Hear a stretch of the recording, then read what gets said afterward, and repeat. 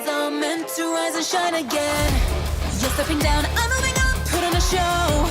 Clickety-click, last minute countdown. You wanna survive, just stay alive. Rising up in the zone, champion is for the top.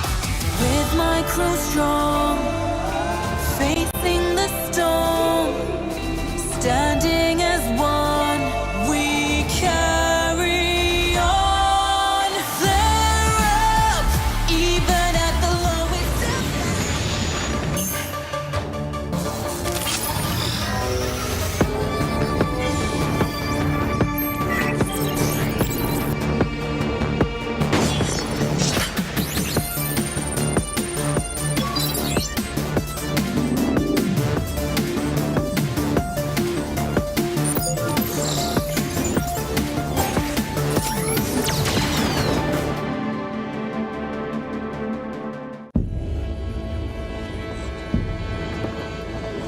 Whispers of the silent wind,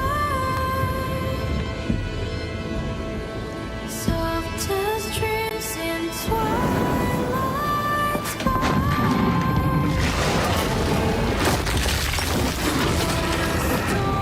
Storm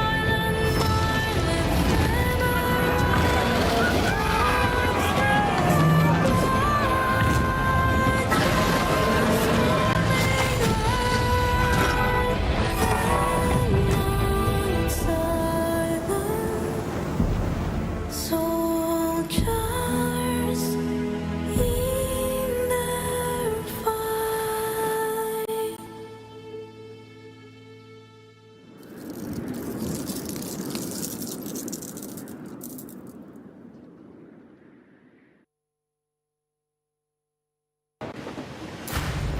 Metro Royale Chapter 23 coming soon. We've added new content in this update, as well as improved the controls. Let's check them out. In terms of gameplay, there is a new enemy in Misty Port and Arctic Base, the saber-toothed tiger. It appears in different parts of the map. If you come across it, try defeating it to get lots of supplies. At the same time, we've also added winter crates. They spawn randomly in Misty Port and Arctic Base. Open them to get lots of supplies. Remember, keep an eye out for them. Help!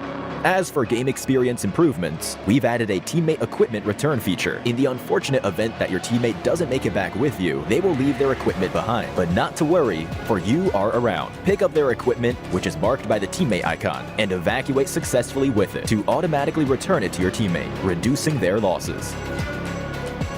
In this update, we have also made improvements to the lockbox. When you place items into the lockbox, you can decide on how many items to store. This should help you manage high-value items in your backpack. Additionally, you can now also mark supply crates. When you aim at a supply crate, you can mark it on the map using the universal mark button. Your friends will be able to see the mark, helping them locate the supply crate. Furthermore, we've also added a GameWiki access point to the lobby, which makes accessing guides much easier. Use GameWiki to look for Metro Royale tutorials, fun video clips, and more. Oh, and Metro Royale Chapter 23 collectibles and honor rewards have been updated. Don't forget to get your collectibles and increase your honor level to collect great rewards. That's all for the Metro Royale Chapter 23 updates. The season will begin on November 13th. Survivors, get ready for combat. May you evacuate safely with bountiful loot. Fortune favors the brave.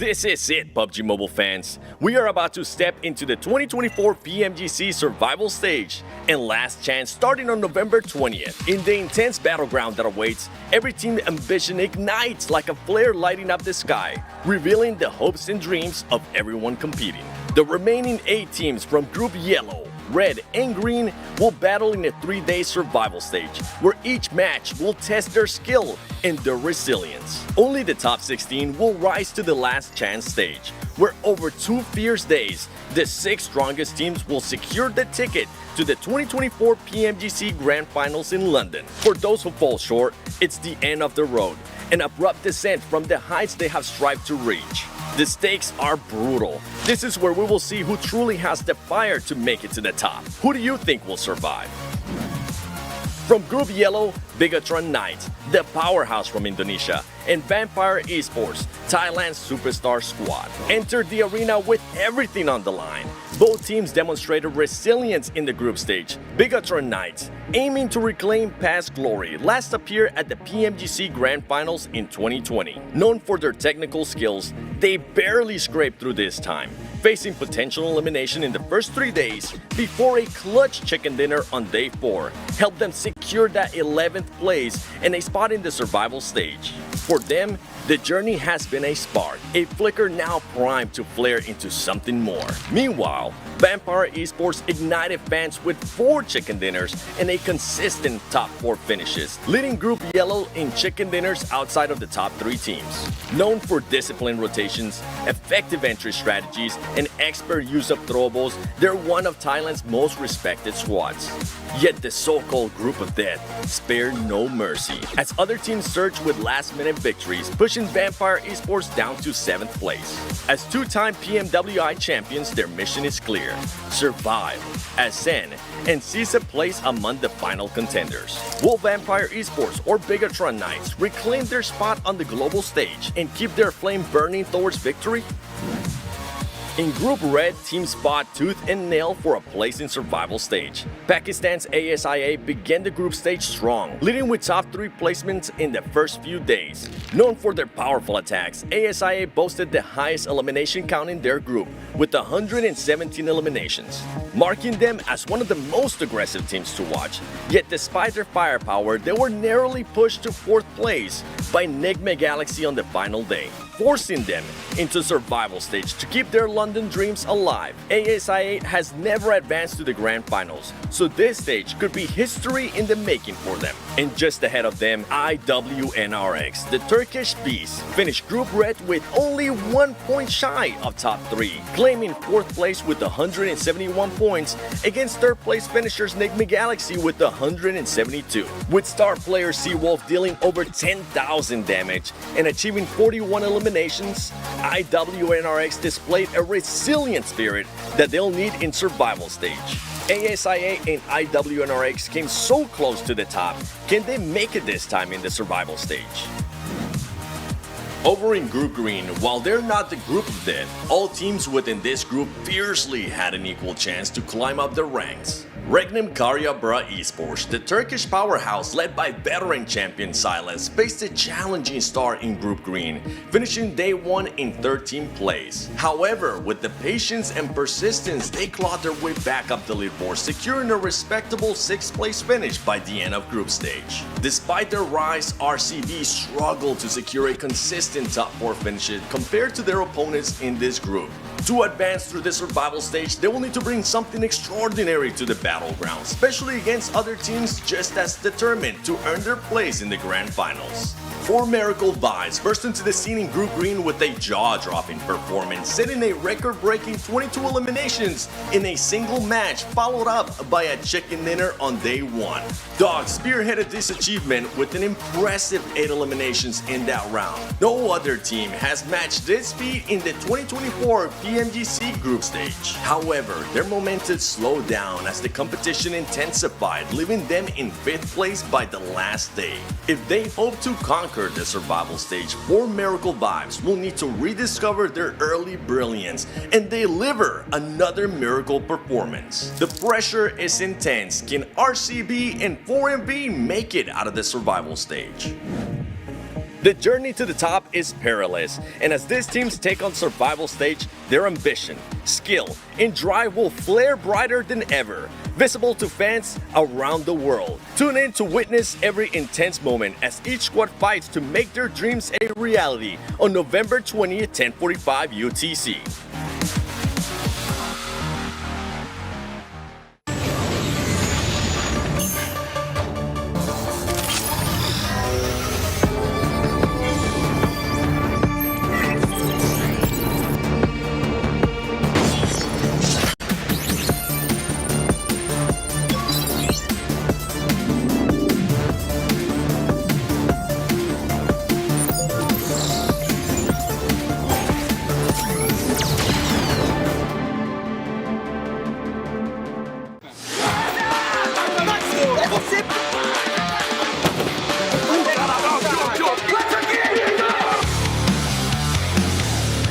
Hello PUBG Mobile fans, the highly anticipated Group Green has concluded. Come along as we recap the most thrilling highlights and history-making moments from this week's competition.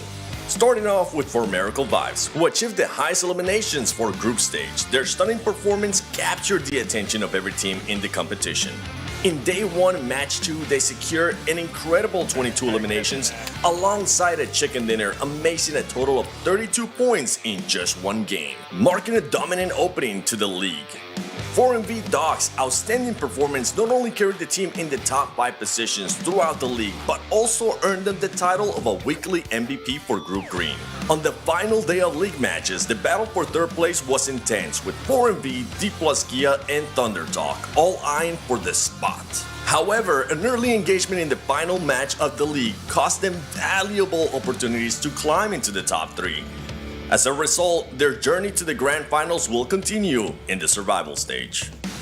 Brute Force made a remarkable statement in this season's PMGC League stage. Despite a challenging start on Day 1, they began accumulating points from Day 2 onward, keeping that consistency, securing back-to-back chicken dinners with an impressive total of 49 points. Their performance was super consistent, truly deserving of their spot in the Grand Finals. This time, they will have finally achieved their long-awaited goal, turning last year's mistakes into success.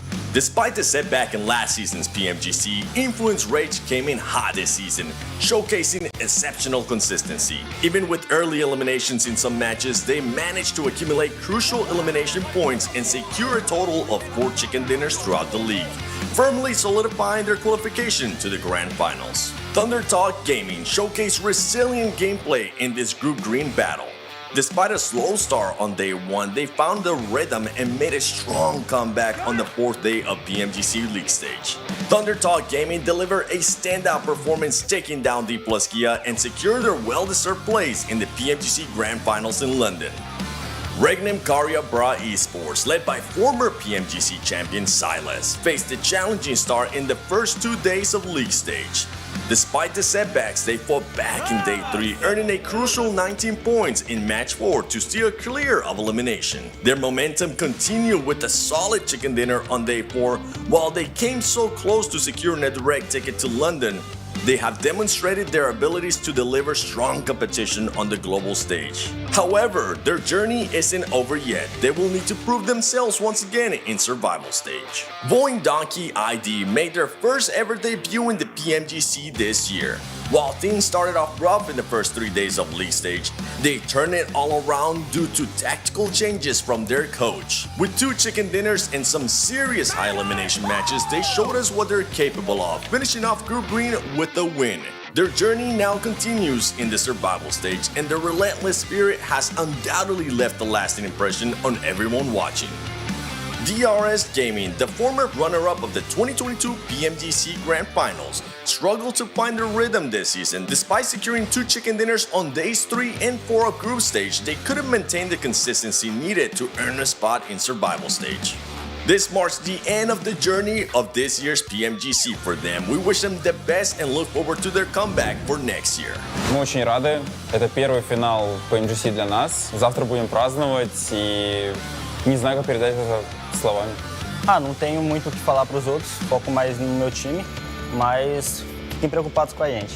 终于把心中的一个大石头终于放下来了吧。其实我感觉在打今天一整天的时候，我心态都比较正常一点，但是到了最后一把，确实很刺激。Всем пока, увидимся в Лондоне. Bye bye, see you in London. 我们伦敦见。 The action isn't over yet. Stay tuned for the upcoming survival stage where the stakes are higher than ever. Let's see who will rise to the challenge and claim their last chance ticket to the Grand Finals in London.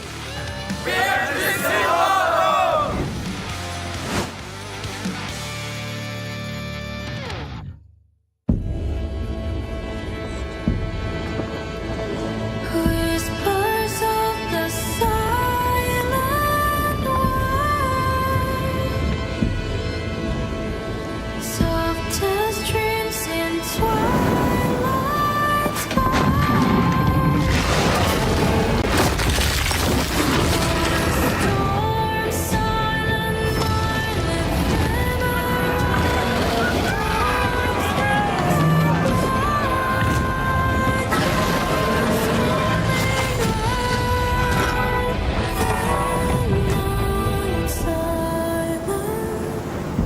lifted soldiers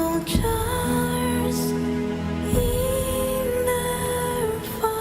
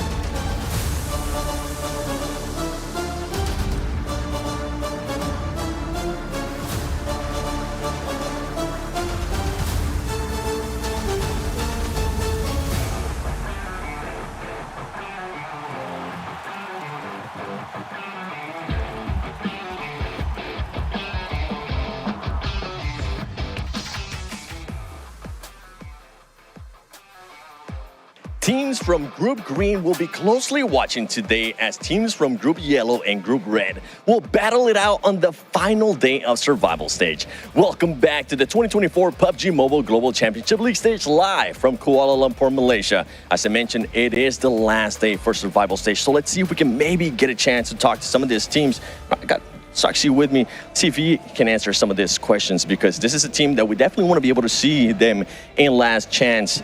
How's it going, brother? Good to see you again. That's not the question, though. The question is going to be, what are you guys going to be doing today to make sure you make it to last chance? You currently have 27 points. Nothing much to say. We're just playing and you're just playing our best and hoping we make it to the last chance. Well, I don't want to be biased, but I hope you guys make it too. Love the jacket. Hopefully I'll be able to get it afterwards as well. Now, a team that definitely needs to be able to improve. From a team that got some points, from a team that now needs to get a lot of points, it's going to be ASI8. I got Trenda here with me. Trenda, the team has 9 total points. Most of those points came from placement. Actually came from eliminations. You guys need to work in your placement. What are you guys going to be changing in regards to drop locations, or what are you guys going to be doing today? We'll play the same drop locations. I think, yeah, yesterday we were lacking in lots of things. We made lots of mistakes, so we are planning to get good points in early games. Yeah, it's all about your mentality. So we'll go for, we will try to get good points in Sanok. So if we get good momentum, we will do it, inshallah. Inshallah, right on. Thank you so much, man, because it's all about that momentum, especially for this team. They used to doing strong in Sanhok. They didn't start off as strong as last time. Now we're going to start switching it up to even a team that needs to make a bit of a miracle run here, as I got Sir Tanny from Vampire Esports with me. Sir Tanny, there's a lot of ground to be make up. You guys are known to being able to put up good points in just one day. You have that possibility. What are the expectations for today? Yeah, as I said, we still have a light at the end of the tunnel. So if we have a hope, we can go it. So today we are thinking about if we can do it like we do it before, like a more confident, more aggressive, that play to our own style. I think we can reach up to the top 16. Well, everybody's going to be hoping that you guys make it to the top 16. Ladies and gentlemen, let's get started with the final day of survival stage.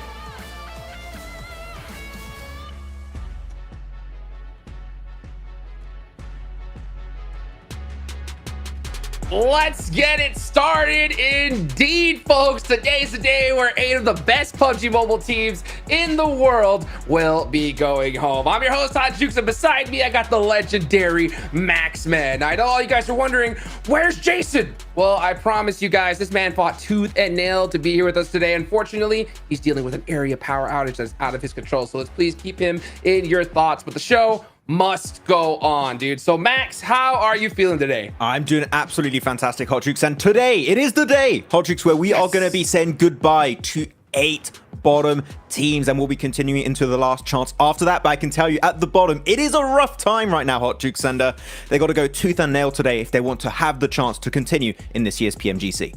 Dude, I'm looking at those names and it is crazy. I mean, we just saw an interview with Sertani. That is one of the major names. These guys definitely need a miracle run. Yeah, miracle is definitely going to be necessary. I mean, we'll see, of course, how far they are when we look at the leaderboards, Hot Jukes. But really, even Vampire and IA technically at the bottom in 23rd and 24th, there's some hope. There's still some hope in the air right now, and they can still possibly make it in the top 16. But they're going to have to start off strong here. Even in the first game on Sanhok, they need to pop off if they want to have that opportunity.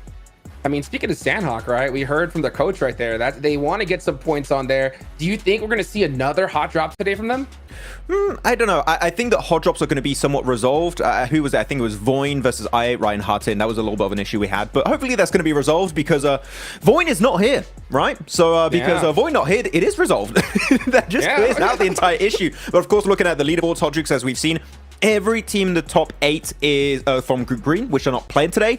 And not going to lie, with the 68 points of 4MV, it is seeming like all teams of Group Green are going to advance into the last chance stage. So yeah, all these teams, good job. You guys made it. GG, well played. Yeah, I mean, that's pretty wild. I mean, I did not expect that at all. I thought we were going to see some teams definitely like biting their nails in Group Green for today. But nah, they're big chilling. We're looking at the second page right here. This is that cutoff, folks. That 16th place. That is where you want to be at a minimum, right, Max? Yeah, exactly. I mean, right now, looking at the teams on the second page, I would have to say Deke Xavier, Major Pride for me are safe, Hot Jukes. I don't expect them to get like a 0-point day. So I think that both of them are going to be fine. But yeah, from 11th place below, it's where, you know, there's some wiggle room. Teams can go down significantly if they have a really bad day, or they can maybe have a big jump up if they just pop off with a chicken dinner here and there throughout these 6 matches for today. So as right now, big surprise for me is still to see Falcons in 15th position. Of course, they only played 6 matches, Hot Jukes, but like they are maybe in a spot where we could see them fall in the bottom 8, which is not what you'd want to see. Yeah, this is the teams in the bottom 8 right now. And you can see some big names down here. Vampire, only 3 points total out of 6 matches. An unreal performance. I think Sertani would even just like posted that he was just like shattered that they saw that kind of performance. But I mean, I think he is right. There is still a light at the end of the tunnel. With 6 matches left today, you know, a good chicken dinner might just be their saving grace. Exactly. I mean, right now they're 22 points behind Loops and FaZe, which are currently in 16th, 17th position, tied for the break-off point for the last chance. So yeah, one win, literally, Hot Jukes, if they can get that win in the first, I don't know, 2-3 matches today, that is going to put them back in a position where they can compete for that top 16. But where's the morale of Vampire Esport and IA after their horrendous day one, Hot Jukes? That's the big question, because if they're unfortunately a bit down under, well, they might have a bit of a rough time getting back up there. Well, we got 6 matches today. We're going to start off in Sanhok. Now, you're right. We're going to see some differences in teams. So I think IA are going to avoid that hot drop like you mentioned. But I think we also might have a couple of hot drops we will see today. What do you think, Max?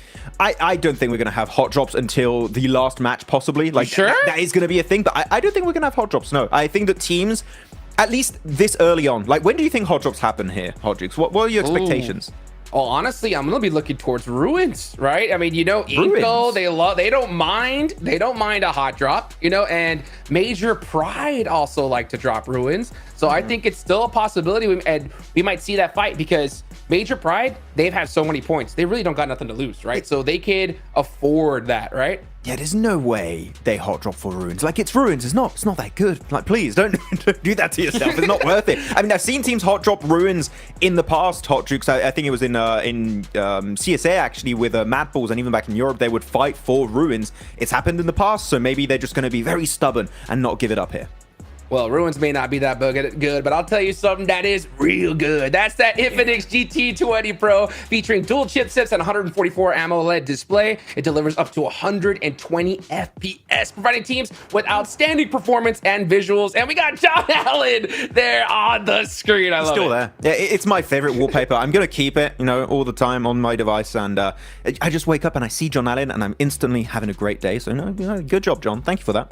Yeah, you guys want to have an even better day, of course, make sure you guys follow all the socials, hit the subscribe button. You guys know what to do because, man, you see some really awesome content behind the scenes. Yeah, a lot of cool stuff, a lot of cool dances. They gave some lollipops to the players today after doing a fist bump. Like, wait, why am I not there? I want my lollipops too. What's happening? Come on, dude, right? It's like going to the doctor's office, right? I want my treats. Let's go. By the way, guys, speaking of treats, right, go ahead and get one of your tickets here for the Grand Finals in London. Oh, that's going to be so exciting. There's going to be some exclusive merch there, all kinds of goodies. So go ahead and get that as well. So, man, dude, today is the day where I heard that you were battling the dragon last night, right? Yeah, I fought it like 2-3 times last night. I was facing the Frozen Fury in the caves under Erangel, and unfortunately, I gotta say, I not only got knocked by the dragon, Hot Jukes, I got flushed by the dragon afterwards. Bro, he was savage. It was like, I felt like I was playing against Alpha 7. What's going on? So, pro tip to you guys out there, when you're facing this dragon, just keep moving all the time, because if he combos you, like, you are done. So, like, you need to make sure you're moving, because no movement equal you're out of that. You're done. You gotta see more movement. That is a fact, dude. Let's get it going. Let's take a look at our teams to focus. Now, I picked the 3 teams at the bottom, right? I mean, why wouldn't I? Because at this point, they're the ones in the real hot seat. You got Vampire, who need to start off strong. I8 need to get some points in Sandhawk. And, I got to show some love to my boys Inko over there in America. I got Juancho there. I know that we got some viewer parties of the Juancho fan club, but these guys, I think, need a little bit of a miracle run as well. I mean, as of right now, they got 15 eliminations, but where are the placement points for Inko? They have 0. They have 0 placement points. But for me, I'm going to go a little bit on the higher side of the rankings here, Hot Jukes. I'm going to be going for Falcons, FaZe, and Tiamba. I mean Falcons because I'm the #1 Falcons fan still, until PMGC maybe fails, but we know what these guys can do. But FaZe, realistically, Hot Jukes, my kind of breakdown for them is I have a lot of hope for them going into Miramar specifically, because Stalwart's not here anymore. They can revert back to their previous drop of Picardo and play the game plan they prepared initially heading into this year's PMGC. So because of that, I think that FaZe, if they're in a position where they can compete for top 16 going in the last 2 matches, there's a very, very good chance we could see them do a final push in top 16. Ooh, that'd be interesting, but I'm honestly a little bit worried when it comes to FaZe, right? At least when it comes to a little place called Sandhawk in particular, right? Because in this first match, we know they're gonna like to drop in that trifecta area, right? Well, there's another team that likes to drop in that trifecta area, and that is Zeus Esports. So, I mean, I think that there is a possibility we see 2 kind of hot drop scenarios here off the rip. Yeah, I mean, currently, with that kind of hot drop, I think Zeus should be the one to maybe give it up, because FaZe are, of course, tied for 16th with 25 points. So normally, the losing team, I'd always recommend Hot Jukes, if they're involved in an early hot drop, it's to have the team that's the lowest in the rankings give it up. We've seen that happen with FaZe versus Stalwart over Picardo, and I think we should see something similar here. So I think Zeus should be the one to move, or something that's very feasible with trifecta on the river, Hot Jukes, is you can have the 2 teams kind of share it, like one team dropping to the northern side and one team dropping to the southern side, and you just kind of have that agreement that if it goes to an island, maybe a team can just go a little bit deeper and it facilitates your rotate. I've seen that happen before, but because every point counts so much, I don't think that agreement is going to be of the hour, of the occasion, Hot Jukes, for today's 6 matches.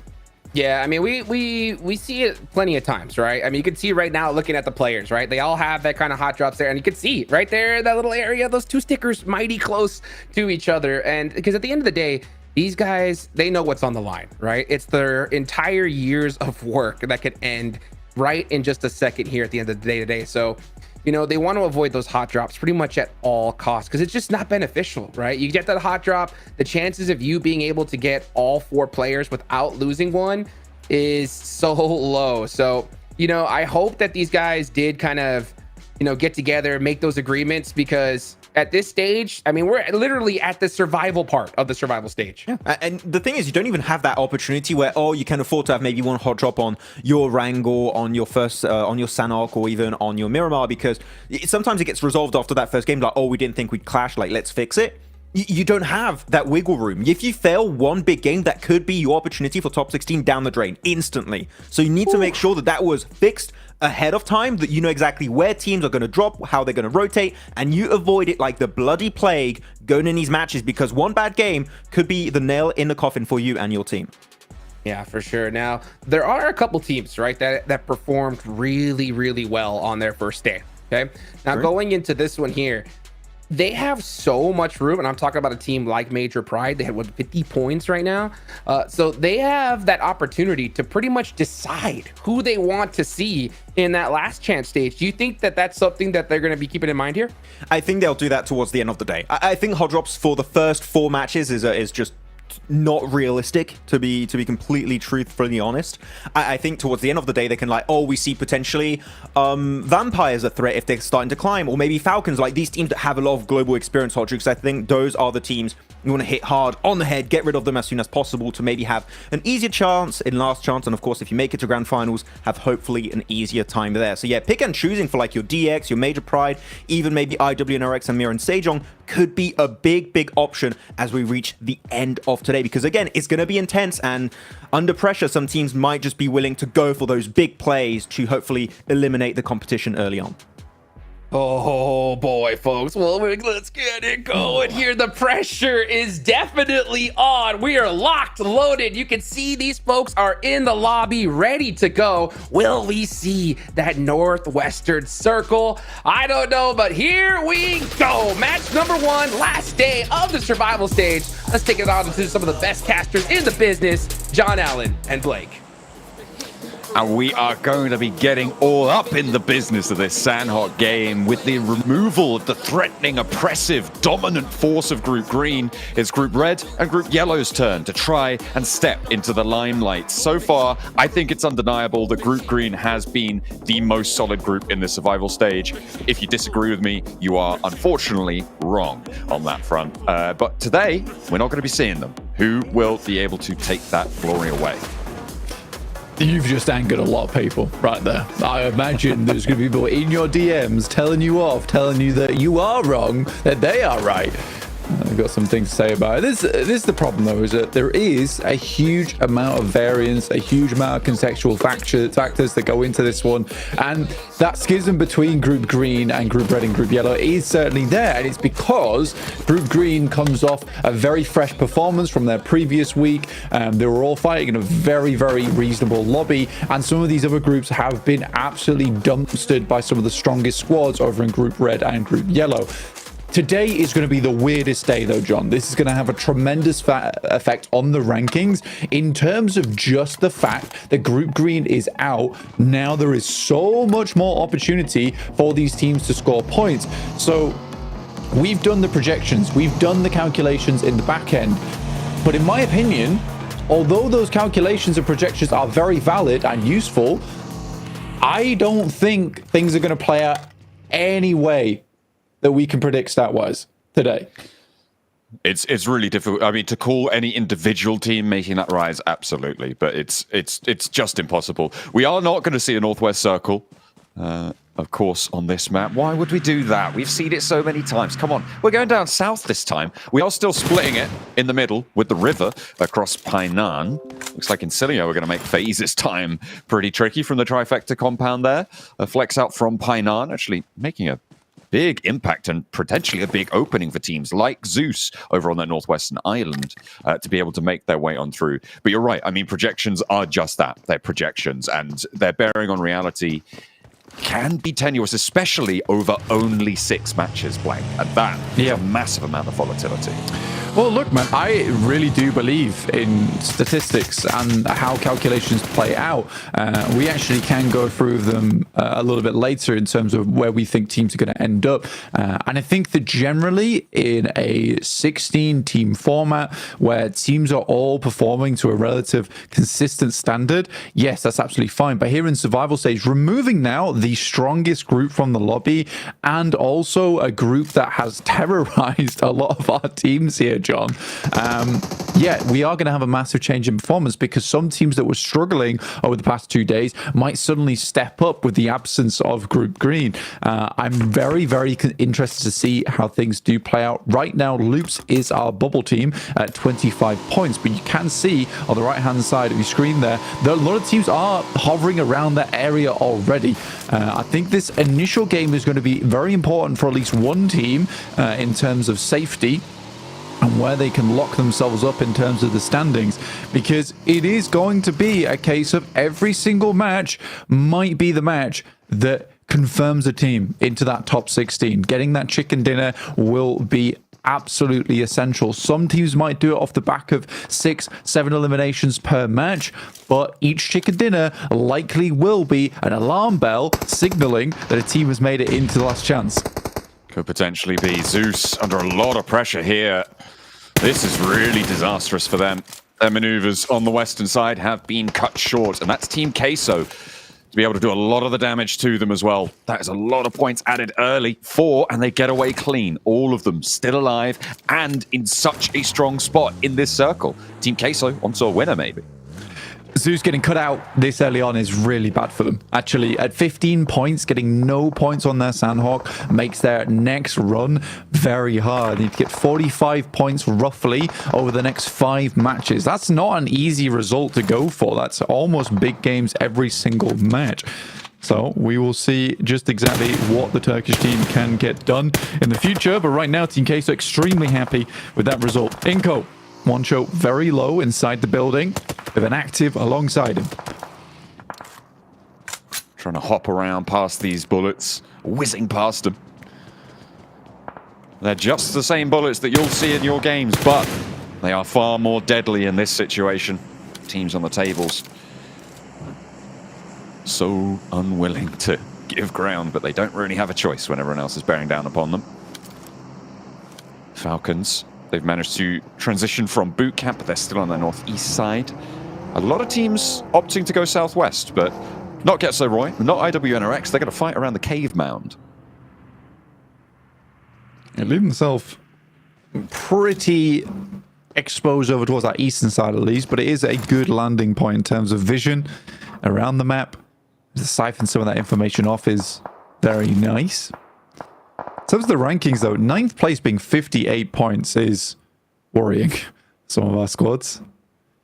And I mean, especially so for 4MV. What did they end up on yesterday? Was it 64 points? Am I correct in saying 63? 68, I want to say. Yeah, 68 points for 4MV. So that's the low end of Group Green. Yeah, so 10 more points would put you ahead of 4MV.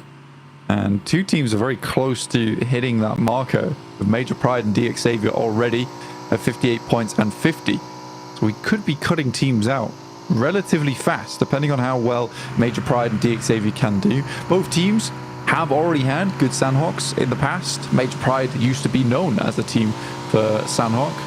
They had a very different team back then, but still Elementrix, Becca, both are very experienced on this map in terms of playing on the northwest side. We do head down towards the south, though, so it will be a slightly different story for them. Yeah, there seem to be Major Pride already up to the coastline in a decent position, unless it goes over towards the cave this time around. DX Xavier, and you're talking a bit about Major Pride, and DX Xavier in general, I think have been the most impressive part of this lobby. You can see the difference, right, between 10th and 11th. They are definitely clear ahead. And DX Xavier currently has the highest point average in the entire lobby, which is crazy considering that day was entirely against Group Green, who did so much work against the rest of the lobby. And at the moment, they're looking good to top the tables. If they can keep up that pace here, they're moving in from the north side. Depending on the circle, they could have a really solid spot on the hills to the east of Hainan. For the cave battle, going to continue to rage on. We had Getzeroy and IWNRX rocking up there early, but Loops and Vampire going to try and join it. Likely that Tiamba will see a slice of that too. This is a nasty circle shift blank. Look at the amount of water that's eaten in by that docks area. Yeah, run Bantai is struggle bus scenario here. Great nades from Neil, though, over to Getzeroy, finding two off the back of it. Now looking over towards Porsche and his teammate Car.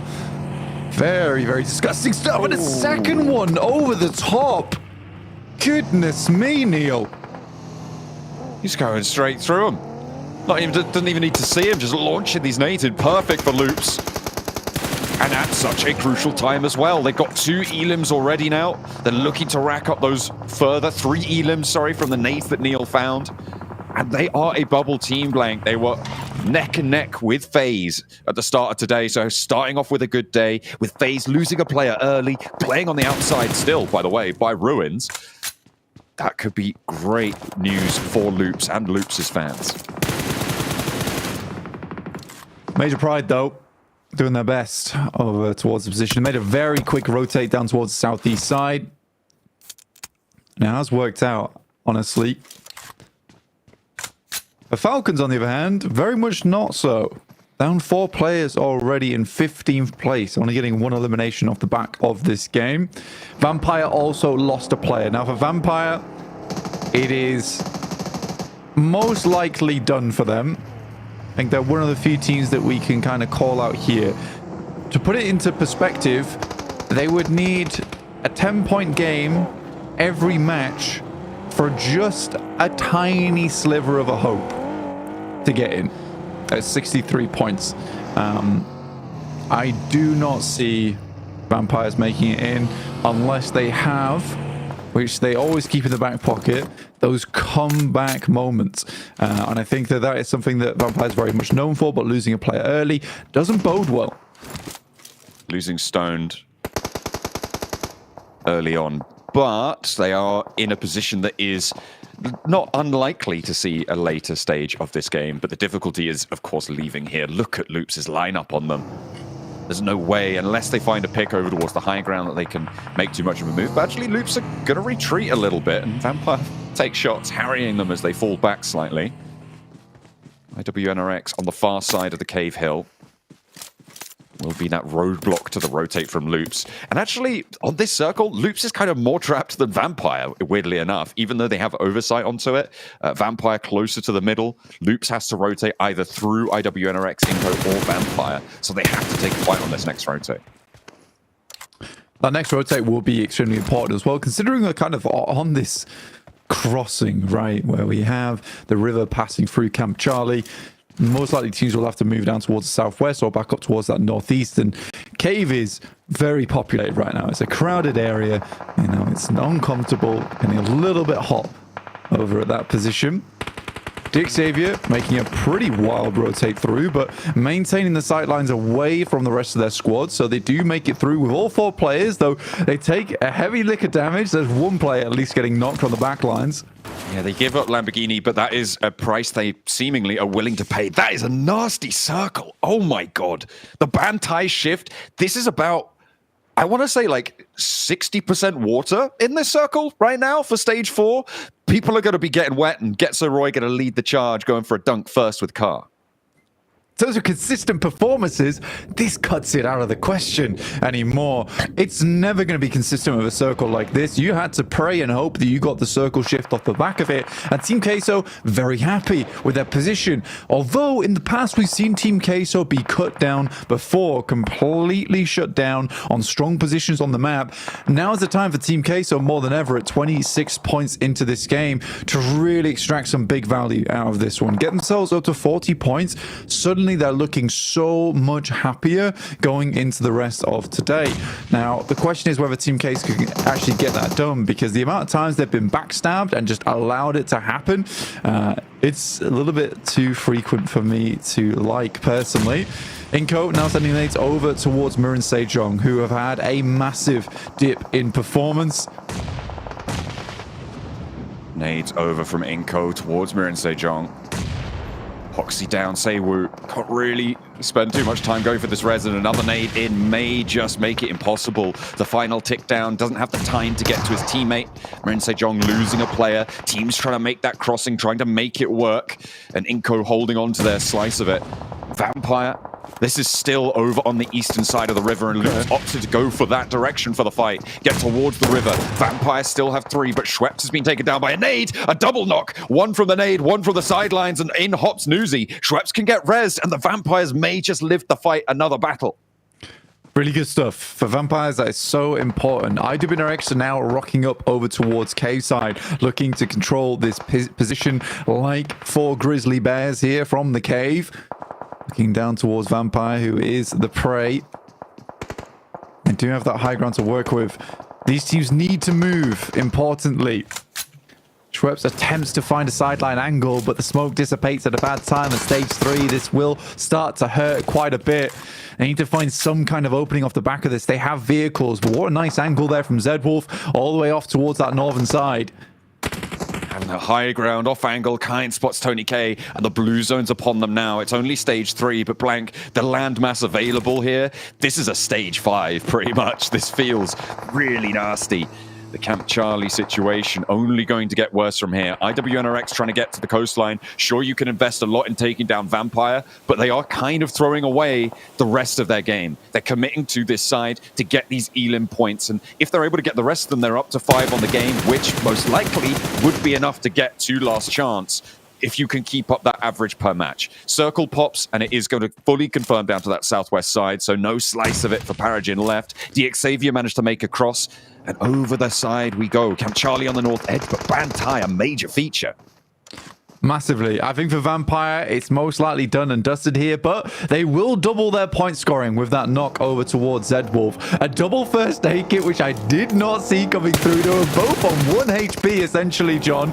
Out comes Frozen. Good shot out the side of the vehicle. 4 points total. I thought it was all done there for Vampires, but somehow, miraculously, they make it out. And now we're looking heading towards the water. Potentially live this game out a little bit further. Schweppes immediately diving down towards the deeps because they need to get deep into this game.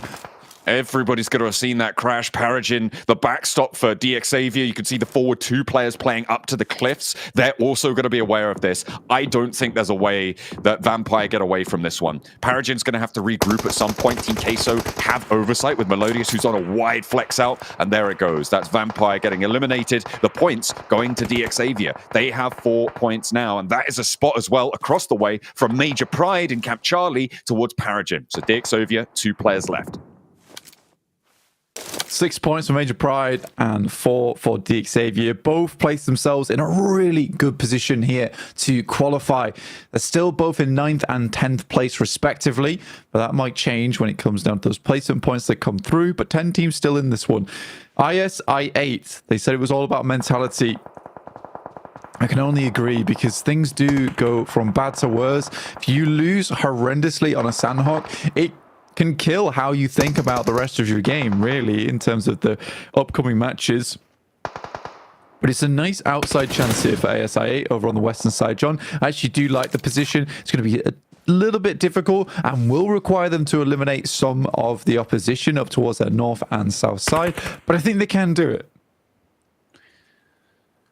They don't have too many chances to take a dip in performance on these games. I mean, you're talking about Vampire needing maybe 10 points every single match, right? They've just only gotten 4 in this one.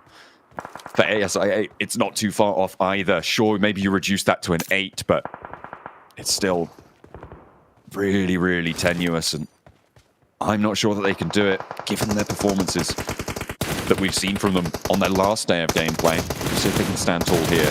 This wide flex from Team Queso now sits straight in the middle of this circle. What? A big pickup on the picture-in-picture there with FaZe. Able to keep Venturas in, moving in along the side, and BTR not able to handle it. Unaware, maybe, but danger is spotted. Mela now the last to go for the fight. It's against Satar. The shot's not quite connecting, but the last one does, and BTR may be able to get the full reset. They've got 27 seconds to get everyone back up and going. Such an incredible fight there from Venturas. I'm surprised he didn't flush any of those targets, though. I think you got to assume that you're going out at that point. Melo was a little bit far behind, and just getting the flushes might have been the better option. You're right, BTR might be able to get full reset. It is looking a little bit tough there. ASIA looking to clear out that northern side, like I was saying earlier. Noki taking a couple of shots from the sidelines, tickling away at him. We'll be able to get back, and 7 first aid kits indicate this man is going to be living for a while. I mean, see how much longer. But that is a swift reverse there. Nicely done there. Finding some style on the backup. Does go down, though. Unfortunately, a shot is threaded through, despite some fancy maneuvers. The high ground that Team Queso has is so powerful with 2 players there. BTR going to look to try and sweep along that ridgeline, assault it from that sidelines. Melodious now trapped in this split, and Team Queso may have held too much ground here. For Melodious, I do like his position in terms of holding out other teams, but it has got to the point in time where he's like, oh crap, I cannot leave. Like, I am stuck here on the northeast side. There's no way I'm regrouping. And this is what we talk about with Team Queso. Sure, they've got 6 eliminations, but this should have been a much bigger game, right? I think they could have easily held 4 players. I think going for a split on this type of circle is the wrong decision, John. Purely off the back of the fact that there's no real strong chance to regroup with your squad come stage 5, stage 4, with the amount of angles that are held around the map. So for Team Queso, they could have had 4 players down towards Collega, as well as Papi Potro, and now they cut that out. But the question is, how much longer can they live this one through, with ASIA being able to get over towards that western side? Very nicely done.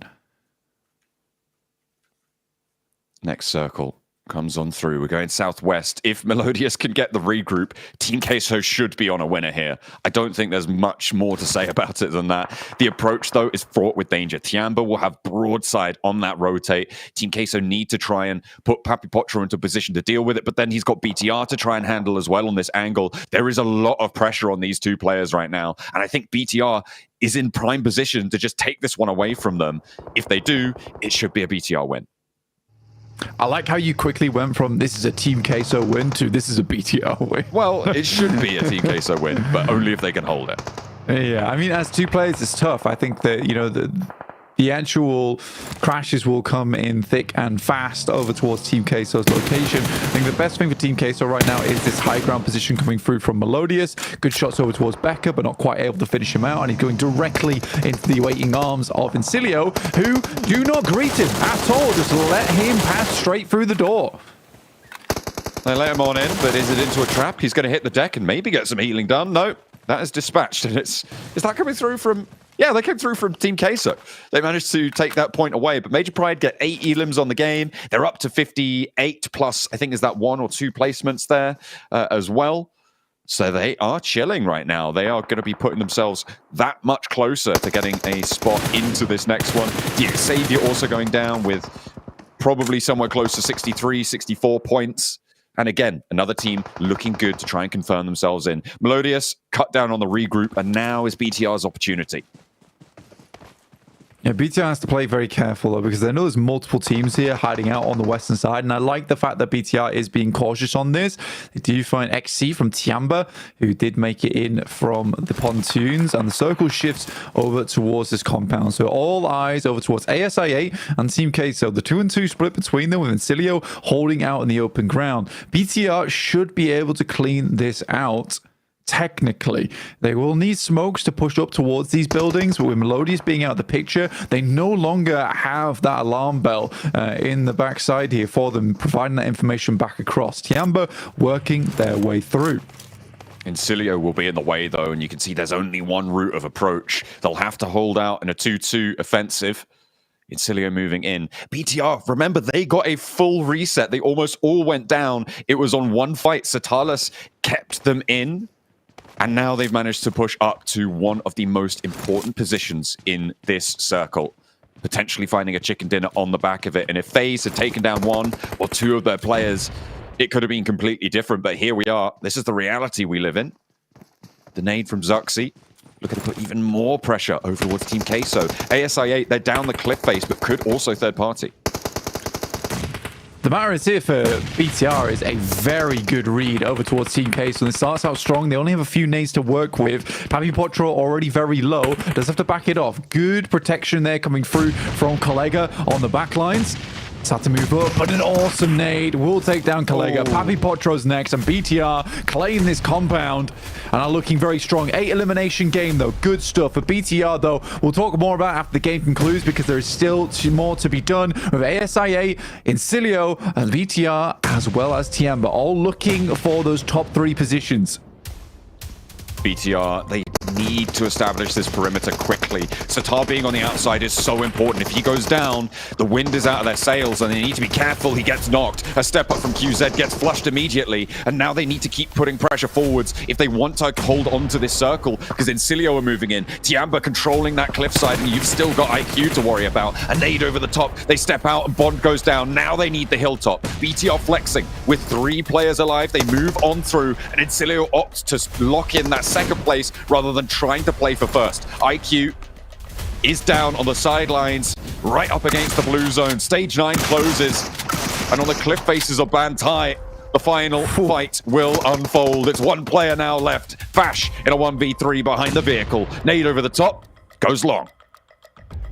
Won't find him just yet, but BTR on for a winner here. A really good game from BTR overall, and they will finish it out. The read came through when they moved towards that compound because they were so very worried about it, but as soon as they get easy entry into that side building, they know it's a 2-man. There's no world in which case you don't have a forward vanguard in that building if you're playing at 2 or 3 or more players. So the fact they're able to get in there, they immediately set their sights aggressively over towards that second building. Really, really well played to BTR, and that might just give them a chance into qualify.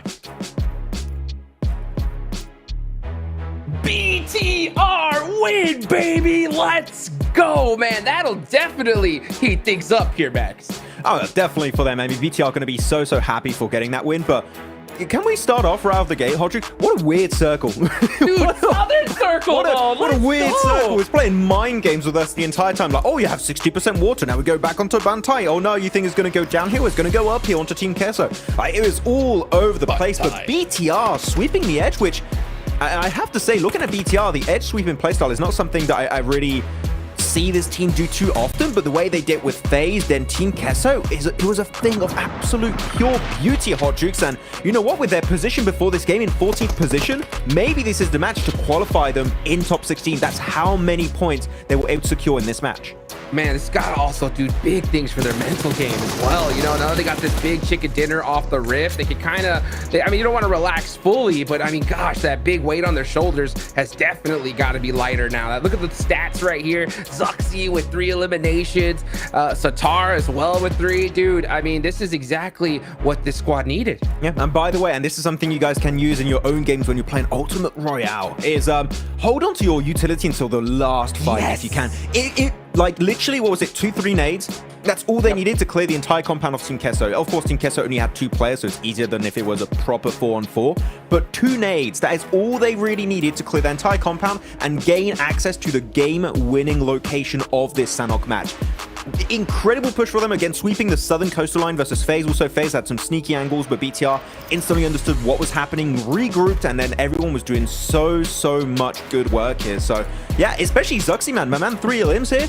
You know, he's getting back up there. He's getting back to his glory days, Hotrix, and it's great to see that happening live. Let's go, man. And I'll tell you what, even the casters thought that Team Kesso was going to win, and when they had that big old compound right there for the most part. But man, BTR, high fight IQ, taking their time along that edge like you were talking about, and they decided to pick those fights right at the perfect time. And I really love what you said there, because we're definitely noticing that at this high level, you gotta hold on to that util until that last second. Team Kesso just got straight deleted. Now, you know, speaking of Team Kesso, I got a question, Max. What do you think about that 3-1 split with that melodious off angle? I was about to ask you that question, Hodge, so happy you bring it up. I like splits. I wouldn't want to be, you know, called out for like, oh, but Max, you said you like the splits, like, for example, Mirror and Sejong. I love splits. Early to mid game, not when you're going into like phase 5-6. It's a little bit too big of a stretch, and as we saw, Melodious was really struggling to make it back to Colega and Pati Potro. If he was able to regroup a little bit earlier, maybe they win. Maybe the utility for BTR is not enough, and they just sweep the southern side, and then it's just an easy Team Kesso cheese chicken dinner. You know, it's a very good win that could have been happening their way, but yeah, the regroup was just way too late, and I don't know if that was intentional or because there were too many teams around trying to cross from the eastern riverside and they just couldn't regroup. I think they could have, but they decided not to, which is a surprising decision. Yeah, I mean, by the way, I don't know what was taking Tianba so long to get into Bantai. That was wild. I mean, that actually gave Melodius a little bit of an opportunity, right, to get 3 eliminations there. I think he got one of those knocks on XC. Which really kind of, hamstringed Tianba right there. But yeah, I don't know why they just took to the last second to start moving. Actually didn't even get it at the end. It was stolen by, I think it was Satar or someone from BTR who just snatched away that flush onto XC. So not taken for Team Kesso, unfortunately. But yeah, I wrote in my notes, I think it was like a phase 3 going into phase 4 rotation on a coastal line circle finish, Hot Jukes. Like, that is so damn risky, but luckily enough for them, no one was in Bantai, and a lot of the focus of Team Kesso was on those northern and western teams that were trying their best to just weasel their way through into that circle. So because of that, they were able to just make it in. Sure, they do lose a player on that transition, but 3 players alive, that's a good success ratio for, I think, a position, Hot Jukes, you would look and say, okay, this team they're done, they're out. Yeah. But they survived way longer than I initially expected.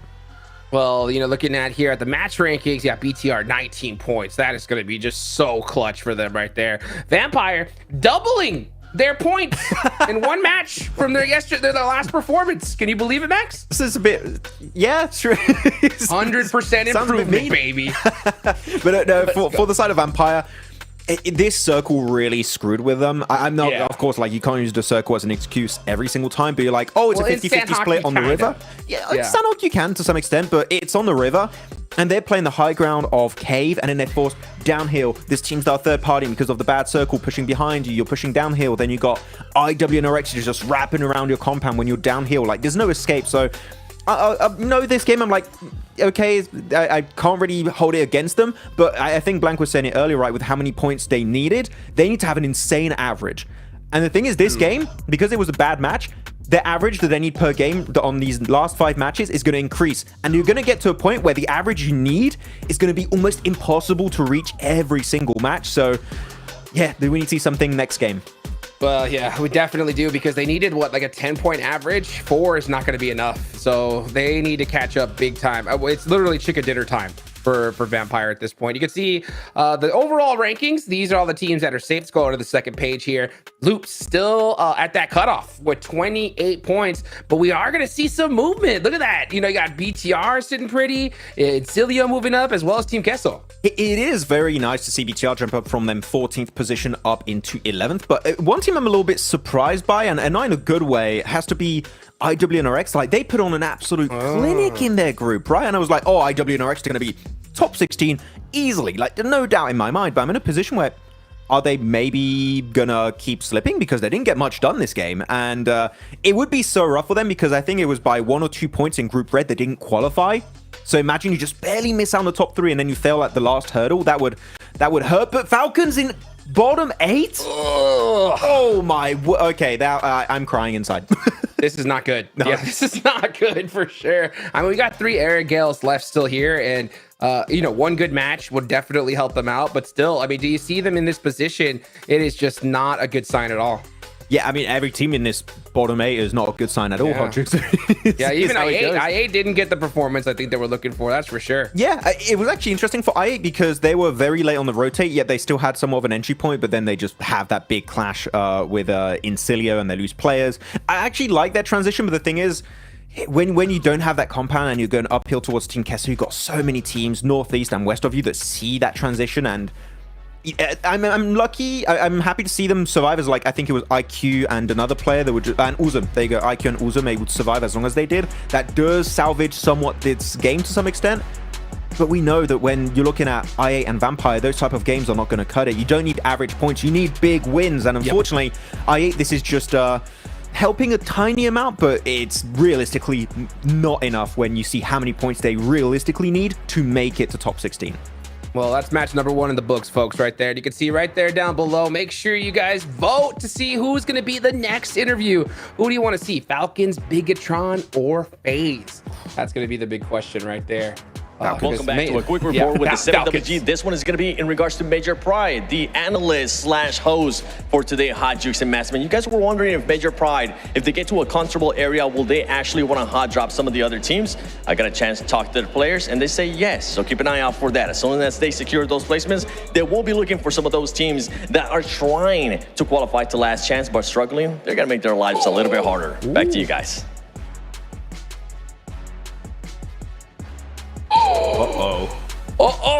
Baby, Oh, no. that is one team you do not want gunning after you. I want to see it so bad, Max. Team says they want to hot drop. Hodrix, you are now my favorite team. Yes, dude, you are amazing. right? Thank you. I just want to see them with the MG30 go brrr, you know, against some of those squads that are going to be fighting for, because this is going to get wild after hearing that. The thing is, we know Major Pride are like safe for top 16 with their points, right? They're just going to have a field day today. The thing is, I'm looking also at Deek Xavier that has been a hot drop-esque kind of team in the past. So like those two squads might be actually an absolute thorn in the side of these teams that are just competing to hopefully make it in the top 16. So man, yeah, you got to be careful because you got enemies in this lobby right now. Oh, 5 matches left to go, folks. 8 teams going home. It all starts and begins in Erangel. Let's see who's going to be able to get it done. Let's take it on over to our casters, John Allen and Blake. BTR buck the trend with a chicken dinner over on Sandhawk, and we will be heading on in to Erangel from Primorsk up towards Kameshki on the plane path. Match 14 as we are drawing inexorably closer to 8 teams terminal location here in the tournament. We'll have to wait and see who it'll be as we go around for our merry way over Erangel. Second match here. Obviously, teams are looking for more points on the card. Some teams already put up quite the number over that last game. BTR extremely happy with their result. Zuxi seeming very calm coming today as well is a really nice indicator. It's really cool to see how Zuxi has developed as a player and as a person as well. I remember when that guy used to just be completely in the zone, shouting inside of the lobbies, and now turn into, you know, a very just chilled out, calm dude that likes to play PUBG Mobile. It's really good to see, and I think that mentality shift has certainly helped him, going from playing over in the collegiate leagues, being dropped out of BTR for quite a while, and now making his return to the stage over the past year has been awesome. It's been really awesome, and I think BTR definitely deserved that last game. It was a good push. It was a good ascend over that top side into the buildings and the clear over towards the west. The plane path just about reaching the end of it now. And the circle goes southwest, Blank. We haven't been down to Quarry in a while. Maybe it's time to take a trip down memory lane and send our teams back out that way. But could be Military Island as well. We'll have to wait and see. Could definitely be. I mean, there's a small chance of it happening. BTR will play over on that northwest side, likely getting some vehicles, potentially head over towards C block, especially 4MV not inside the lobby here. Incilio finding Uriel from Miran Sejong, already clipping the angel wings from his shoulders, and now we'll have to go it alone. Oh, they're saving grace. Unfortunate stuff there for Miran Sejong, consistently losing play, still on 30 points. And again, this is a team that absolutely adores having 4 players alive they can rotate off the back of. A little bit of high ground located for Redlick and picking up that elimination. No chance to get him back up on his feet.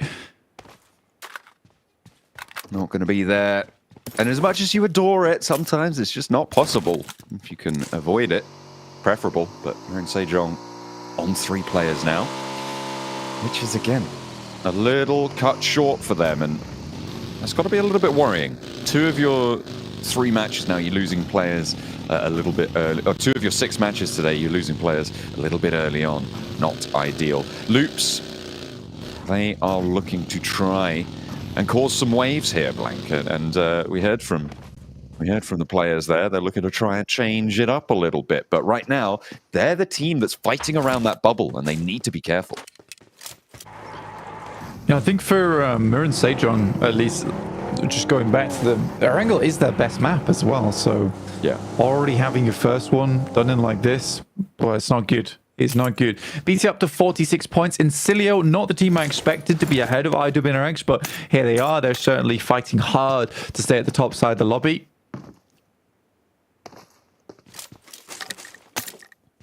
I mean, That's what it is all about, isn't it?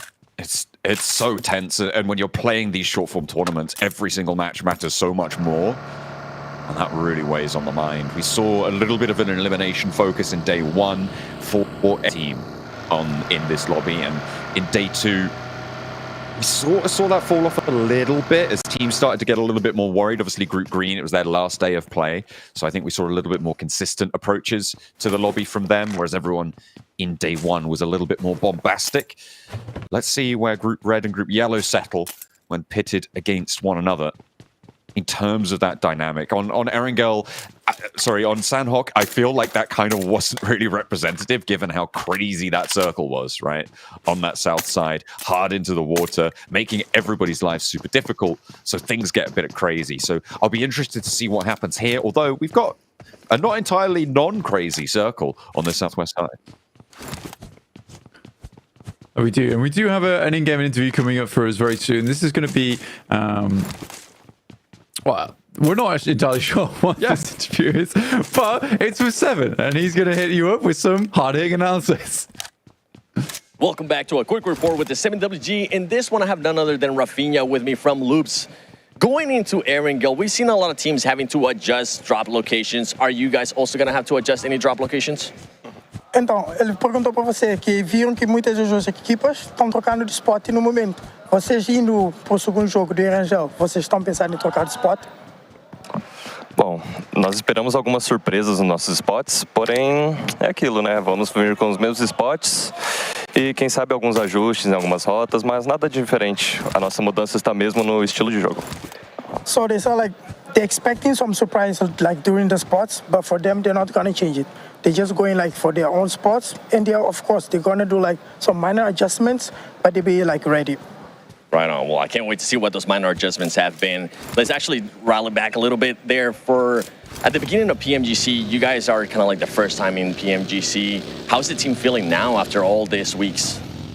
Então, tô falando que vocês não é a primeira vez na PMGC, mas nessa semana, como que vocês estão se sentindo agora? O começo era aquela quebra de gelo e eu sinto que agora todo mundo está mais confiante, né? A presença de Paulo comentou, a gente sente mais vontade de estar aqui e é isso, né? Tudo pelo sonho, então isso aquece a gente e faz a gente estar aqui muito mais feliz. E é isso, cada dia, um dia após o outro, a gente volta sempre melhor. So of course, like in the beginning, it was just like the icebreaker, but now like they got just like to be on the stage, they're ready, they're like feeling confident. Of course, they're here for their dream, so every day they'll be like doing the best. Right on. I'm pretty sure a lot of Brazilian fans are hoping that you guys make it to last chance. Obrigado. Boa sorte. Back to you guys. Thank you. Well, there you go. So they are just looking to maintain consistency here for Loops. It was Loops. Okay, there we go. We did catch up with Rafinha there. Thank you very much, Seven, for dishing out all that juicy info. And on the bubble, I don't think I can blame them too much at all. It is just about keeping a level head in that scenario. I'm glad you heard it. Yesterday I heard the today I heard so a little bit unfortunate for me. Sound effects were blank. Yeah, he's a Foley artist. I am. There you go. That's. Why don't you fill me in? Fill me in. What just happened? They were saying they're not changing their drop spots. They're just going to try and stay consistent. They're feeling okay, calm after the weeks that they've had away from the game, obviously not playing in that Group Green scenario. But they're feeling okay. Good to know, Loops. I'm glad you guys are all right. The Loops are okay. Yeah, in 16th place.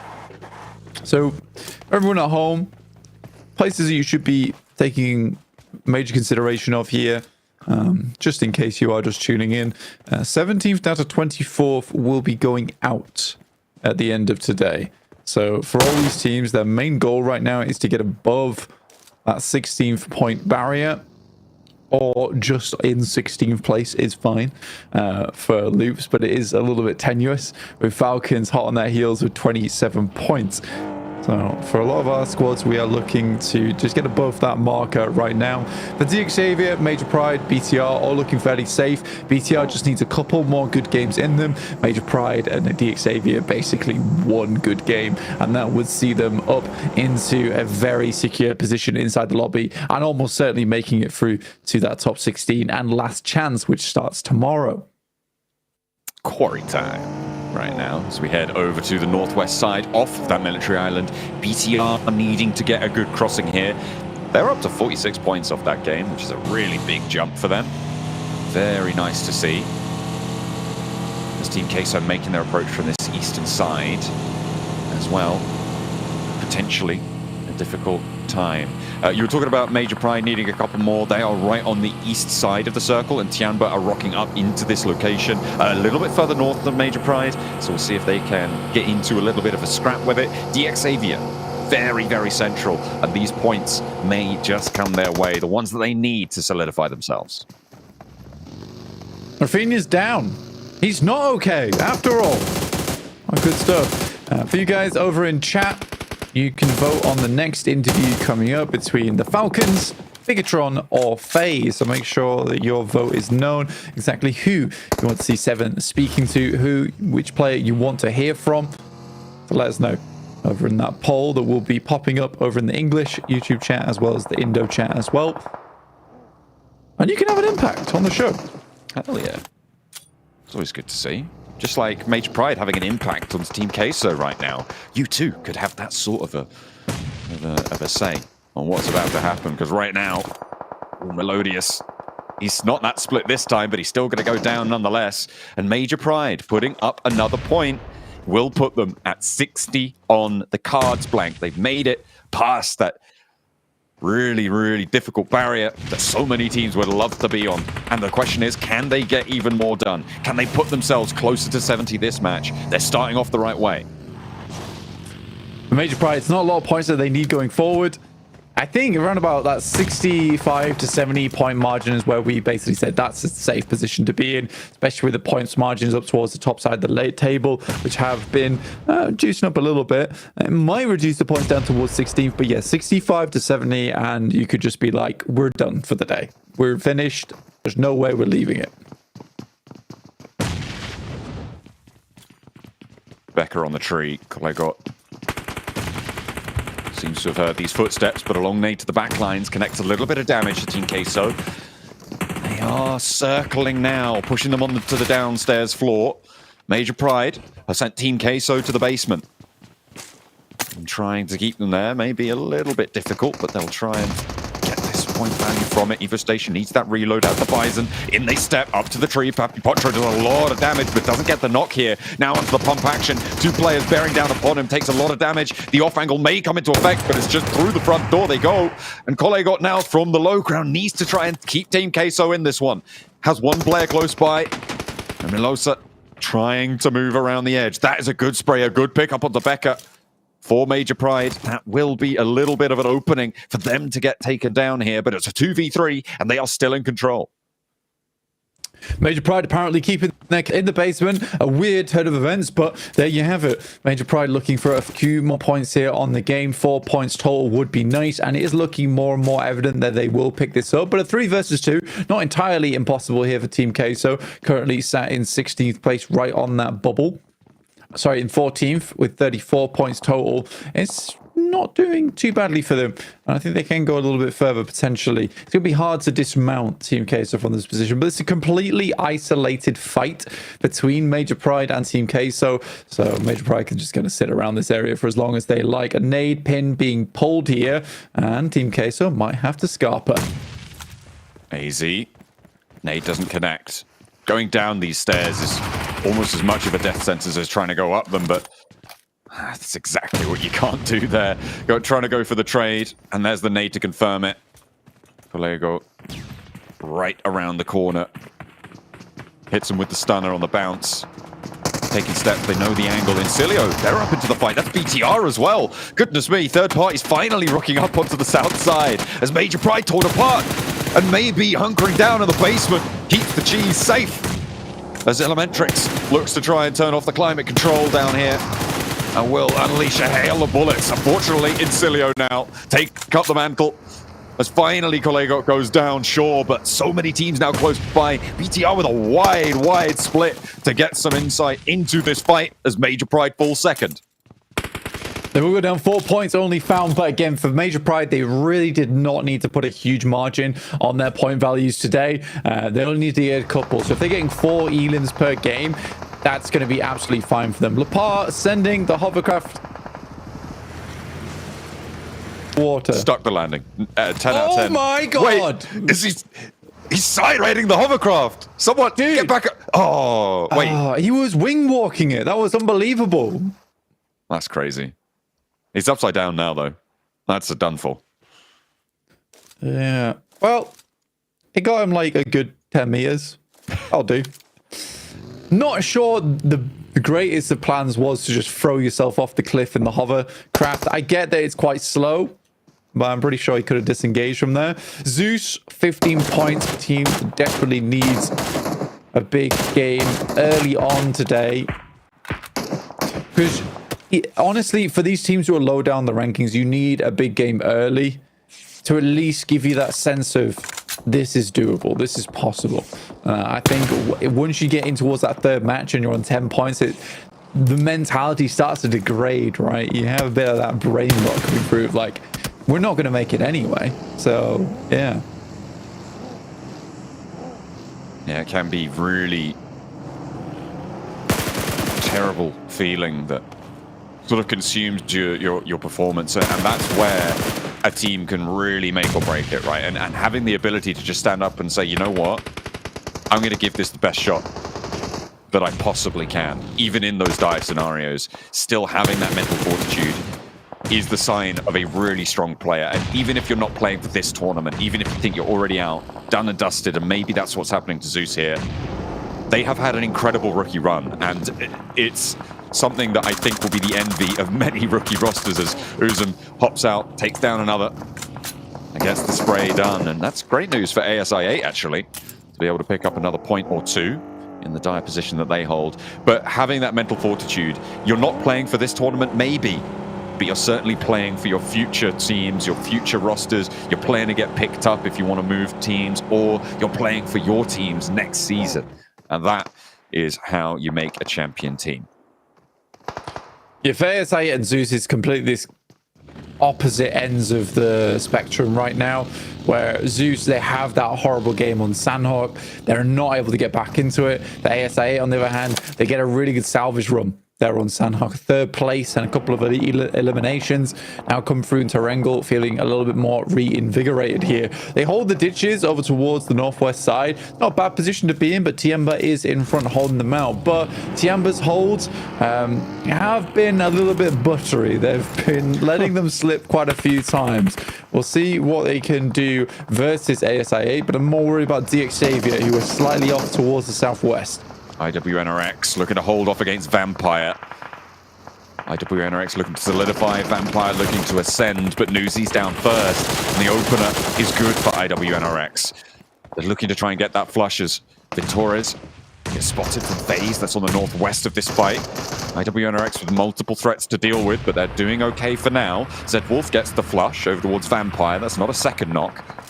And nades over towards the backline. Tony K not going to get tagged up by that one. He is far enough abroad, and Swain moving on in. The hovercraft again, returning on through. Not too maneuverable there. Swain needs to be careful on the hop out. There is an off angle as well from the backline. Satar has got into position. Zedwolf spots Tony K. And IWNRX keep all of their players alive. Vampire once again finding their seams tearing. And it is a terrible time to be a Vampire. Stoned does manage to get one back. Tony K, though, still knocked, still bleeding out on the outliers. I mean, it ain't done yet. I mean, BTR, though, starting to chime in. Satar on a big old wrap over towards that western side. Schweppes trying to stay alive here. Has to drop the nade early on. Moves away from it in the meantime, but Frozen has good eyes towards this. Should be a good burst over towards him. Schweppes on 1 HP. All up to Stone. He does go down. What a way to start. For Vampires, that might be the final nail in the coffin for them. I don't think they're getting back up from this one. The Vampires will stay sleeping during the survival stage.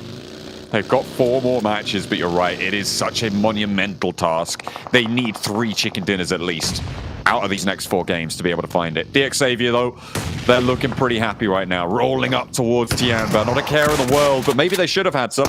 As Levi's does go down, and shotguns from QZ, they're pretty deadly. You got to be careful. Levi's flushed, and out in the open, DXavier kind of crunched in now, and 3 players alive. ASI8 going to try and look their way. Lamborghini takes a lick of damage, and Noki tries to follow it up with a buggy rundown. Doesn't quite tag on, though. As Nate stays alive, gets the heal, and drops the smoke. Yeah, DXavier holding on to this one very, very well. Even be able to get a knock over towards ASI8 as they made that push in. It was a good opportunity for ASI8 to get something done here, John, considering where they were on the circle. But this does move over towards the western side. We're into stage 5 already. Teams are dropping down quickly. DXavier, their run's done, I would say. You know, they're up to 67 points now. I don't think they have to do too much more. They should be comfortably in towards that top 16. Any more points they can get on top of this is just the cherry on the cake. With the games that we've seen so far today, we've had a lot of points concentrated towards the very low end and the very top end of each of these groups, which means that the bubble has gone down slightly in terms of where I'm expecting it to be. And in general, getting over that 55-point mark right now is going to be enough. But of course, that can change. It started up towards 58 today.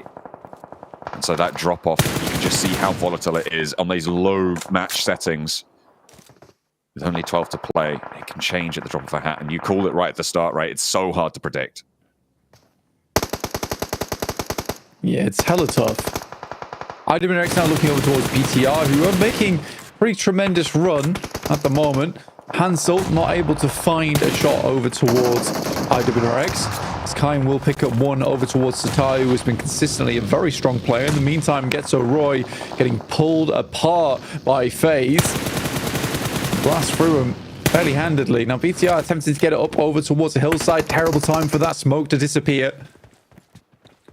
IWNRX with 2 players alive, trying to fend off 3 from BTR. 3 eliminations already from BTR, and with their past chicken dinner that we just saw, they're having a very, very good day. Looking to push up over that 50-point mark now on this match, but a big nade over to Hansel lands perfectly for Kine, and they will just be able to take this one down. I don't think the Zuxi's going to be able to curtail it, and the shots are sending out his way as well. Frozen suppresses the tree line. They're looking for that flush. They could just molly him out, force this peak as Lapar goes down to an off angle from Incilio, who, by the way, are now the best performing team from their group, from Group Red, having surpassed IWNRX in that last match, but that's not going to go down too well with IWNRX.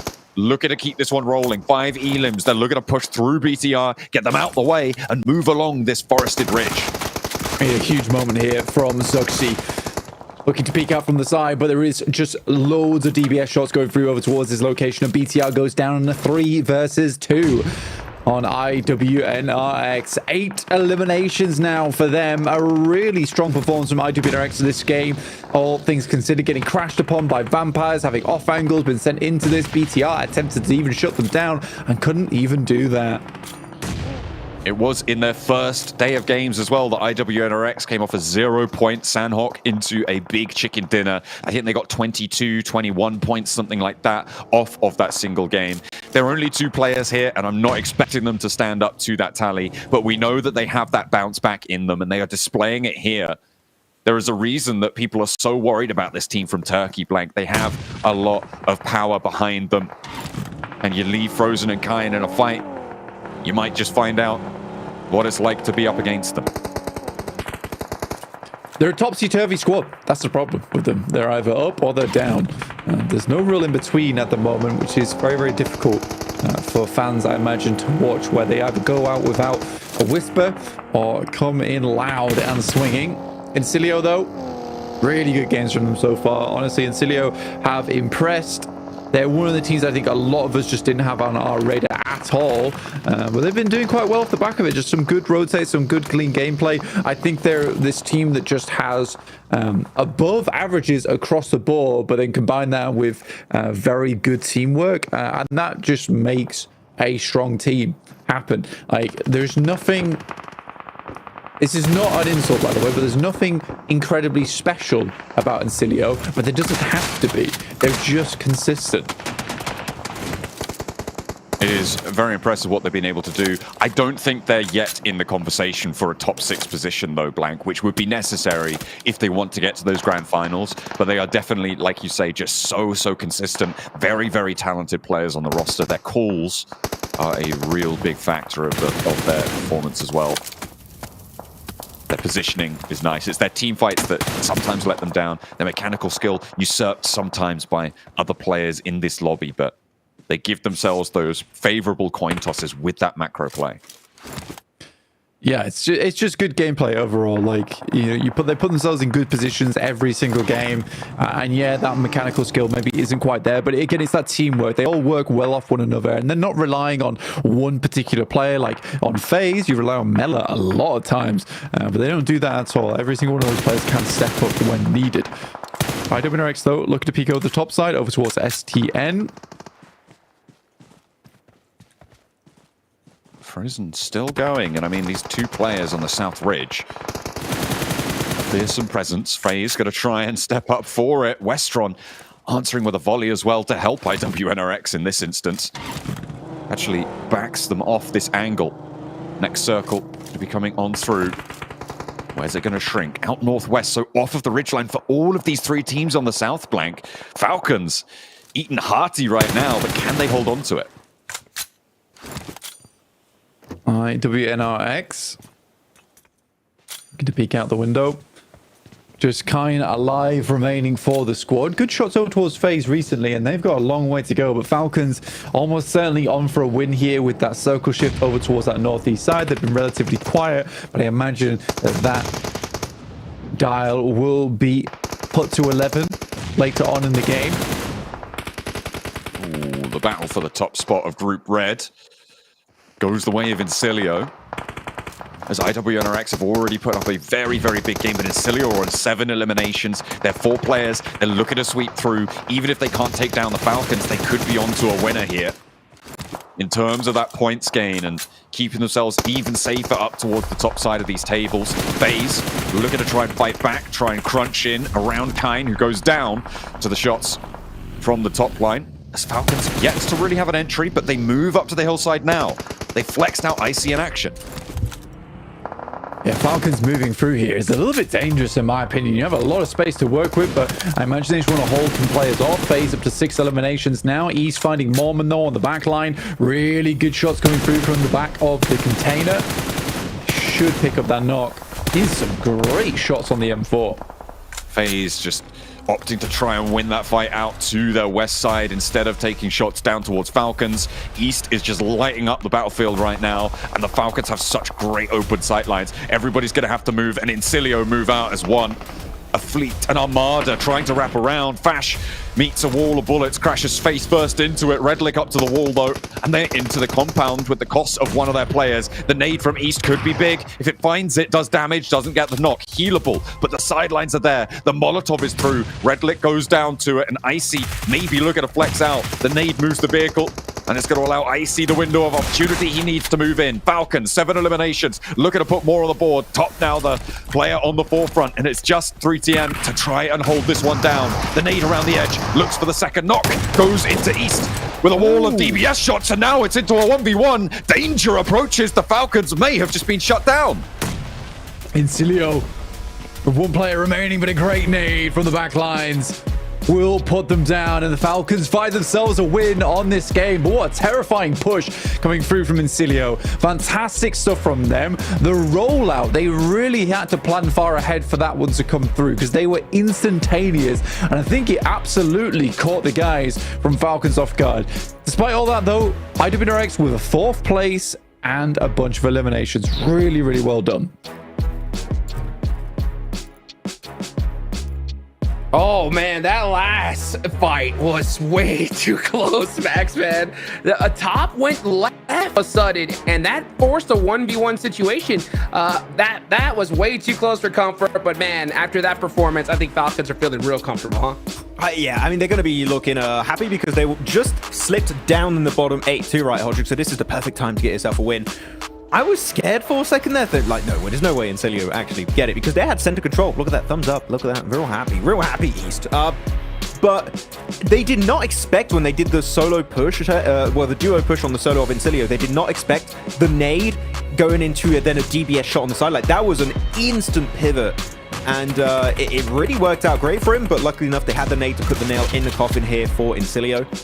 The thing is, sure, Falcons win it, but I gotta say, this is also a great game from Incilio. They moved around so well. Look, this is where I went wrong. Top decided to go left, and that forced a 1v1 situation. If he would have just been with his teammate, they would have overwhelmed him.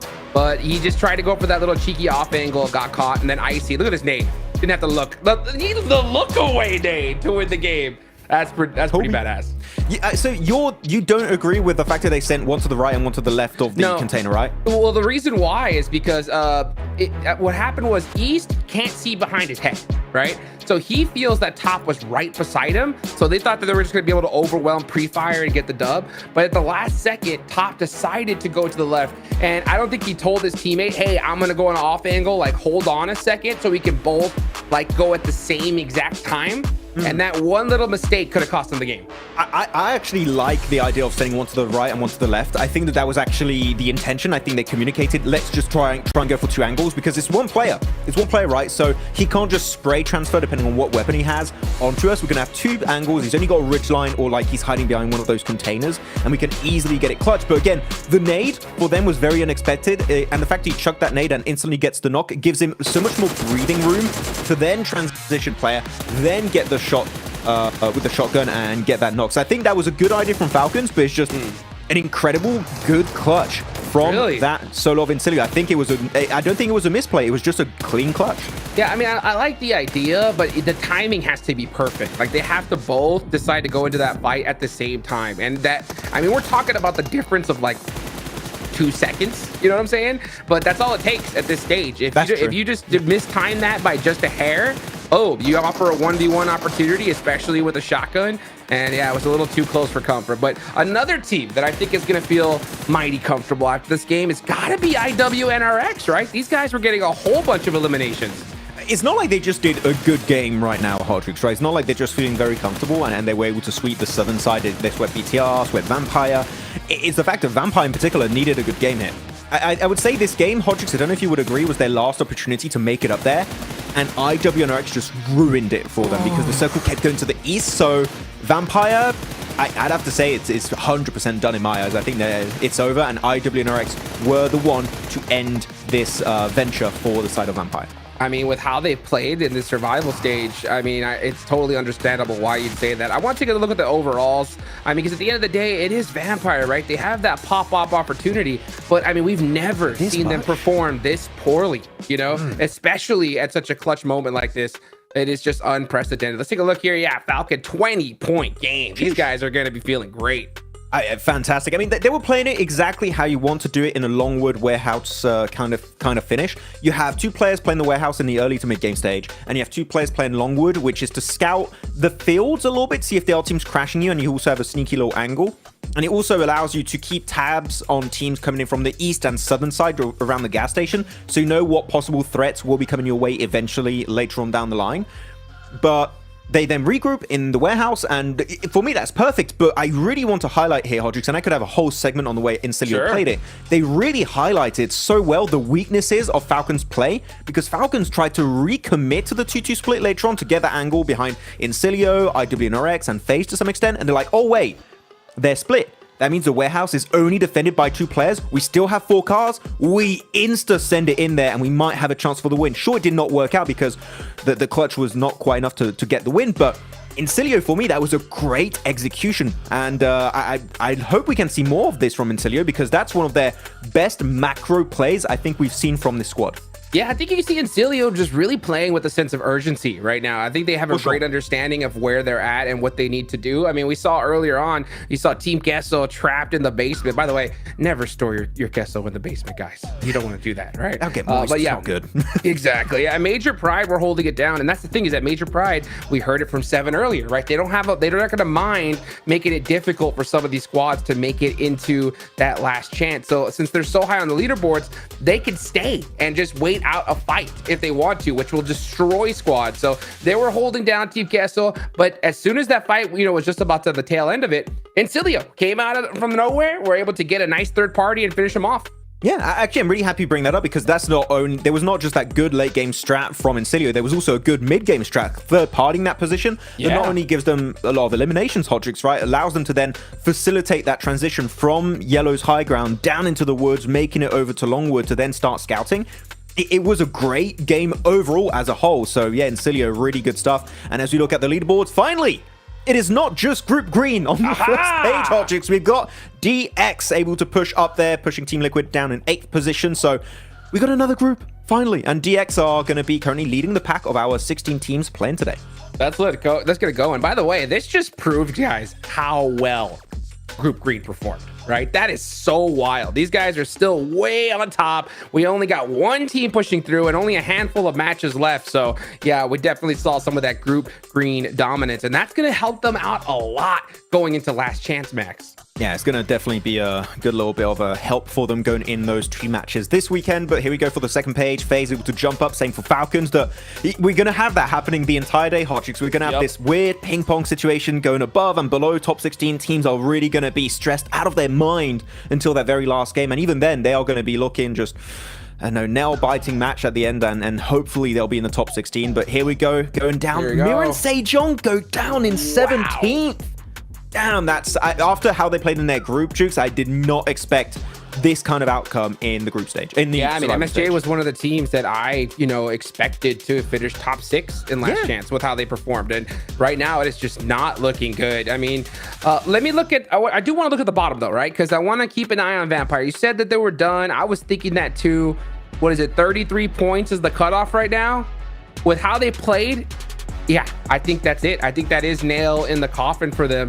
Now, if you look historically, you look at this team, you look at the roster, Sertani, I love you, man. You got to have that pep talk here and now because it is still mathematically possible for them.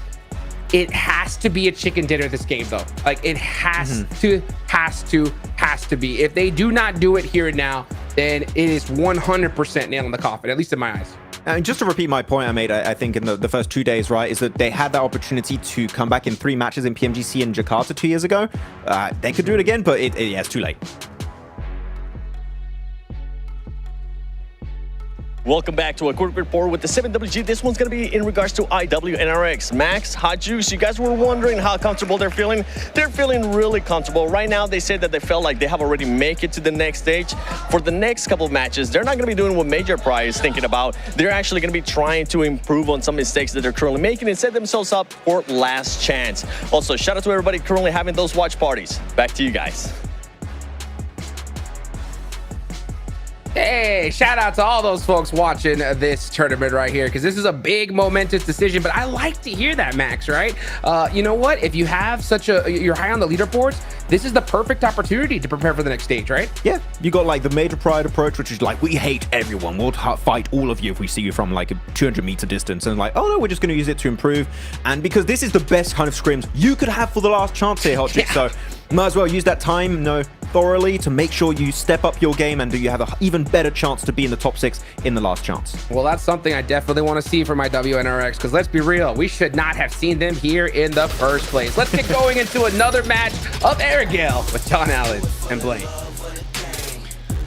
A lot of teams digging deep here as we head into the halfway match on the day. And we get closer to the end. Sosnovka Military Base, Nova Ripnoya up towards Georgiapol on the northwest side for match number 15. Match number 15 coming right at you here. Obviously, this is going to be Actually, I'm going to start it very differently here. IWNRX, what a wild time from them. I actually was very, very interested to see what IWNRX could do today, because we've said it multiple times, John. They are a team that either does really nothing or is able to look like the best team inside the lobby. And there's no in between at the moment. And that's the worrying thing. Though today, they have shown way more consistency, which is nice to see. I mean, you take Green out the mix, maybe that's helped them a little bit, you know, some of the teams that they may have worried about a little bit more, but it definitely, I mean, you're going to have to face them in last chance if you get there as well, so you do need to find it there too. Even if they get that consistency today, they've still got 2 more days to play when they make it into that. I say when, as if they already have. Looking pretty likely that they will, but if they are able to make it into that last chance stage, they need to keep that one going. It's good that they're looking to try and get a lot of those mistakes repaired, to get fixed up there, but it is always a question, and you've talked about it there as well, that consistency and keeping that one going. Hard North circle blank, it's just, no, we had our break, and now we're going back to the old grindstone. Yeah, back over towards that northwest side. ASIA can be pretty pleased with this one over towards Severny, and they do need those points currently in 22nd. Major Pride looking to put some more points, and that's DXAV confirmed with 72 points total. And Cilio right on the border here, as is IWNRX and BTR. Falcons off the back of their big win put themselves at 47 points, so a lot of teams already confirming their place towards that top 16. Ventora's going down. Very bad news for them, but good news for Team K, so picking themselves up 1 elimination right at the start of the game.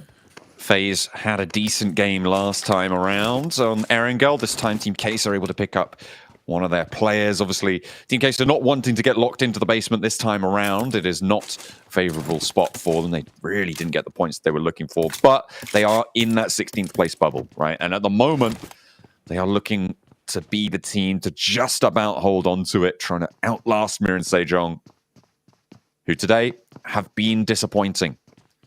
Same can't be said, though, for DXAvia. They still maintain the top spot in the tables when it comes to those average points per game. They are looking to try and keep that one going. 101 is the current top score for D plus Kia. They're 72 right now, puts them 29 points behind, and they seem to have this lobby on lock. Yeah, they're looking incredibly good at the moment. I'm not sure many teams can really pin up to their current performance at the moment. For some other teams, though, you know, there has been some ups and downs. Inco certainly a team that would like to get more done here. Now, a few America's teams on board.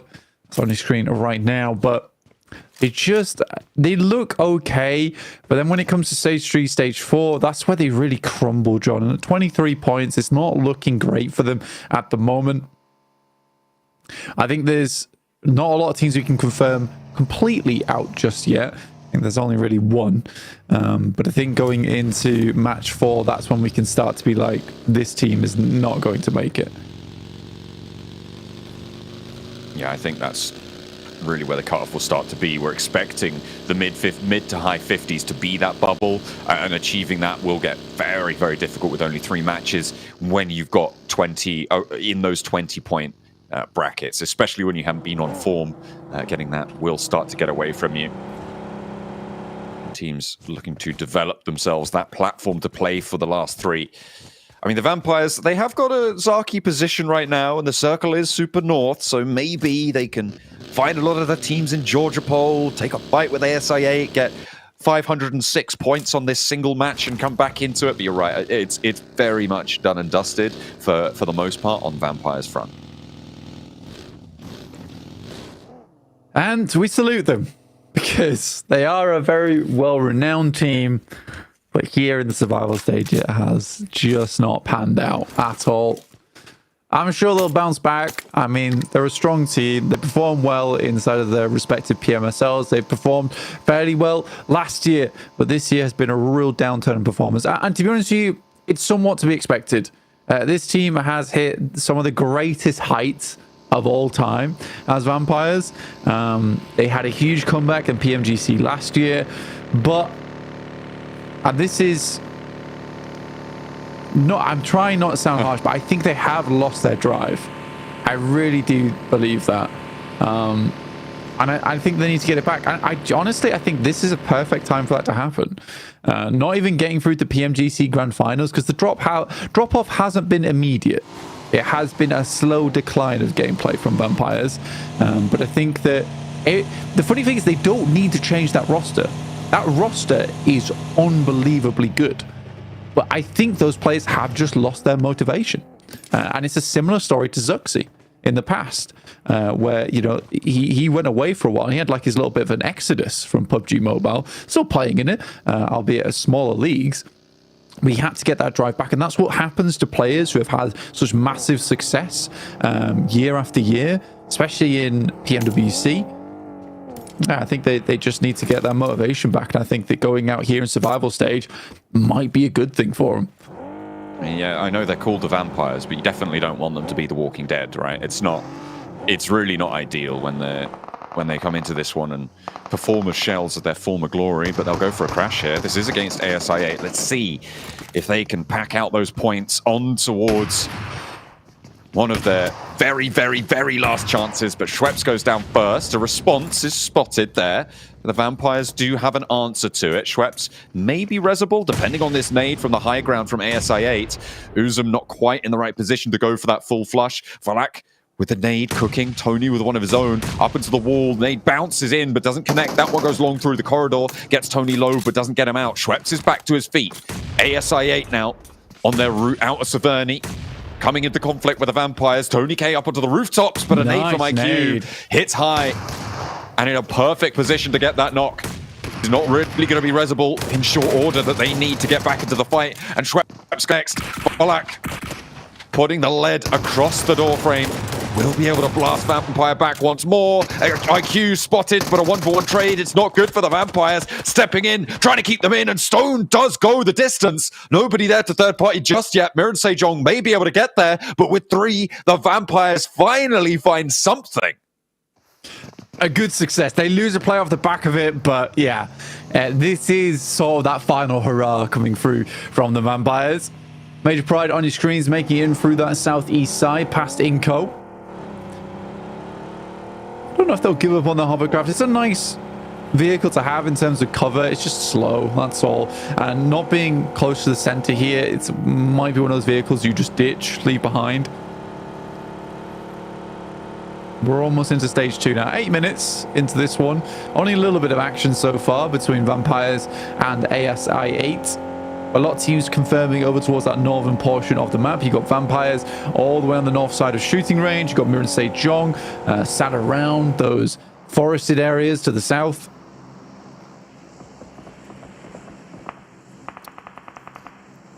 On that south side of those shooting hills. I mean, Team Queso looking to push up towards it as well, with the circle going up north. Pushes teams further in there. Mirren Sejong, they also, a team right on that bubble, need those points to come on through, and this is the perfect circle to do it. If they can't hold it here, I'm putting them in the bottom 8 here, Blank. I don't think they're going to be able to make it if they can't do it here on this match, on this circle. With the position that they hold, they have control over the Georgia Pole bridge crossings. They've got control to access the west side. The teams on the east are going to block each other from getting too close to them, but they have a lot of control over this. Getting some points, getting some elims here is so important. Yeah, they desperately need it, like in a big way at this point in time. A fair few squads of ours do. Looking over on the map, at the moment, Lutz is most likely going to be having a decent game from the southwest side of Severny. We're currently in 18th place, not quite breaking into that top 16 yet. Team Queso, who are on the bubble over towards that southwest side, holding out versus BTR and Zeus. I think that was Zeus taking shots over to the north side. Giving a knock over towards Mirren Sejong. Mirren Sejong looked like they wanted to regroup, but they sent Final close to the river, and it's just going to get flushed away. An unnecessary flex back. If Mirren Sejong wanted to regroup, they should have committed. Do not just randomly go back over to that bridge side. Zeus go across and losing that post, and that might be enough for me to just count them out right here. Yeah, for Mirren Sejong, They've lost a player almost consistently in the first 10 minutes of every single game. They did hold that 2-2 split, but it was pretty handedly taken over by Zeus there before they went to go for that regroup, now playing as 3.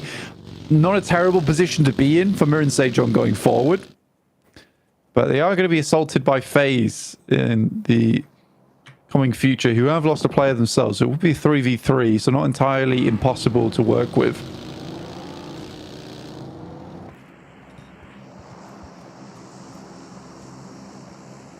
Meanwhile, over in the center, the Circle Falcons have an outpost. A lot of control from the east edge. Loops looking to try and leave from the suburbs of Severny up into the hillsides near Tianba, who've got that ridge out to the west of Severny. DXavier in a 2-2 split right now as well. Lamborghini repositioning the vehicle. I do kind of want Getso Roy to try and crash on this one. And I'll tell you for why, because then we'd see Porsche versus Lamborghini blank. And that is very fun. Porsche versus Lamborghini, you say? Let's see which one's the fastest one. I know that they're copying nothing from Jaguar either, so it would be a fun and creative fight, to say the least. Yeah, breaking the mold, redefining what trends are, you know? That's what they're looking to do. That's a... I wonder what the crossover is on understanding that joke and PUBG Mobile viewers. But either way, we'll be going further into this one on BTR's POV as they try and approach from the western side. They had a great game earlier on the south side of Sandhawk to put themselves up to 49 points. They want to try and stretch out towards that 60-point barrier to see themselves safer, but they got FaZe and they got Zeus in the way. Getso Roy on our screens, rotating in. There's another one of our teams that I'm kind of counting out at this point. I think that they've done well to get here, but I don't see their point scoring margins really going above and beyond what's required to get into the top 16. There is some signs of life there, but just not enough that we're willing to give them that chance at the top 16, in our minds at least, in our imaginary palaces. I mean, there's always a chance. There always is. But it does start to slim down as time goes on, and the same can be said of their opponents as well. And the maths doesn't bear it out more often than not. Incilio take a knock over on, where is that? That's northeast side as they try and move off of that Severny ridgeline. They do lose, I think that's the player on their front angle, closest towards the shooting range, but they do have a position to go for this res, so might be able to get this one back into the fold. Tianba further across the way. They're holding across the other side of the shooting range, and only 2 teams around these borders. The Vampires may chime in at some point. VTR could crash in later. But for now, it's a little bit more malleable than we see a shooting range position. Yeah, it's kind of undecided, and that's because there are so many teams already in here, so many teams already battling for position. Usually have our 2 teams who already have significant spot circle, and other squads are going to be held quite massively. Here, a lot of squads have been able to make their way in. I think a fair few of our teams here are now looking for more placements, which is why they're going for less aggressive holes, because they know a single point will now count for their future in this tournament. Tianba taking some shots themselves over towards Getso Roy. They find an initial knock, but that's about it. But similarly, they are taking bullets from along the way. That's Incilio taking shots. Incilio just trying to give themselves opening, get some scouting, get some suppression to the angles around them. Being on the northeast side of this circle means that they're very likely going to have to move, and they will spot it out now. The circle goes a little bit northeast, gives DXavier's position some strength, gives Loops a nice chunk of it as well, but that's under a lot of pressure from IWNRX on the east side. The Falcons as well, from the southeast edge, can look to stretch on in. BTR maybe looking to run down Mir and Sejong. Yeah, possibly. I mean, with BTR, again, one more game and they're done. They just need one more strong match, and they're going to see themselves very happily in towards that top 16, currently in 13th place at the moment.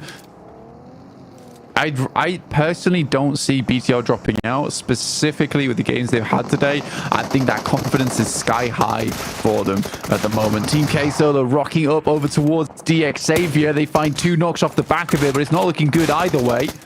In case so, 2 players though on the spot means they can get these flushes, get them confirmed. Potential to get these reses, but a big nade from the buildings on the inside. Lamborghini, look at a pump out the damage here with these nades. The shrapnel flying, a major pride crash on into. You've got Zeus on the west edge. Maybe look at a third party. It's Collego and Melodious standing up against a second crash, maybe? Becca, though, up to the tree. And Team Queso finally fall. With 5 elims, though, it's not the end of the world. DX Xavier stay alive, but only with 2, as Major Pride now bear down upon them with their 3 players remaining. FaZe are into play as well. Everybody wants a piece of the pie, as Zeus still yet to step in. Inco pushing him from the south. Goodness me, I think we got half the lobby here. Yeah, it's a very significant compound to be holding over towards. Paragen goes down. Mela will pick up that elimination. Lamborghini inside the building, taking it to task versus FaZe as Mela tries to get over towards that top floor, but the pump shotgun will do the trick as slugs are injected over towards FaZe. Major Pride do backing off. That hovercraft made it all the way here with them. And now Inco, come on in. Becca goes down to a rundown. The hovercraft not doing much of anything other than spewing out hot air. And drop it out a Major Pride player as well. Eva Station, as it goes up in flames, so too does he. And the hovercraft is out of action. Major Pride eliminated 14th place. DX Xavier with their Lone Ranger Lamborghini on the inside. We could still be on for the Porsche versus Lamborghini, but I think it's very unlikely that Lamborghini gets away from this one. You got Tiamba, you got Falcons, you got Inco, you got Zeus, you got FaZe. Every single one of them surrounds this compound. They've heard all of this fighting, and they will send bullets your way as soon as you step out. It's the type of situation you get into with these survival stages, especially last day. You hear a fight break out, you want a third party because you know how much each individual elimination point means to you. With so many teams boarding around 30 points, 20 points, every single one of them would have wanted to get involved with this one. ASIA do go down as the Team Queso, but 5 points on the game. It's not horrendous. They can work with that. In the meantime, BTR working that northwest edge, spotting Getzo Roy. That is a condensed position, though, and difficult to confirm that yet. The standoff continues. Teams seem to have retreated somewhat. That was a veritable feeding frenzy. The Piranhas over here in match 15. Making short work of the teams on the inside. And those bones are clean, picked dry by every player around them. North shift pushes FaZe and DX Xavier's remnants up towards that north edge. Getzo Roy loops in good spots. Getzo Roy off towards the west side. Holding on, loops as well. Like you say, they do need a big game off the back of this. BTR sending on in. Hansel drops out the vehicle as it takes a bit of a tumble. It's taking quite a lot of damage from the blue here in stage 5. BTR playing it much more cautiously than any of our other squads. A nasty shot onto the back wheel. Wheel spinning out. We'll now need to go for a reverse down the hill. And that's Vampires on the northern edge. Nade over to Onzens. As Lamborghini looks to extract, you've still got Vitali, who is flexing out for Inco from their south position, and Juancho actually as well. But you just can't move up to it. Everybody's got sightlines. Vampire spotted. And it's just Tony K to remain. They had an early fight to contend with. They rocked up to ASIA. But now they're down to 1 yet again. Can they get everyone back up? The smokes were there. They took out the vehicles. They may have the cover to get it. But Getzo Roy know their location. However, with BTR approaching, maybe Getzo Roy's time is consumed. Getzo Roy holding on to their position at the moment. Mirren Sejong as well as BTR would like to take over. Very high nades here sent in from Inco, but I'm not exactly sure at what. Each individual one was towards the center of this compound. Now Lamborghini's making his approach inwards as FaZe. Maybe not expecting of this one. I think they have heard the footsteps now. A bold push out from Lamborghini. But the smoke cover is starting to fade and has to get back into the other building there. I mean, that's wise. You know that there's a third party on the south edge, and Inco going to read into this. They think there's fighting still going on. Mormon blasts the door off its hinges. Inco still not quite fully committing to this push. Vitali into the side house building. There's a nade over towards FaZe. Lamborghini back up to the top floor. He's going to wait this one out just that little bit longer. They still got a minute until the blue zone touches, and they are right on the edge. A vehicle delivery is pretty good as well for Lamborghini. Is that nades from Tiamba as well? They're trying to chime on in, or is that over towards Falcons or Zeus? In the meantime, either way, Lamborghini tries to bug out the back. There's been a massive amount of fighting over towards this compound for such a long time now. Everyone's getting involved. Tiamba looking to pick up the life force that does come out from this area, but Falcon's already on the side, finding an immediate pickup over towards Shan quite quickly. Zeus holding their own on that southwest. This is such a hot spot inside the circle right now, and I think there's only going to be more action pouring on through. Tiamba have taken 2 knocks in the background against Falcons, against one of them, but Inco lose 2 on the approach to FaZe. The duo on the inside, cutting them apart. And now it's just inactive left for Inco as he tries to keep a position further forwards. By the way, Lamborghini got away from this. He's in the middle of the circle, dead central, and on a loot crate. So a level 3 refresh for him. The guy's a warrior, and they'll keep on fighting. FaZe now on their breakout, inactive. Behind the tree, doesn't have the angles. Tiamba and Falcons both preoccupied with each other, and that's going to allow FaZe to extract here. But inactive with a nade over the top, launches one to the backlines. Will not find the flush, but Onsens does go down to it. In the meantime, Mormon hits the deck, tries to stay alive. Tiamba out versus Falcons, who managed to get themselves a full squad wipe, but not without casualty, losing 2 players. Lovely nades coming through right now on BTIs to make the full push in, and it is Zunder to head over towards the top side. Not exactly sure what he was thinking, but Satar is down. Lepar holding it down in that front line versus Kai, who's sending shots over his way, playing this one very safely. BTR now down to 2 players, but securing themselves a few eliminations, up to 3, sitting themselves nicely at 52 points overall. Teams are starting to drop out now. You've got MSJ trying to move on in. Mira and Sejong, they've been on 3 players for a while, have tucked their head down a little bit, but now they can start to unfurl the wings and fly in from the western side. BTR, an opener sent their way over towards Lepar. That is isolated as well. Zuxi, his position's known. A nade going to be sent on forwards. Rolls over the ridgeline, does a lot of damage. And Hoxie and Uriel both able to send on in. BTR pushed aside, and Mirin Sejong mount a comeback. Very nice stuff from Mirin Sejong. Currently sat at 38 points. So pretty good result here, which could go even further. Loots have been sat so calmly over towards shooting range for quite a while now, but IWinRX have their number, are looking over their way. Not wanting to let them leave shooting range calmly. As Nay's been passed back and forward like a hot potato over towards the south side. Zeus finding east, though, is a big pick-off. Ooh, Mormon. Steal. Gets that point for FaZe as well. And every point stolen is one step closer to that last chance stage. The final nade from Zeus. Able to get the work done, but it's Eren and Darkin now against Action from Falcons. Falcons with only their last player left standing. Action needs to pull something out the bag in this 1v2. 2 nades left, and he has to back off the rockers. They're layering them on thick for Zeus. The rollout for Mirin Sejong, actually, they're wrapping around towards the south. They're trying to sweep through this, and Eren goes down. Potential to steal this Elim as Darkin gets spotted. They don't get that second Elim, but they are taken away nonetheless. Zeus eliminated. 6 teams remain, and Lamborghini is still alive. It is very, very surprising that Lamborghini was able to shift this one into gear 5 and get himself over towards that north side very quickly. And now he's saddled between 2 loot crates, giving him some very, very decent cover. Tony K knocked. I was honestly surprised that vampires are even still in this game, personally. Managed to get that reset, and with Getzo Roy going down on their oversight position, they were allowed to rotate, but they've taken a knock. Loop's looking to try and put more nades out their direction. I don't think Tony K gets back up here. Goes very, very low. Gonna have to commit to the res if you want it, but I think you just have to keep that low profile. Maybe look at a stick it. Rafinha tries to bow them down, and the nades from Loop still go in, but they're not quite connecting. One more might do the job. Newsy steps up. There's the flush, but Neil is rebuffed from the wall. 2 players on Vampire. Rafinha is there on the outside, spotted, and clipped. Zone able to land the spray down. Newsy gets the heal off as well. And getting that heal off literally as the nade bursted is wild, to say the least. I'm in disbelief that he lives off the back of that one. Here's Nino having to step up versus IWNRX. Does find the first knockoff. Now looking for another, but it's not meant to be, as Kyan is able to find another. Nade over, though, towards that top side.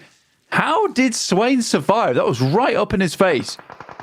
My man's got shrapnel-proof armor on today. Stoned back up in an action. Vampire closest to the middle and stopping Loops from getting on through. They're probably running fairly dry on nades. Newsy with a high arc on the nade.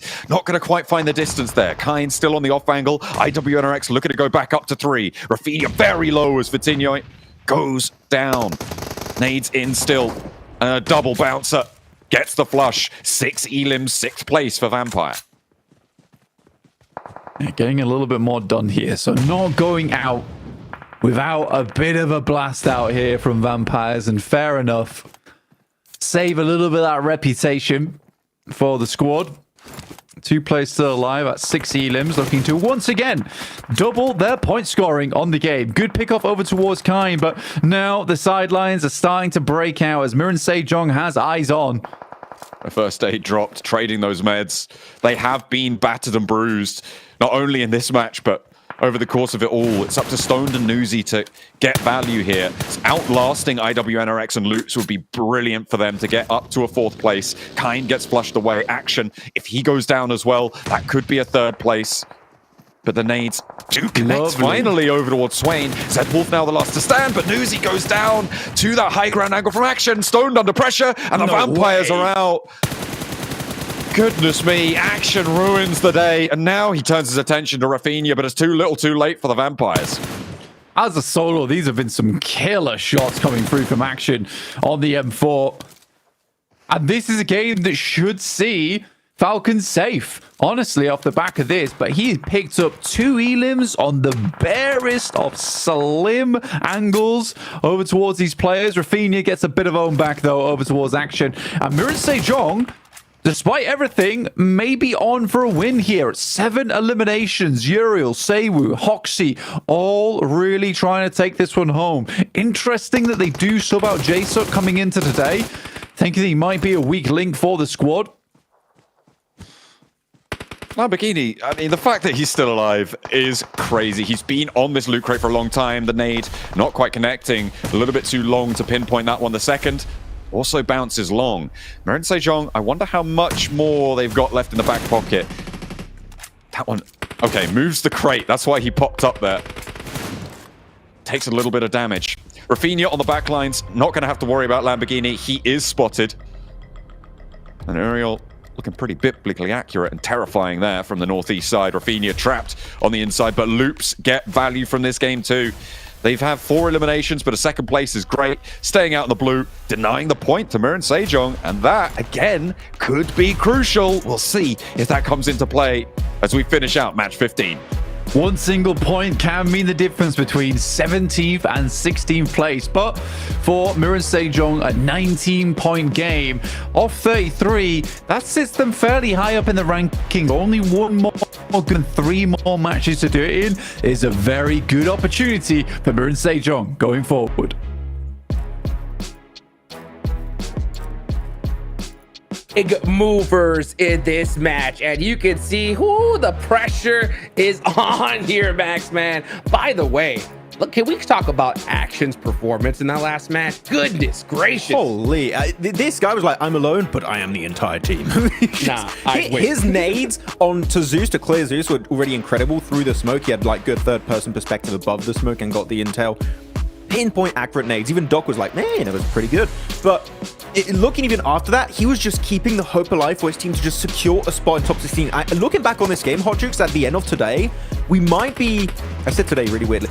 This might be the game we look back on for the side of Falcons. Like, that was the game that qualified them in top 16 because they got enough points. Thanks to Action. He got the placement points, got them in top 5, and got so many eliminations off the back of his insane M4 sprays, by the way. This guy was an absolute killer this match. And yeah, Action, you know what? We look a lot at top a lot of the time, but Action put on a clinic this game. GG's. Hey, clutched it up big time. Speaking of clutch, you gotta talk about Miran Sejong. This performance that could have done it just like that. They needed a chicken dinner so bad because, I mean, this is a team that we were just so shocked by seeing such a lackluster performance here in the survival stage compared to how they did in the group stage. They were so close to making it. Unfortunately, they didn't. But then all of a sudden, they hit the map. But with this chicken dinner here, they should be feeling pretty rock solid. Yeah, pretty rock solid here. And it's very cool too because they go crash site very early. And we know that Mir and Sejong, from how they were playing back in the group stage, Hot Jukes, they were very center focused team. They love playing these central splits, regrouping, playing the strongest position they had available at the time, and then winning the game off the back of that with a bunch of elims. Here, they were forced to play edge and actually were very successful in this game. Of course, the terrain kind of was favoring them quite a bit, but this is a good game to see them win on an edge kind of playstyle. Though, I do want to highlight something interesting. On the first day of Mir and Sejong, the team that was playing was Seiwoo, Jaesuk, Hoxie, and Final. Unless one of those players renamed, which I don't think is the case, Uriel is playing. So I wonder if they're like, okay, J1 was not quite what we expected. We're going to make a player play that I don't recall him seeing him play in the group stage too. So Uriel on the board and actually doing good on the first game with the win. So hey, that could be a big change that allows them to push up in top 16. Ooh, I know my boy 7WG's always listening, man. If you're listening right now, which I know you are, you can get us that answer. That would be really nice to figure out here because, man, MSJ, to clutch up a chicken dinner right here, especially with a roster swap this late in the game, is pretty dang wild. One thing I got to talk about, though, and we have to, right? Start of the match. We see a Northern Circle, okay? There's two teams in particular that we're looking at, right? And you know which ones I'm talking about, right, Max? I8 Vampire. You're looking at I8 Vampire? Yeah, that was the clash at the bottom of the rankings. And a very important one too, but the clutch is like crazy. And I saw this phase 1, phase 2 circle, Hodrix looking. This is a golden opportunity for IA, the Pakistani team, to pop off and maybe crawl their way back up in top 16. And Vampire be like, nope, screw you guys. We're going to crash you, we're going to ruin your day and your chance to continue this year's PMGC. Because they're already, like, we said it, Vampire pretty much out. They got nothing to really lose at this point. And they're just sending it, and I8 were not ready for clash that early in that position, and that completely caught them off guard. I just don't get that push in general. I mean, they both had the North to themselves. They could have decided to share it and make sure that they were able to kind of like work together to win this game. But instead, you know, no, Vampire wants to battle it out. They want to dominate it. Yeah, and look, 9 points, but that's not enough. Let's be real. 9 is not even close to going to be. The last couple matches that we're going to see here are going to be so insane. Vampire would literally need to win back-to-back to stand a chance, and I just don't see it happening with how desperate this lobby is. Yeah, I don't think so either. Like, we still need to see a win, and we said we need to see a win on the first half of the day, Hodrix. I think we were kind of in agreement with that, and we have not seen that win, so it's looking kind of dire. And of course, IA, that 1 point, it's a participation prize, and unfortunately, participation prizes will not take you too far in PMGC, though. Yeah, Zeus 2, 3 points on this game. I like their approach to the lobby here this match on the southern side, trying to use that high ground to their advantage and getting intel on that third party of DX versus FaZe versus Inco. That was good, but unfortunately, every team here is so strong, Hotjukes, in this lobby. Even the teams that are struggling to make it in top 16 are that good that Zeus just crumbled apart the moment they were encountering teams. Yeah, you know what? That's the tough part about this lobby. And the reason why I'm being so skeptical, guys, not like I'm not a believer in Vampire and these teams at the bottom, but I mean, what are you going to do when you have like names like D Xavier, Major Pride popping off? Like Team Kessel had a solid match, right? Not too long ago. And then they go into this one with a good solid position. They're starting to put some pressure onto Major Pride, but then D Xavier just rolls up behind them. You know, I mean, what do you do when you got sandwiched between two squads like that? Nothing. Nothing. You do nothing at that point. You just cry. Yeah, it's over. Yeah. I mean, that sucks for Team Kessel because, you know, they definitely want to have that better performance. But I mean, like I said, nothing you could do. So if you're Vampire and you need these points desperately, if you get caught in a situation like that, right, you're done as well. There's like literally nothing you can do. Let's take a look at the second page though, because that's where our eyes are going to be locked on right now. And let's see what the new cutoff is. It's going to be 42 points. And Mir and Sejong push their way up to 15th place with 51. I kept telling you, Hodges, before today, like, we're going to have this weird ping-pong situation up and down, above and below the 16th position mark to make it into the last chance. It's going to be down to the wire. It's going to be down to the last game. We still have 3 matches to go, and we're going to keep having this ping-pong situation happening. Game in, game out every single time. But FaZe, in particular, these guys need to be careful, man, because they are getting involved in so many fights, and it's getting so damn risky for them that right now, literally, one bad game, it could be a GG, see you later, guys. See you in 2025, and it will be the end of the road, though. Going on the lower page here, the bottom 8. You can see after that game, Hodrix loops, one of their players just like, their head in their hands, just like, oh my god, that was just not enough points. And yeah, as of right now, they're still in 17th position. We still need to see a win from some of these bottom teams. And yet, over 9 games, none of the bottom 8 teams have gotten himself a single chicken dinner. That needs to change right now. Yeah, and man, let's be real. For Vampire, they need 3 chicken dinners if they want to stand a chance. So short of an absolute miracle, these guys, it's over. Nail in the coffin. You know, I8 are in big trouble. I mean, look at the drop off in points between 18th and 19th. That is a very, very large drop off, considering that we only have 3 matches left here, Max. Yep, not a lot of time, unfortunately, for these teams to make it work out. And Inko with only 1 placement point, I realized. 26 Dude, we need to see placement points, Inko. 1 We need to see you reach the late game, Inko. What's going on? That is so wild. Oh, man. You know, 26 eliminations. But yeah, 1 placement points, definitely not going to be able to do it here. Guys, this is getting really, really crazy. We'll be right back after this short break. Don't go nowhere.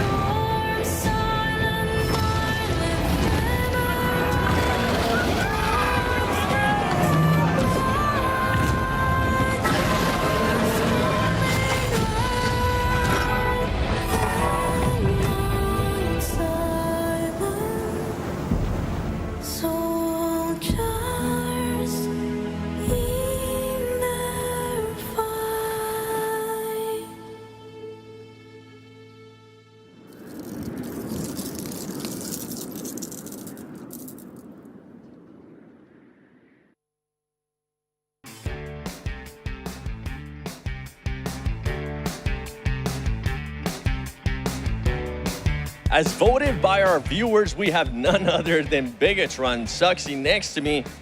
You guys started off hot, man. At the beginning of the day, you guys were talking about how you were going to continue to play your game. First game in, you end up getting the win. What are the expectations for the next 3 matches? Okay, kita boleh nampak lah di awal-awal permainan kalian main dengan sangat-sangat bagus. Menurut kamu sendiri, apakah ekspektasi kamu buat 3 game terakhir ini? Ekspektasi aku sendiri yang pasti ya di setiap gamenya itu kita main yang bagus aja dan maksimalin poin game by game aja. Dan ya, semoga bisa lolos ke last chance. Alright, so basically my expectation for the last 3 games is basically trying to give our best and we try to maximize our point game by game and yeah, hopefully we can qualify to last chance. Well, you said that earlier. So far, it's been working out. I hope it continues to work out as well. Now, I want to rewind a little bit to this last match that just happened. It seems like you guys were controlling the area pretty well, especially towards the outer, and then something happened on the rotation. I want you to walk me through it. What went wrong in this last match? Okay, jadi di match terakhir tadi kalian awal-awal udah bagus lah mainnya rapi dan segala macam, tetapi kalian berada di situasi yang sangat sukar, yaitu ketika bertemu dengan G-Roy dan juga diterpati sama MSJ. Bisa cerita ke apa yang terjadi di match itu dan apa yang salah di match itu? Yang terjadi di tim kita itu sebenarnya nggak banyak, cuman satu hal yang sangat fatal, ya itu misdecision aja sih. Jadi kayak keputusan belum dibuat, itu aja sih. So basically on the last match, I think the only reason that we lose that fight is because of misdecision. I think my team haven't ready yet, and yeah, the decision has been made. So yeah, that's one of the things that make it harder for us. They definitely did. Thank you so much, Suksman. I believe that's how you say thank you in Bali. Thank you, brother. Wish you the best. Back to you guys.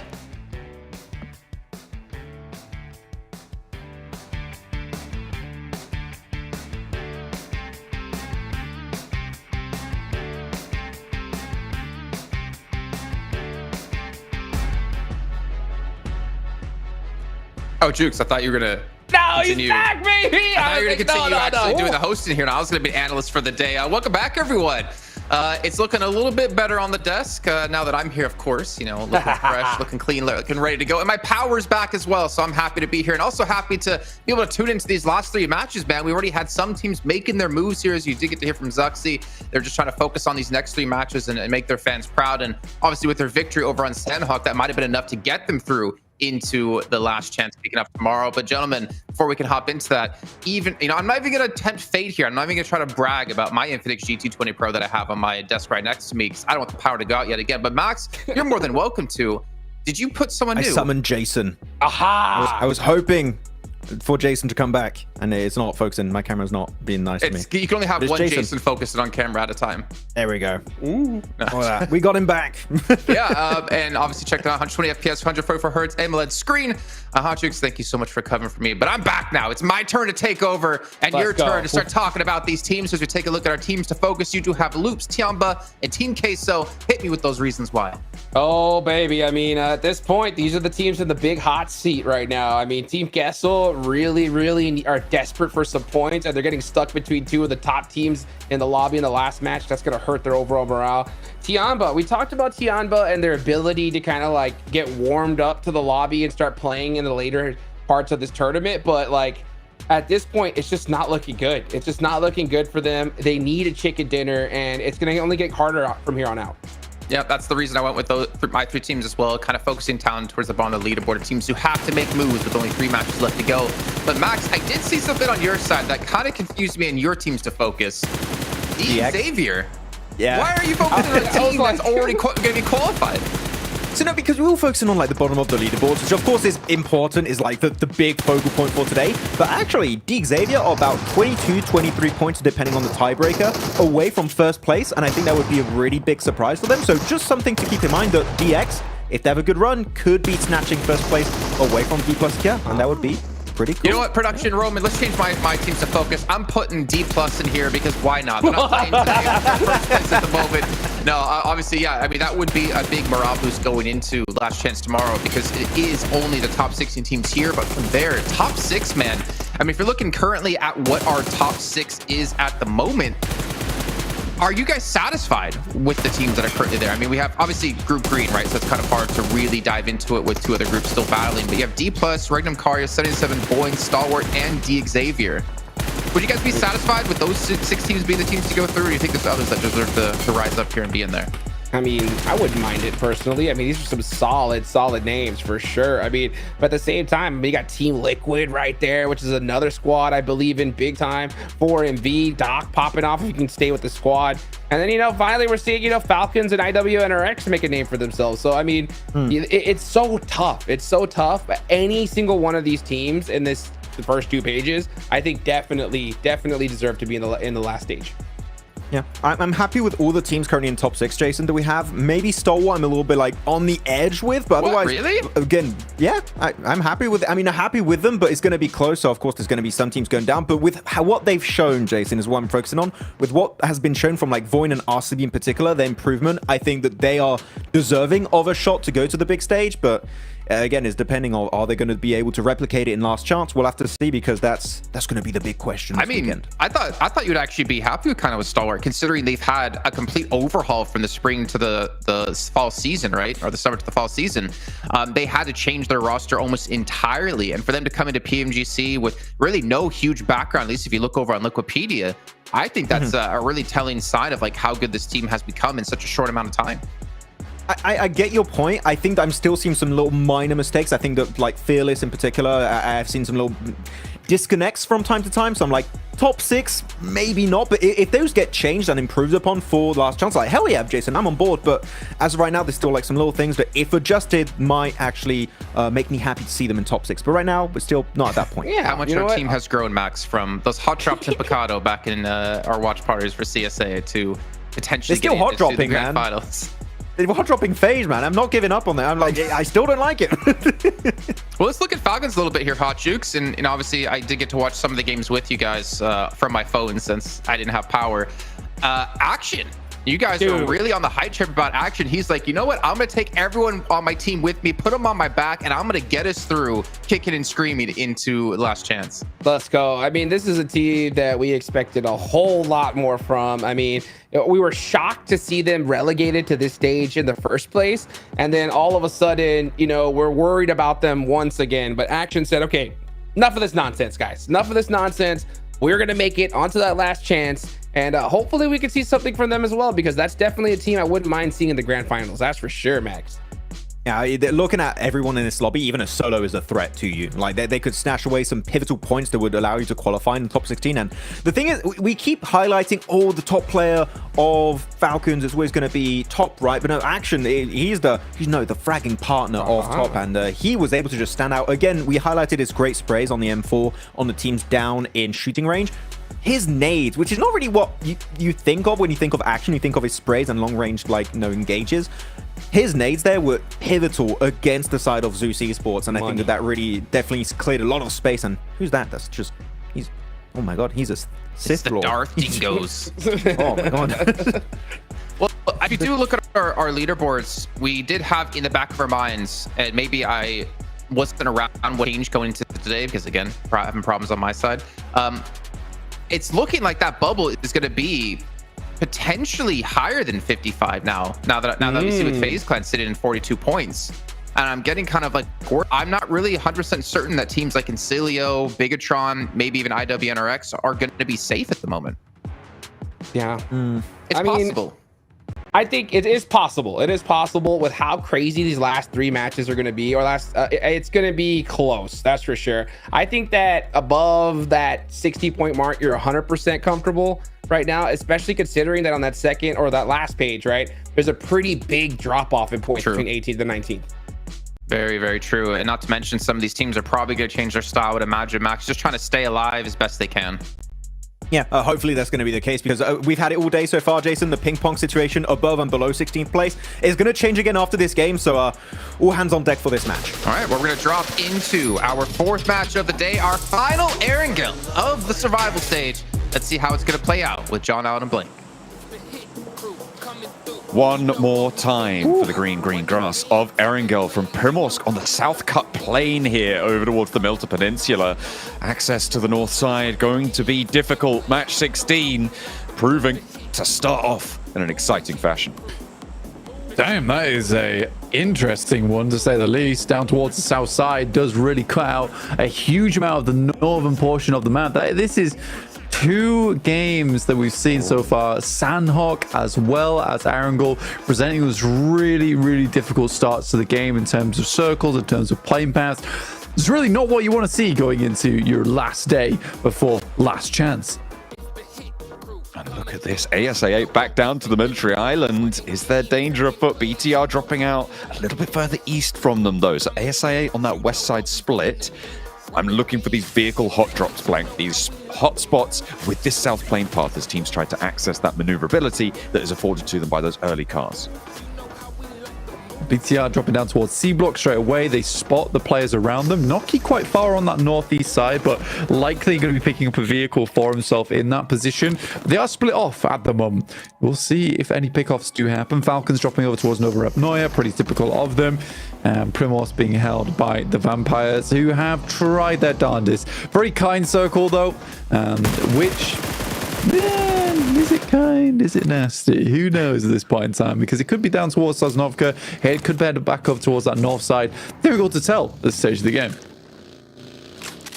Roy taking a little bit of damage, but getting away from it. Nobody going down just yet. We're still yet to see the full landfall of the teams out towards the east. And there's always those rotational spray downs, those little standoffs that we could be hopping on board with as well. I would be so surprised if nobody goes down here, but it seems like that may be the case. I might have to just be surprised off the back of this drop, as nobody yet has actually taken a knock. Still over by Milter. There's some close proximity. The Falcons leaving two of their players towards that north side, a 2-2 split for them, but Phaser on their bikes. This is interesting. Teams have really started to pull back from that elimination focus. Yeah, and I mean, fair enough as well, because at this point in time, it's a couple points here and there to see yourself safe. You're realizing at this point that teams now have enough points to be like, look, if we get 4 or 5 points on our next 3 matches, we're done. So let's just keep things safe and stay towards the top side. That has been a bit of a difference where our top squads inside of these groups have just performed consistently between each and every game. So it has been the likes of Inko, Tiamba, Getso Roy, and ASIA, Zeus, and Vampires, who have all just not really been able to find the points that they've been looking for. And if the teams towards the top just keep being the ones to make it towards top 6, top 5, this might be pretty cut and dry, John.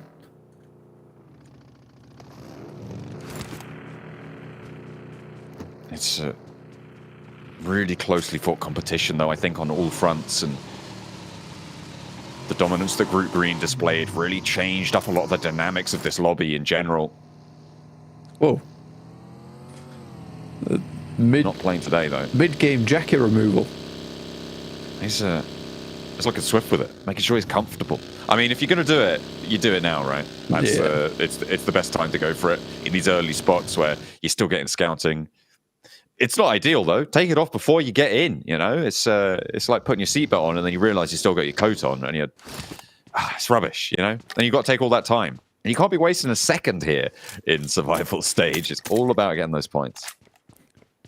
Major Pride looking to put more points for themselves. Very central position over towards the west side of farm. Not that they really need to. I mean, 66 points is fantastic right now, and there is opportunity to get even more. But they're a safe team. Right now, we have BTR, Encilio, IWRX, and Falcons looking for their last few points to put them in a position where they can say, fantastic, we're finished. So those are the teams that I'm looking at. For Mirror Sejong, they had a huge game that last time around. That has sat them up to 51 points, and that could get them into last chance fairly easily. They're right on the bubble at the moment, but 10 points roughly ahead from 16th place, where FaZe is currently sat at 42. We just had a rundown. First blood drawn. BTR pursued Noki from ASIA on that south coast. They saw him, they spotted it. They're hunting it through, and they know every point matters. Like you were saying, they're one of those teams looking to confirm themselves over that bubble. In that 14th place right now and wanting to go further. Flexing out very, very quickly. Nobody's going to the military island right now, Blank. And I mean, sure, it's maybe 15% of the circle, and if it's very unlikely to end out there. So everybody is conglomerating that northern side, but close to the coastline. South of Potato Hill, south of Pachinki. ASIA going to have to play on with 3. Not going to have Noki in the fold. They are going to start to close off their opportunities, and teams from 20th and below are really going to start to lose out by losing players, losing matches. They've only got to play. Only 3 matches left. For those matches, ASI need roughly 40 points off those games.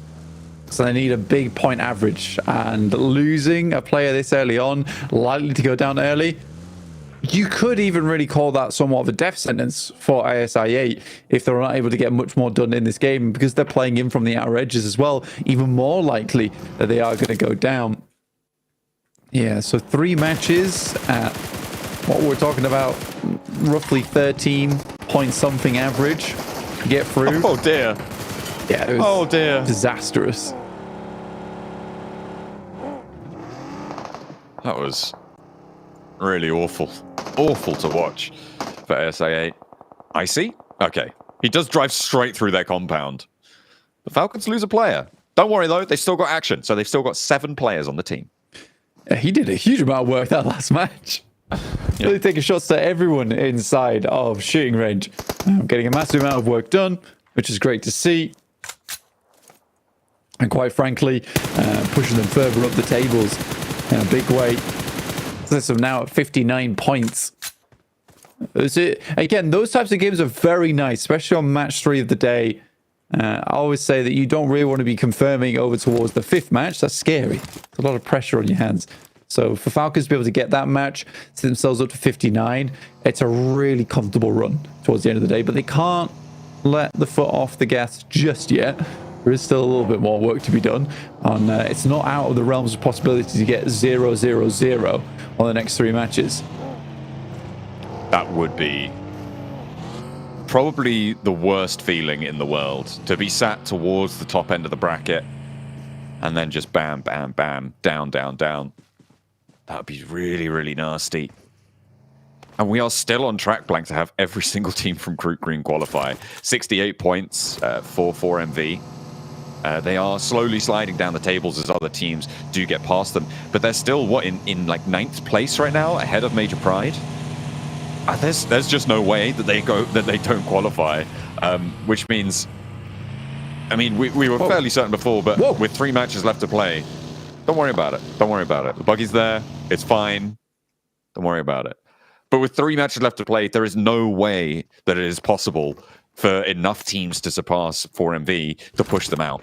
And the same is true for Team Liquid, who sit in 71 points right now. So I'm really interested to see what sort of dynamic that's going to bring to the last chance stage. We're going to military. Oh my god.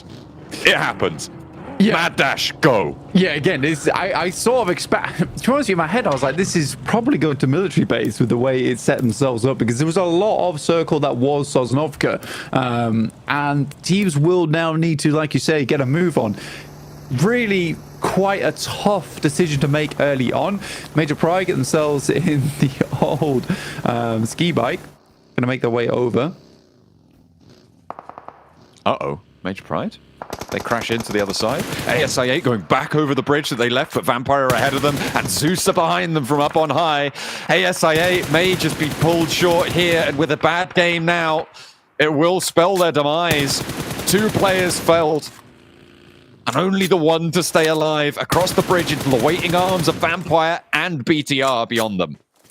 Yeah, it's almost definitely done for now for ASI8 as they lose their final player in IQ.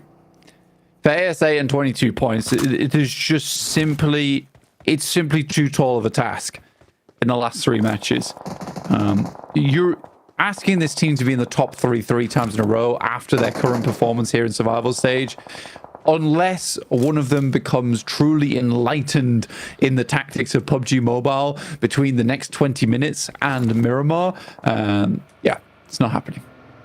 A lot of teams caught up on this east side as well, Blank. Tianba got across this bridge first, and they have 3 Elims. They are a roadblock in the way of Team Queso, of Loops, of Mirin Sejong, and Incilio on the east side. Major Pride opted to go across the water. They did lose one of their players. Becca, I think, dropped down the cliff, and under IWNRX weren't quite able to make that one work for them. So they are playing on a 3, but Major Pride are across safely with 3 of their players. IWNRX holding out on that north shore. As we look over towards the west bridge, BTR stayed on military. They are very happy with this. They didn't stop Vampire from getting across the bridge either. So Vampire are across nice and safely. Zeus, they were playing on the other side, and we saw what happened to ASI8 because of it. DX Xavier trying to go for a wide rotate out to the west side. Like, everybody making this dash is linearized into 3 approaches. No wide bow takes, no hovercraft rotates to the south. Yeah, it's straight going for these bridge crossings. I mean, so many teams were just like, we want to confirm a position over towards Sosnovka. Let's get there right now. It has opened things up a little bit. For Zeus, though, this is an opportunity to pick up a fair few points, but is it enough for this team? Even if they can get 6 eliminations from the bridge, it's always going to be tough moving down towards the south side, and BTR could not be happier with this result. I think a team that, I mean, it's such an outside chance, but Vampire out on that west side, they've got a 2-2 split. They're looking to be controlling. They'll regroup now. DX Xavier make landfall with Lamborghini. Oh, I said there wasn't any wide splits. I thought that Lamborghini's position was all of them. I guess they're rotating all the way into the south to try and get a little bit of an opening there, but we'll see how fast Vampire regroup on it. The northeast side for Loops and for Miran Sejong, they are going to draw another game to the close early. Both of them pretty desperate for points, so it would be nasty to go down here. Yeah, Miran Sejong just immediately go down to 1 player is very unfortunate. And they wanted more, you were saying. Miran Sejong definitely in a good position to do it. Circle moves over towards the compounds that sit on the northern edge of Sosnovka here in stage 3. Nino trying to get these shots through the window. For Vampire, let's put it this way. They need 15 plus elimination chicken dinner. Okay, that's what we're looking for, which is why I'm just not going to talk about them until they do that. We'll have to wait and see. We'll have to wait and see. Meanwhile, Loops conclude the fight, or rather the blue zone concludes it for them. Miran Sejong eliminated, 52 points now. They are slowly incrementing their way towards the bubble, but they are still in danger. Meanwhile, IWNRX on the northern side, the cliffs just about in this next circle, but Major Pride hold the other side of it. If IWNRX can get a couple more points, they may have done enough to push them over the top as well. Falcons not so lucky on the south side, both starting this game on 59, and only one of the teams lucky enough to get a point so far. Yeah, realistically for both Falcons and IWNRX, it's around about 7 points. 7 to 8 points, and that's what they need going forward to stay safe, to stay ahead of the pack. 16th place chasing with 41, but Loops are not in a good position right now to continue onwards. Very much stuck out in the blue. Inco trying to get stuff done, but again, another team that is struggling. FaZe, similarly on this northern edge, they expected a northern circle. It was not the case. So unfortunate. It was very unlikely to see a military circle on this one, so everybody seemingly fairly unprepared for it. This mad dash, I mean, what could be more representative of this lobby in general? Whoa, hang on a minute. Take a pause on that, because Melodious is lighting up Loops. What a spray down on the approach, on the bridge. 2 players rock straight up into him. He's got backup from the backlines as well. As Kalego finds Rafinha, Loops dismantled Team Queso, 4 points. I mean, for Team Kato, that's huge news, right? 43 points now found for them. Puts them in a much better stead going to their final 2 Miramars. Zeus similarly with 4 points for themselves, but a much, much more precarious location for them to be on the leaderboards. They need to get across the bridge now, and Vampire holding it out. How likely is that going to happen? And again, shifts back over towards Major Pride, a team that doesn't necessarily need points, but they'll take them if they come their way. Absolutely. More than happy to. Just keeping themselves nice. I mean, 66, it's fairly safe, but more is safer, and safer is better for Major Pride, so they'll be happy to find that one. DX Xavier as well, crunching in from that southwest edge, moving through those hills to the northwest of Sosnovka military base. Team Queso looking for another bridge guard. They're playing on us too. Kolego with Nenebete. close by handled. A double spray down. Melodious looking for the backline as Kolegot does go down. Takes a second player out with him. Melodious may be able to find a spray on the off angle. There is a player who sent all the way through for Inko, not taking a pause, not taking a beat. As Vitali needs to be careful. You can't res in stage 4, which is why he's not going for that one. Has to dash through and has to just hope that Melodious doesn't connect on the spray. Inactive away. Yeah, he's going to send out, try and live further into this match. Rest of the team will follow up with him, but not going to happen as Melodious does find a little bit more. 5 eliminations for Team Queso. Pretty good bridge hold for them. I don't think they're going to be too unhappy with how this did play out. It is a consistent-ish game, but will require some more performance over on Miramar, as they are currently in 17th place. Adrenaline shot 2. Maybe looking for a little bit more on the game. He can get over a couple of spray downs out in the blue zone. He knows if he's able to do that, they will just go down to the plate zone anyway, and he'll pick it up the points regardless of whether or not he's alive. He's baiting those peaks, and FaZe know they have to move. They're trapped here by one player. I wonder if they know it's only one player, though. You can see they're bleeding out very quickly as well. First aid's running dry. This is desperation now. FaZe with 4 elims. They want to try and add that to the tally. Vampire take a knock on the hillsides that's close to BTR, but they did get that response. Look at the off angle there for Vampire. They have found Hansil. Melodious looking for one. First spray down is good. Can he find a miraculous hold against FaZe? 3 players to contend with. The bleed out is big. Melodious ticking down low. No first aids here, and he's out on the hunt for FaZe. Mela steps up, looks for the spray, and that will be the end of Melodious, but he has done so much for Team K, so 5 elims could be huge for them. Not quite catching up to FaZe Clan, though. Running 47 to Team Queso's 44. FaZe Clan likely to go down here. Evo station on Major Pride, currently holding over towards that northwest edge. Stage 4 now, 17 minutes in, but so many teams already cut out. 9 still up, but only 26 players inside of this lobby, and DX Xavier on for a big one. AZ going out for the loot drop. This is a big investment of time.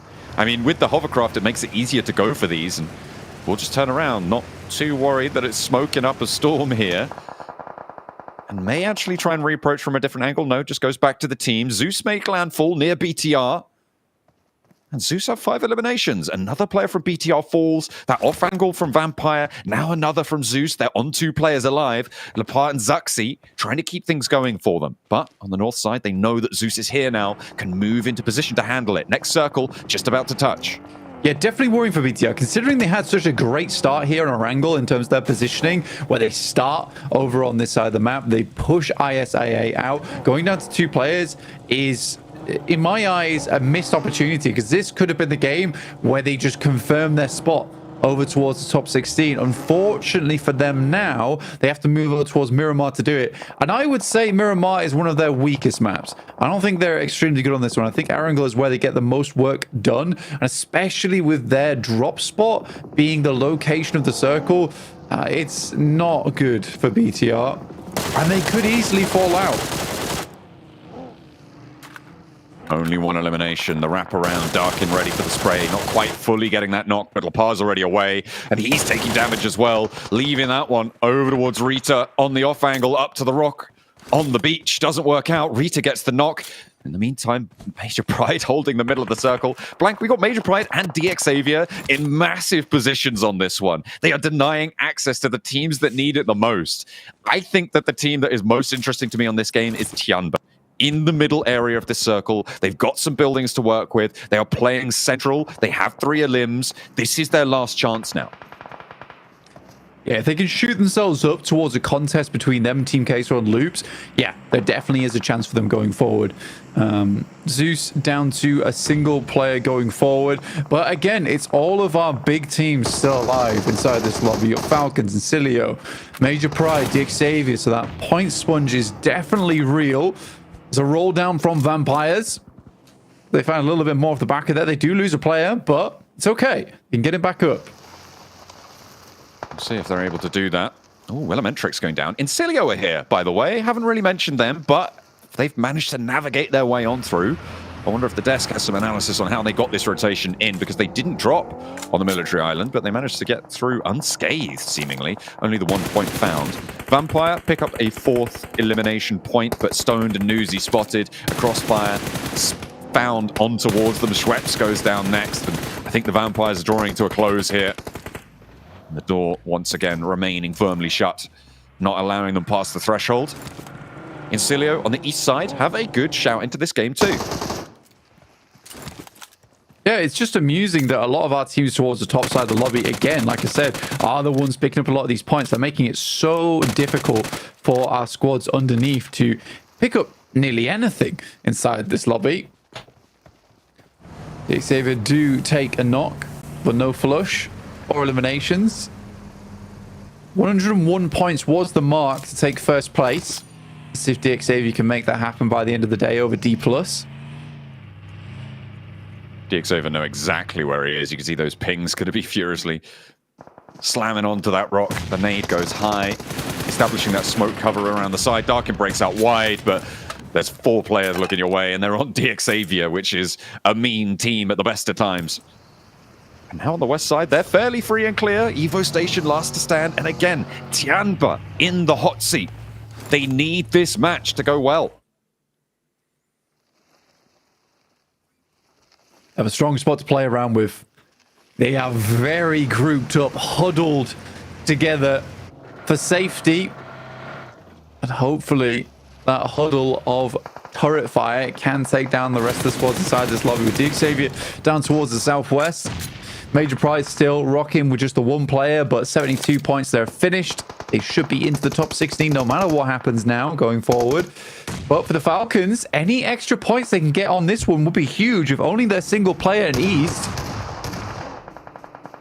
And there's no way Evo Station gets out of that one. Major Pride out, so 4 teams remain. Still a very good game for Major Pride, getting 6 elims and a 4th place. They're up towards, well into 70 points now.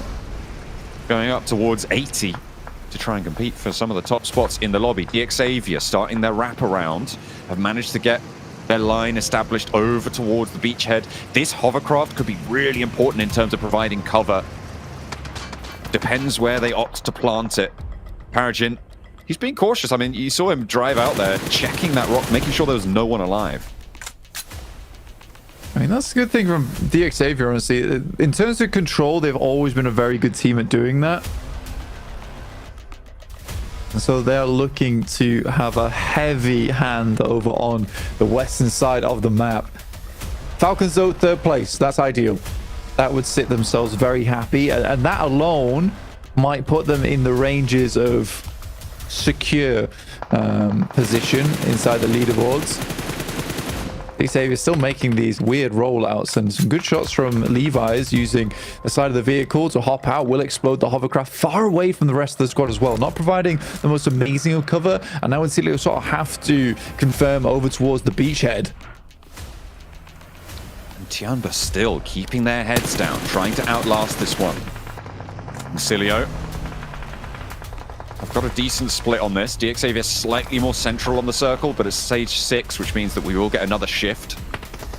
East, the last player for Falcons this time around. Action passing the baton. But the other teams, all at 4 players. A brutal shift to military. Leaves just 4 contenders.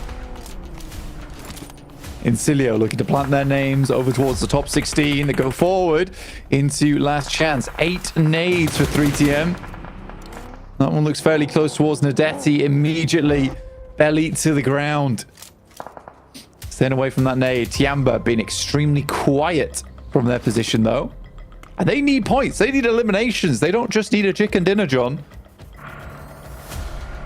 I mean, a 10 elimination game and a chicken dinner would see them somewhere near that 40-point mark. Trying to push up on over, trying to get into that contest. And open up the conversation. Incilio seemingly working this circle better than DXavier right now. DXavier getting pushed back, and with this shift, it goes over to Tianba and over to Incilio, who line the top side of this. I wouldn't be too surprised to see a roll-up for DXavier now from this west side. Do you sweep through? Do you just crash on towards Tianba? It's a difficult call to make. We'll see what they opt to go for. It is a rough one. It's like either you angle away from the sidelines of Tiamba by playing across the beach side and take that full-on brawl in terms of weaponry versus Incilio. And it was a good thing that hovercraft did go down, in fact, over towards the beachhead. Like I was saying before, they have to confirm towards that side because they have to make do with that hovercraft going down early and use the advantage of the vehicle as cover. East creates himself a smoke train. He tries to angle himself over towards the eastern side, get towards the close side of the circle. How possible it's going to be is a very different matter. Tiamba yet to break out of the building. I mean, they don't need to. They are in a really strong spot. East hitting these short sprints. Goodness me. What a dash this guy's made. He's made it to cover. Blank, I don't think he's in the circle yet, but the ridgeline will keep him safe for that little bit longer. How much further does he go? How much more room does he have? It's really difficult. Basically, he's just waiting for this. Like, he needs another team to go down whilst he just plays it real slow, expending a lot of smokes to make this happen. But third place is essentially what he's looking for. That's why those point scorings do jump up a little bit. But East goes down. He will only take a fourth place, and it might be just a couple more points now for Falcons to make it into that top 16. But they've done a good job regardless of that. Save it down a couple of players as Incilio continues to bombard them. So they do have the cover to get these reses, Blank, and DXavier will keep things alive for now. They're in this next circle. Stage 8 is again another shift circle, so it could go either way. Tiamba, low elimination. Actually, it's fairly low elimination counts across the board here, Blank.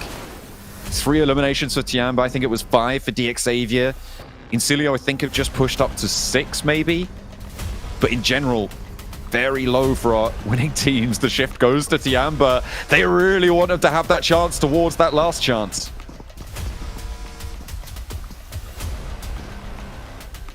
Tiamba sitting inside, almost down to stage 9. This will all close in, and Tiamba wants all of these points going their way. DXavier with 16 nades. Incilio apparently have nothing, which I highly doubt. Might be the case. I see a smoke in the hands of one of them. Okay. Already. So they definitely have something. Dropping on in. They're trying to establish that smoke cover.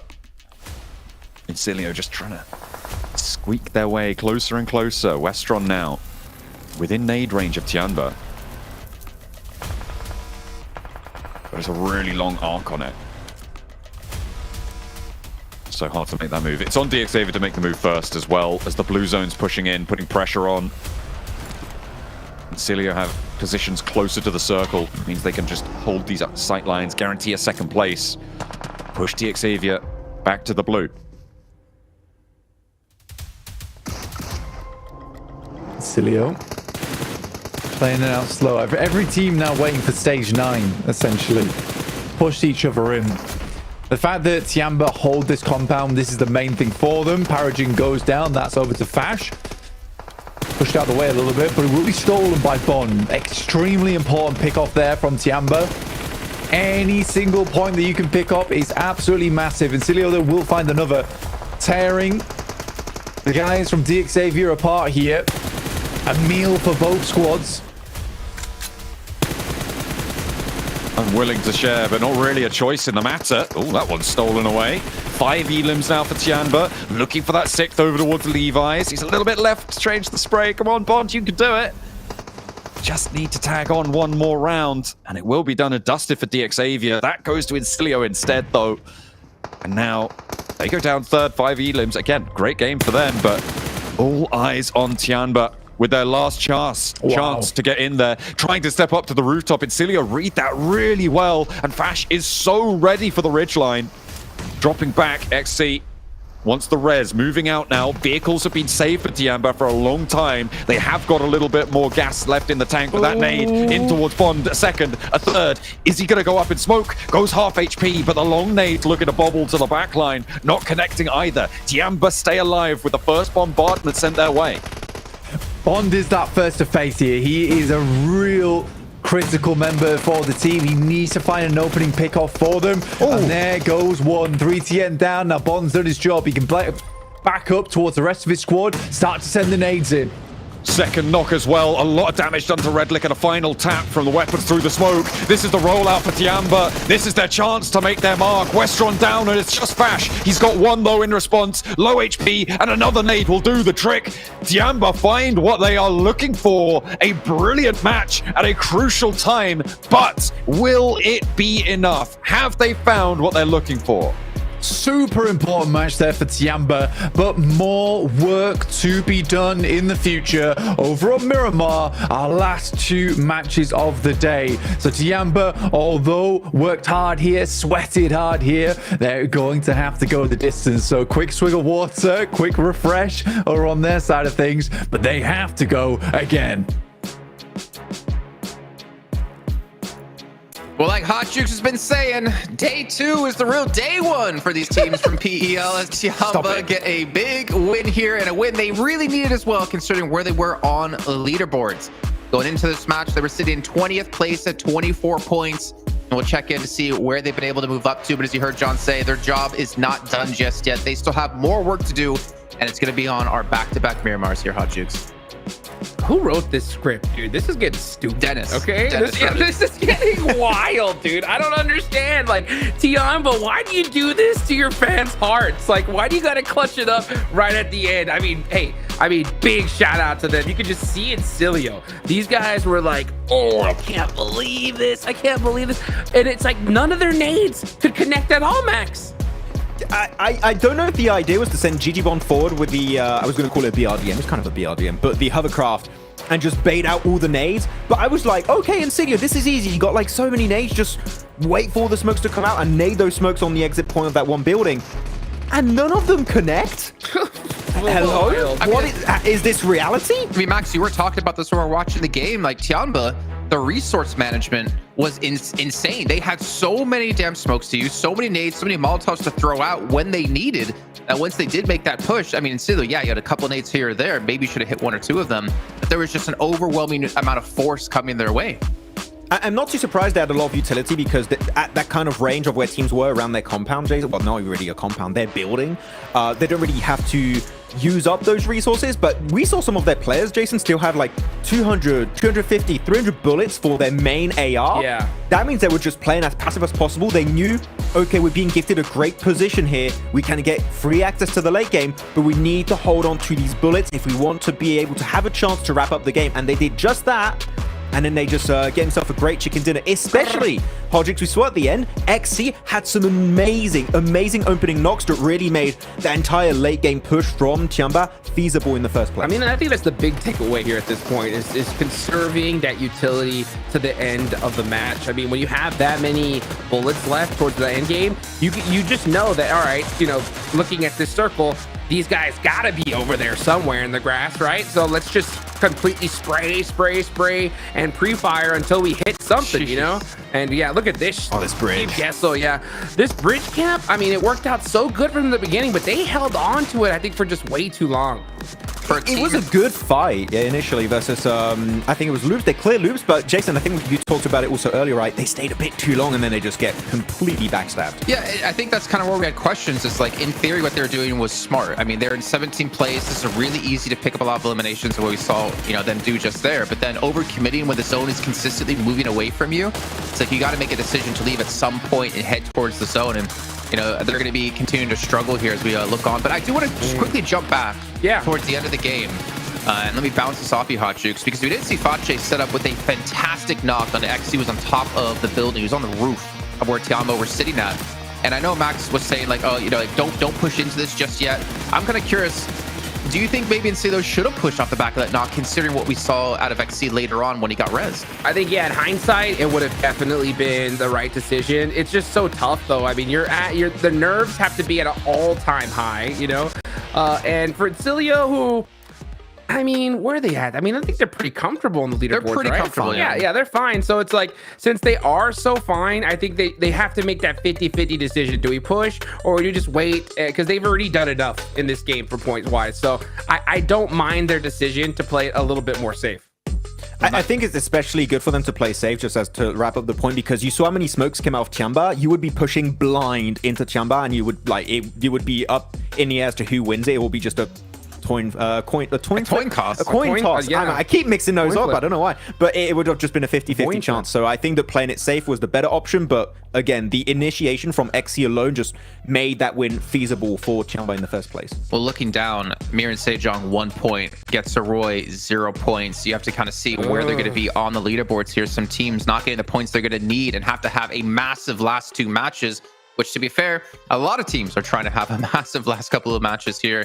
But man, this zone as well, like we saw, I think it was every team except Bigatron on the mainland. And then when it shifted over towards military, every team tried to rush as quick as they possibly could. We saw in Cilio, Max, yeah, you pointed out, they went towards the Eastern Bridge, but there was too many teams. Yeah, there was like what, 3-4 teams? Like, you know what? No, we're just gonna go back into Milta, pick up a boat, and just go into Nova. And then because they do have the hovercraft, they just keep rotating alongside their normal path with the hovercraft. I think it was a great move. And Incilio has significantly improved their macro rotates. I gotta say that that's definitely impressed me a lot. But here we go on the first page of the rankings, and DX. They're closing that gap, man. They are getting closer and closer to D plus Kia, so that would be a little bit of an upset there after how D plus Kia just popped off in the survival No stage. chicken dinners as well. That's pretty crazy. They're the only team on this page with that one. I think they have the highest placement. Yeah, just barely the highest placement points. Actually, it's Foin Donkey going to be at 50 with 2 chicken dinners, so 30 outside of that, which is kind of ridiculous. But as we take a look here, you can see Incilio now in 10th place, able to move up with 68 points. That means 4MB, Falcons, IWNRX all going down. But I think we can start to really lock in. I know I asked you guys this question before of like, where do you think the cutoff point is right now of what teams are safe and not safe? And you were saying any team with like 16 above points. So we're looking at like Bigatron, Mir and Sejong, FaZe Clan at the moment here, Hot Jukes, that are kind of in the hot seat. Oh, they're definitely in the hot seat right now. FaZe, Mir and Sejong especially should not feel comfortable. Let's just take a look here. Oh, Tiamba. 43 points. They are in the mix after that match. 20th on down. Goodbye. It's over. Well, right? I mean, okay, so let's be over. fair. If you're gonna qualify from 20th down, I feel like you have to get a minimum of 1 chicken dinner in these next 2 matches, and you have to still get a lot of eliminations in each of those matches. No, it has to be both at this point. I'm really like certain on that, because I mean, considering that this is Miramar and how the last game of the day is going to be just craziness. I mean, yeah, I think it's back-to-back chicken dinners, no matter what placement points. Max, what do you think? I mean, for which teams are you looking at here right now? Just to Yeah, for every single team that is, I believe, 20th on down. 20th on down. Yeah, I mean, you got a little bit of a cutoff right. That was that like 14 points. Yeah, you'd have to get a win if you want to have a chance of being in the race. But yeah, it's going to be down to the wire. I think that Chamba here giving themselves hope with this chicken dinner. Team Kesso Loops, they need to be a bit careful holding on to these edge fights a bit too long. But I don't know. Again, it's the year of uncertainty here, and we got 2 more matches, our 2 Miramars to wrap up the survival stage, and we're gonna have some big changes before we end the day. I'm sure about that. Bro, I mean, I don't know, man. I'm looking at this. Like, even Vampire, I know you guys want to count them out, but if they get like 10 eliminations of a chicken, that's 20 points. That puts them at 41. That puts them in 20th place. Then they just get a decent amount of elims in the next game. They could very well do it. You know, I'm not giving up on my boys just yet. No. Certainly did props to your Rolex if they do qualify. But let's head into our first Miramar of 2 of the day. Our last 2 matches about to be kicked off with John Allen and Blank once again. It is right down to the wire for so many of our teams, but they're right over on the desk. We are starting to count some of them out. It is not possible for teams to find these performances, and we just have never seen a Final 2 comeback. I mean, is it IHC is maybe the only one in to ever be able to do something like that, come through where we thought a hopeless position was in these last sort of 2-3 matches of the day. But the gap is just so monumental for the teams at the bottom.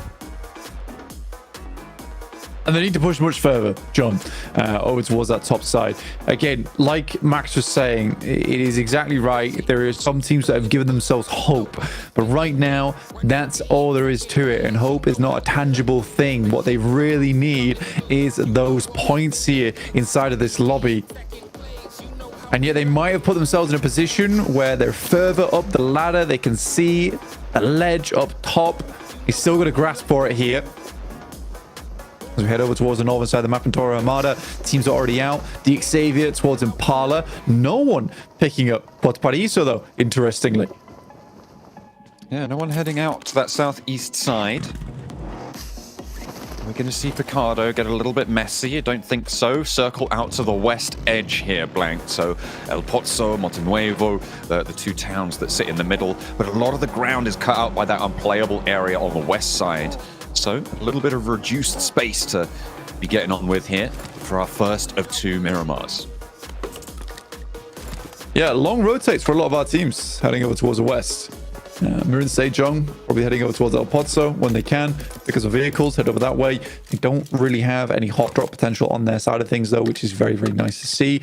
ASI-8 dropped over towards Los Leones. Slightly more difficult to extract from that location, but most teams are moving away from it, so a bit of an easier rotate for them going forward. Looking at the standings, 15th place, Mirin Sejong, 52 points. 16th with FaZe at 47. Loops and Team Queso and Tiamba very much tied together by some rope at 44, 43, and 44 for Loops. That jump up from Tiamba after that last match. I mean, a few more eliminations and they would be in right now, in that top 16. And it does go to show you that there is still volatility even right towards the end. These 12-match sets. Each of our teams only participating in 12 of the last 18 matches that we'll play. Whew. It makes it so difficult. Hoxie and Sewu doing a lot of work for Mirin Sejong. 11 and 10 eliminations there towards the top.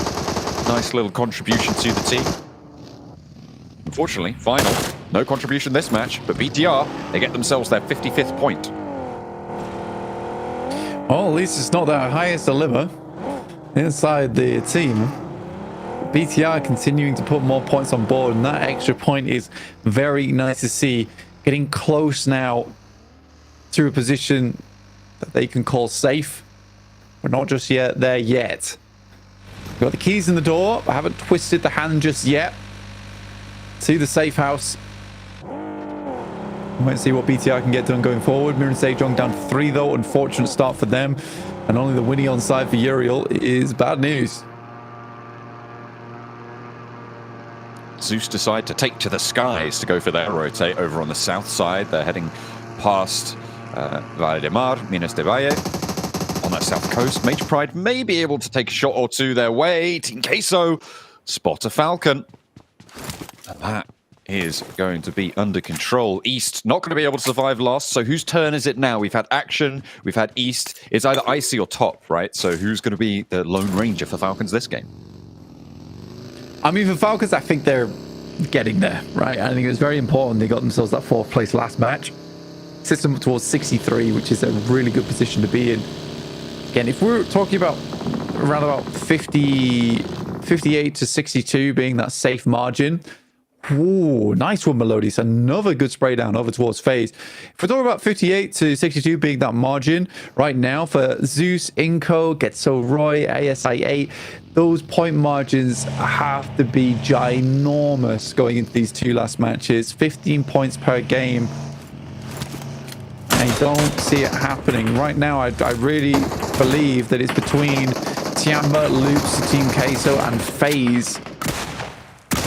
Ooh. And FaZe at a crucial time, able to get the knock, find another as well. 2 players from Team Queso take a tumble. And the fight in 16th and 17th, that's going across the bubble gap here, Blank. Team Queso needing to take FaZe down here. And they've got 2 players to try and do it. Melodious has been pretty dastardly over certainly the last match, and this one too. Able to get 2 elims so far, both the roll-ups clipped, and Falcons lose one to it. FaZe lose one as well to it. Prolego moving away, but Major Pride are close by. Everybody descending now towards El Pozo on this west edge and moving into these foothills of Montenuevo. Yeah, we've got Collega making it out for the team of Queso. 2 players down for FaZe. It looked like it was going to be pretty bad for them, but being able to take down 2 players from a team that's directly behind you is fortunate. And also really nice for staying up towards that 16th place because they are battling it out versus 3 teams to hold on to that bubble position at the moment. Kalega taking some nasty shots from along the way, and Becker will find him, and that is Kalega down, leaving only Melodious now as the last player for Team Queso. Likely going into their final match on 46 points here, John. I wonder if Hoxie's going to figure out there's a player in here. May have just spotted a sliver of it here, but going for a second wraparound. There is a buggy on the inside, and yeah, Hoxie smells something's off. And out Melodious goes. A little flex out scout for Major Pride as well. Just going to spook him a little bit. And on the road he goes. The potential salvage game here for Melodious to just keep them safe, but that is really nasty. 14k, so Tianba, they're on the northwest side of El Pozo right now, up on the high ground in the hills, stretching out down towards the south. Let's hop on over to Mirren Sejong though, because Falcons have managed to find them. Is he going to go for the spray down, get that flush? No, Action's still alive. But there is still threat from across the way. I think that's from Getso Roy. Could be from Zeus. I know it was pink, but I didn't quite catch which one it was. Mirren Sejong though, they're cut down to 2. Mirren Sejong very much struggling, honestly. It is an annoying one as well for Mirren Sejong because they are in 52 points. We were able to catch up with them with 7 in the meantime. We'll run them through exactly what they're trying to do to get in towards that top 16. This time I'm joined alongside none other than Maestro, the coach for MSJ.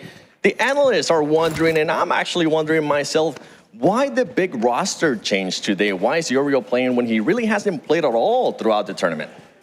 우리오 선수는 그룹 스테이지는 못 봤는데 근데 오늘은 엄청 중요한 날인데 왜 우리오 선수를 선택했어요? 라스트 찬스를 대비하기 위해서 메타에 따라서 선수를 변경하게 되었습니다. We want to be fully prepared for the last chance. That's why we choose Uriel today. Okay. Does that mean that this is the roster that we're going to be seeing in last chance with Uriel in the roster? 우리오 선수님도 라스트 찬스에서 할 거예요? 네, 메타에 따라 다르겠지만 기용을 할 생각이 있습니다. It will depends on what we gonna see later. It depends on their personal context. All right. Well, hey, 감사합니다.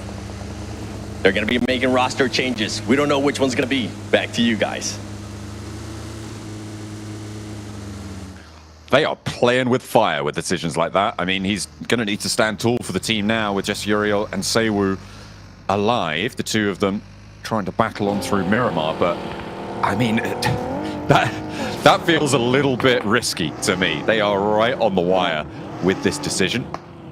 They'll have a chance. Melodious did go down there. Team Queso losing their final player. So 17th place, still a lock-in. If Mirren Sejong, I sort of understand it, right? You don't want to be making that change at the last chance when you've got to get that top 6. But they're not in a comfortable scenario right now in 15th place. I don't think now is the time to be switching things up too much. I think if you get towards the PMGC Grand Finals, then maybe think about switching the roster up at that point. I think they were playing pretty well before with Jae-suk. I don't think he was a bad player at all. Big amount of teams sending over towards Monte Nuevo. Definitely a big presence felt, and a lot of teams moving into this central area. I mean, it is slap bang in the middle of the circle blank, which kind of exacerbates it. It's surrounded by long range high grounds as well, which means that there's a lot of open, flat surrounding Monte Nuevo. A couple of high grounds sit close by, but that's what is forcing these teams to roll into Monte Nuevo and be so closely packed, especially on that south side road towards La Guerra. Yeah, a lot of teams just looking for safety, essentially, here. Look for those ridge sides, look in those positions where they can find cover on, play out their games. Every single team knows more than anyone else that these games are so important here on Miramar. Getting big elimination points is certainly a possibility, but living these final games out is the aim of the game. We saw earlier on today, between match 1 and match 2, it be extremely aggressive. People piling onto third parties, snatching away as many eliminations as possible. We come into the final 2 matches and everyone is just sitting back, trying to keep themselves afloat in the survival.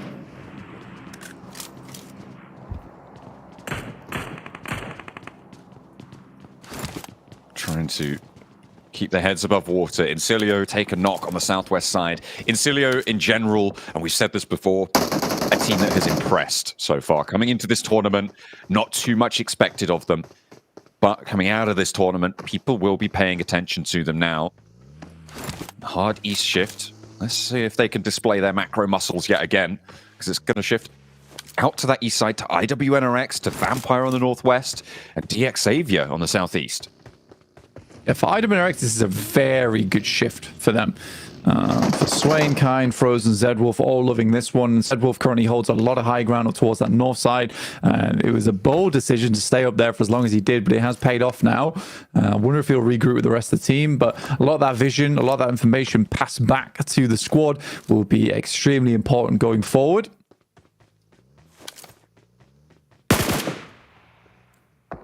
Ooh, the lineup. Uzum looking to get the spray. Connects. A lot of damage, but no knocks found. Noki is there as well to try and back him up, but the slow rollout here for Incilio. They take a pause, they take a breath, not going to go straight back into the sightlines. Easy to panic in those scenarios, but they get that healing done, and they're going to get out of there. Incilio, stay safe. Incilio. Exactly, keeping themselves alive here. I mean, 69 points, I think they're absolutely fine. Inko go down, one player out by Kine. That's from IWNRX, and it's Mirin Sejong in a very troublesome location. Uriel with only the one for medic kit, actually. So we'll be able to get himself up to full HP one time only. No first aid kits in the back pocket.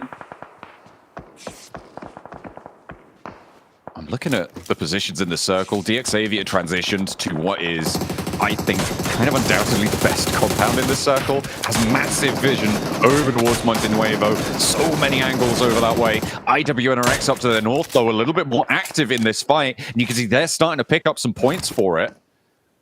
Really nice hold, but Mirin Sejong are out. 52 points blank. They are far from safe.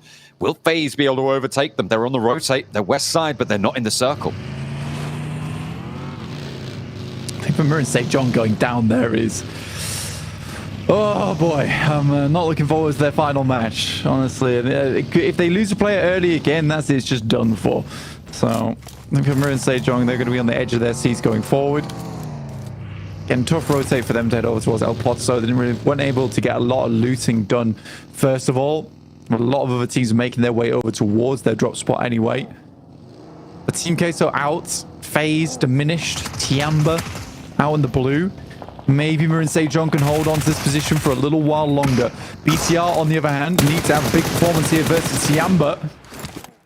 Oh, the spray down, and BTR do take a tumble. Tiamba can get this res, but only in the next, what is this, 6 seconds? Is there going to be time? I'm not sure what the crossover is at the end of stage 3 circle touching, but Tiamba have to get going fast, and the north side circle shift will help them. They'll be able to stay on that ridge, on that high ground. The shift up to the northwest edge allows Vampires to have a strong spot here too. Shan needs to mount up for the high ground, get some oversight, and Tiamba may be able to push up over FaZe. At this rate, our 16th place bubble is going to be in such a weird position. FaZe can live a little bit longer, sure, but they're right over on the western side getting held out by Falcons right now.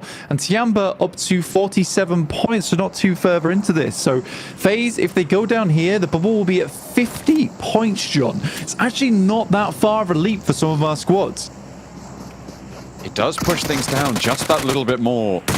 Holding them back, Icy. Hidden in the grass, steps up, and FaZe lose a player. They're trying to make this one work, but they're denied entry for the first time on their first approach. Nade's going in, but Mela goes down next, and FaZe may have had their day ruined, their tournament as well. Getting pushed out by the Falcons. Icy surging over, top at his side. Icy as well, looking to put themselves into the action here with the last player from FaZe fleeing for his tournament life. Mormon staring at Icy, apparently. I'm not sure exactly what was going through his head there in that moment, but there certainly was no thoughts to be had there. At that point in time, you firmly press the thumb down on the fire button, usually. Honsenslow sending away vehicle absolutely lit up, heads out into the middle of a field, but there are shots coming through from Swain at distance, and that's our 16th place down at 50 points. That is quite achievable. But who could do it here? I mean, looking at the teams beneath them, Zeus on 2, Inco on 3, Loops, they're all the way on the east side if they can win that one out. Incilio are taking the fight to ASI8, and it doesn't look too good for ASI8 right now, losing Uzun. Not fully lost just yet, but in danger of going down very quickly. They're going to have to move as well and leave that area. Tiamba is the team on the money right now. They are, again, the team we're looking for. The northeast side completely under their control. Nobody contesting it, and they are the team that can jump up here. Tiamba with a good location on the south side as well. 4 eliminations. It's now 47 points. They could head into 16th place with only a little bit more work to be done. 3 points total, to be exact. Question whether they can get it done, though. And there is some weird rotates they have to make going down towards the south side. The IWNRX do have that cut off. Major Pride taking shots towards ASIA, and this might be the thing that takes ASA down. With Noki as well as Uzum still alive here. If they go down now, it's over. It's over for ASI8. Nade from Becker. Short. Playing on the forward ridge with that one. Last player for Major Pride. They are confirmed to be, well, not fully confirmed, but almost impossible for them not to be in our last chance stage. A team that people expected a lot from, and they have delivered to some degree. Maybe not the degree that people expected, but they are still fearsome in this lobby. 7th place right now, the second team to actually push into the group green teams. As the nades fly overhead, Becker. Seemingly unknown on this position, but IQ should spot it out. And that'll take them through. 3 players remain, 4 elims, 26 points. Zeus, Darkin on his lonesome. Knock down another team that is likely going to be finished here on our 5th match of the day. Stage 5, heading into those latter parts of this game. Only 11 teams, 36 players remaining. Quite a few still up. More or less this western side is going to start popping off between ASIA, Incilio, Gitso Roy, Falcons, and Zeus. That might be the end of the season for the rookie run. Zeus have been impressive.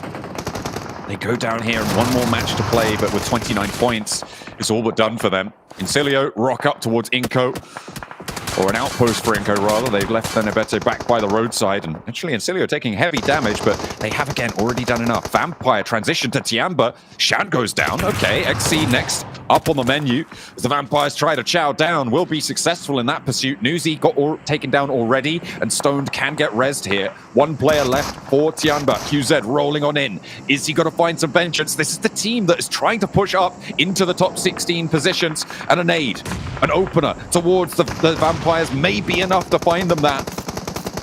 But they are getting pushed back. Stoned is rezzed, and 3 players on the inside makes this such a tall order. ASI8 taking down Falcons, by the way, with the help of Getso Roy. And there's QZ out. So it really does not change too much towards our bubble. FaZe hang on for another day. With now only Loops challenging on that east side with 44 points, 1 elimination found, but they're likely to be blocked out by the likes of DX Xavier and IWNRX on this eastern side. It's not looking good for our bubble, which could be burst by several different teams going into match 6. It is really tense around that boundary. For Loops, I think the best move right now, roll up to the north, go towards Vampire. You know there's been fighting there. You know they're a little bit weakened. It's the weakest point of your surroundings, but we'll see if they've scouted that out, if they know the lay of the land. It's easy for us to say we can see where every single team in this lobby is, but that should be the highest value option, I think, for Loops and their opportunity to break on in. Moving up to that north side sweep. Getzeroy on that west edge, 23 points and 1 Elim. They're isolated from this one. We'll see if they can get much further, but Incilio, 3 players alive. Blast IQ out of the way. ASI8 going down. IQ will just be Noki, last player remaining for ASA8 here. Circle shifts over towards IWNRX, and IWNRX looking to stamp their ticket through to last chance here. They get a big game off this one. It is all said and done for. The Xavier, though, they're still in the chase for D+, currently in 4th place in the rankings. With 90 points on the mark for DXavier, they are now 11 points behind. They've one more match to play. If they can eat into that lead here, as the placements haven't been added yet as well, they're guaranteed at least 1 placement now. Getzeroy rolling up across the road to Incilio. Westron goes down almost immediately as Getzeroy doing pretty well on the start of this roll-up, but it's turning around as Incilio look to hold their nerve. Etienne, very, very high HP and will just continue to strafe around these vehicles, but they're not quite connecting on the spray downs. Looking to confirm these points, but the explosion goes through. Getzeroy lose 1, and they look for the res, but they've left 1 player at the backlines. Where did that explosion come from? Was that from the backlines from Sunda, or was that from Zedwolf? Not exactly sure. It was all popping off, though. I mean, 22 minutes in, 7 teams, 20 players for Miramar Circle is very much unheard of. It is so scrappy on the outside edges. It's really only DXavier as well as IWNRX who have a big chance here. I think Loops is just cut out on this east side, and this is a team that needs the points the most. Zunda looking to try and find an avenue of approach, but his teammates down on the far side of the road. IWNRX not under pressure just yet, but DXavier may change that. This is the dash forwards. It has 4 smokes, and I'm surprised he's not dropping any out. Does manage to keep that tree cover over towards the high ground and actually get to the ridgeline. Moves on in, and should be able to get through here. Nice and safe. Swain spots that angle. Maybe they aren't aware that the other player is on the far side of the road. But Vampire have made their approach as well. Loops are slightly closer than before. IWNRX on tower defense.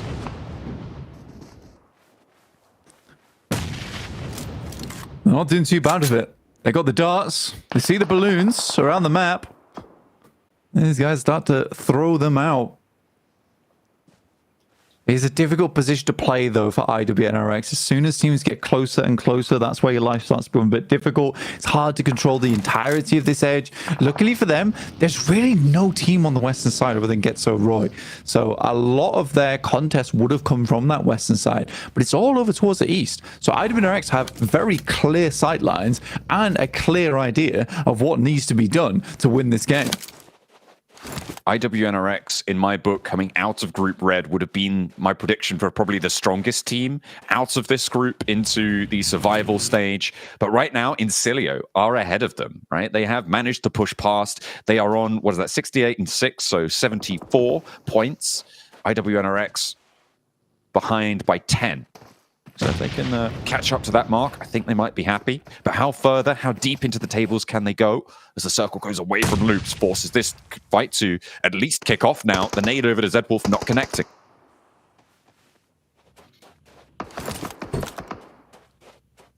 Loops, this is their big moment. They have to push through here to give themselves a very strong chance getting through that bubble. There's sniper shots popping off from Loops' side of things, and they need to be dead on target. The remnants of the west side teams trying to make their approach to the foothills.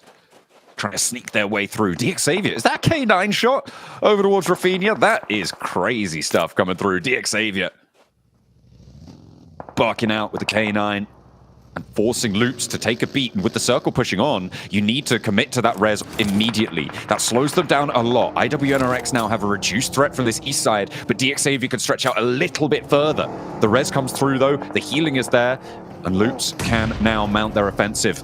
Do they have the opening? Is that nade going to connect? Looks like it's not quite on the money. Now Loops have to mount up and go again.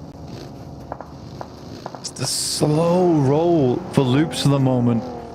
I think that it's very clear that this team is worried about their position in the standings. Great nade sent down. A lot of damage as they try to push up, and IWNRX need to defend. An initial knock, maybe a flush. Look at a peek around the edge. Will be able to find that flush. That goes to Neil. A response is the knock over towards Nino, but Loops are still bearing down upon them. A step up, standing tall. Zedwolf on the off angle, looking to try and lock down Loops is on it by his own. And DXavier take this opportunity to third party. IWNRX moving out to deal with Loops, giving ground, and DXavier all too happy to move in the meantime. Loops fighting to push up towards the bubble, looking for the res. Rafinha's there. He's going to commit. IWNRX have DXavier to worry about, and this is allowing this res, but Vampire side into the fight. A roll up towards the backlines, and Rafinha needs to be careful. IWNRX down. That's a nade going over the top, and Schweppes now pushing in towards the back. Fourth place guaranteed for Loops. Rafinha, stay alive. 4 limbs. A spray down underneath. Looking for the backlines as Vampires start to tumble. Rafinha low HP. Spray down. No, it's off target. And Tony stays alive. 3 limbs for the Vampires. Inco assault. And DXavier bid for the top spot. For DXavier, this could be it. This could be the game that sends them over that 101 points margin. Tony K is out, leaving only Inco alive. Loops might have got themselves enough points to sit themselves close to the boundary, maybe just over it. But we know that FaZe is going to come back kicking and screaming in this next match to claim their spot in that top 16. Lamborghini split. Not going to matter too much. Vitali low is healing. There goes Nate to find that res onto Lamborghini. This is discipline from DXavier. It's tempting to just go for those rollouts, but these reses have come through. They've lost sight of it. But immediately after the res, comes back on into the fight and goes for the spray. 1-2 punch. DXavier run through the lobby towards the top spot. They will take that first place. Very, very well done to DXavier. Huge game, and that will set themselves apart from the rest of the teams in the lobby. It has gone from good to better to best here for DXavier in terms of their performance. A little stretch because these guys certainly have been putting on here a clinic. Well, we might have our new first place team here with DXavier potentially passing a D+, and still with 1 match left to go. I still have to wonder though, where was this DXavier in the group stage, man? Fantastic performance out of them here on Miramar, but then if we take a look at a couple of these other teams, gentlemen, Max, you know, Vampire having 3 towards the later stage of that circle with so many teams alive. You had Inco there as well, Loops. A lot of moving pieces, but I think there's only really one piece we do focus on here, which is Loops. I thought you were going to say the One Piece. No.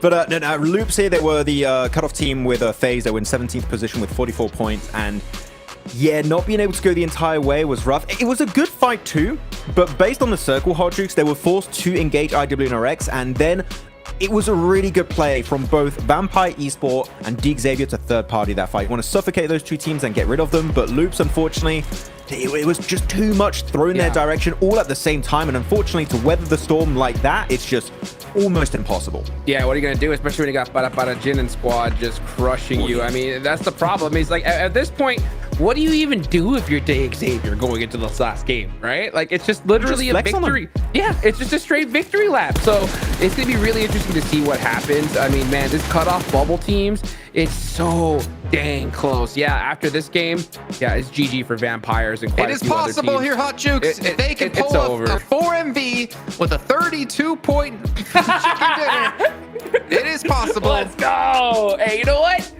I believe, dude. Now I'm a believer. I'm hyped up, dude. But like, if they're gonna do that, they gotta push everybody. And it sucks because like they gotta start playing towards that lobby. I say go for it. Why not, right? Because if you don't even try, then it's impossible.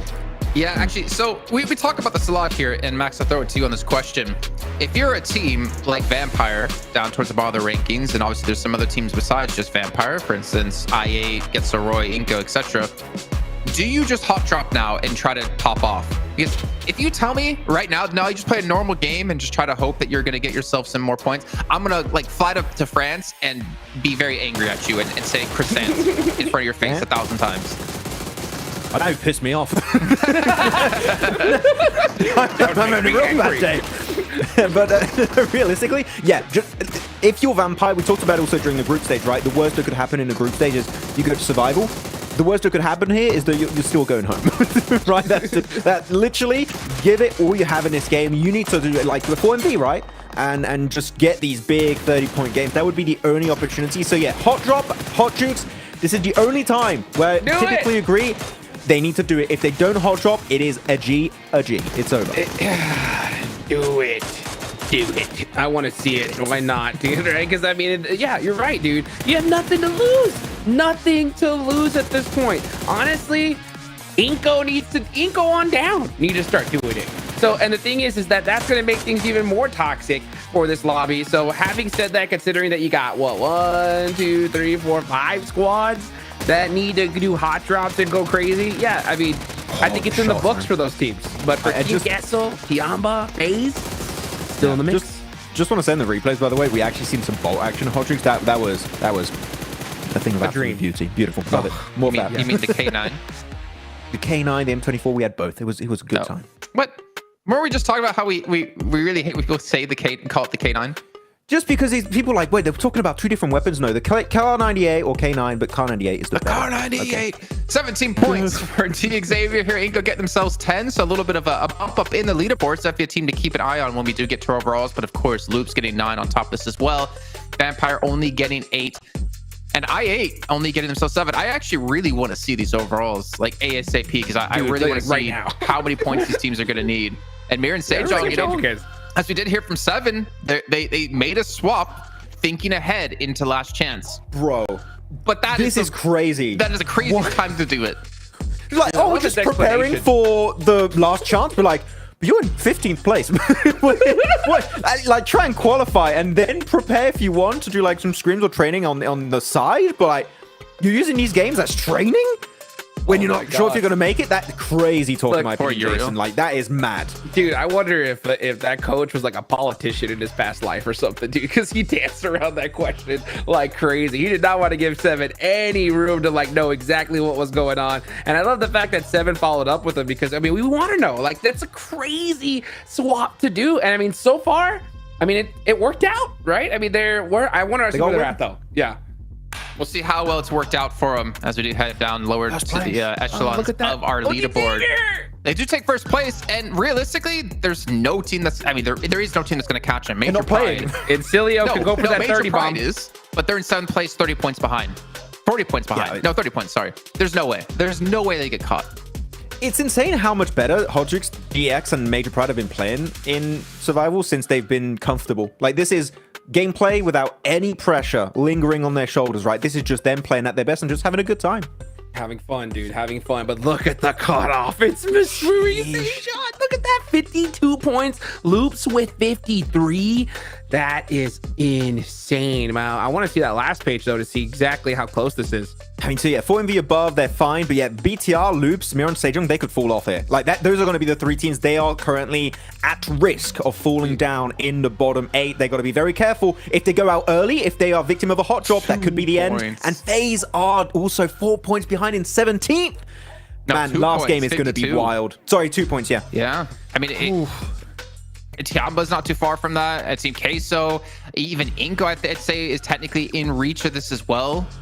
This is going to be tough. Like, where do you put the cutoff now, Hot Jukes? Is it still Vampire? Do you still cut Vampire down below out?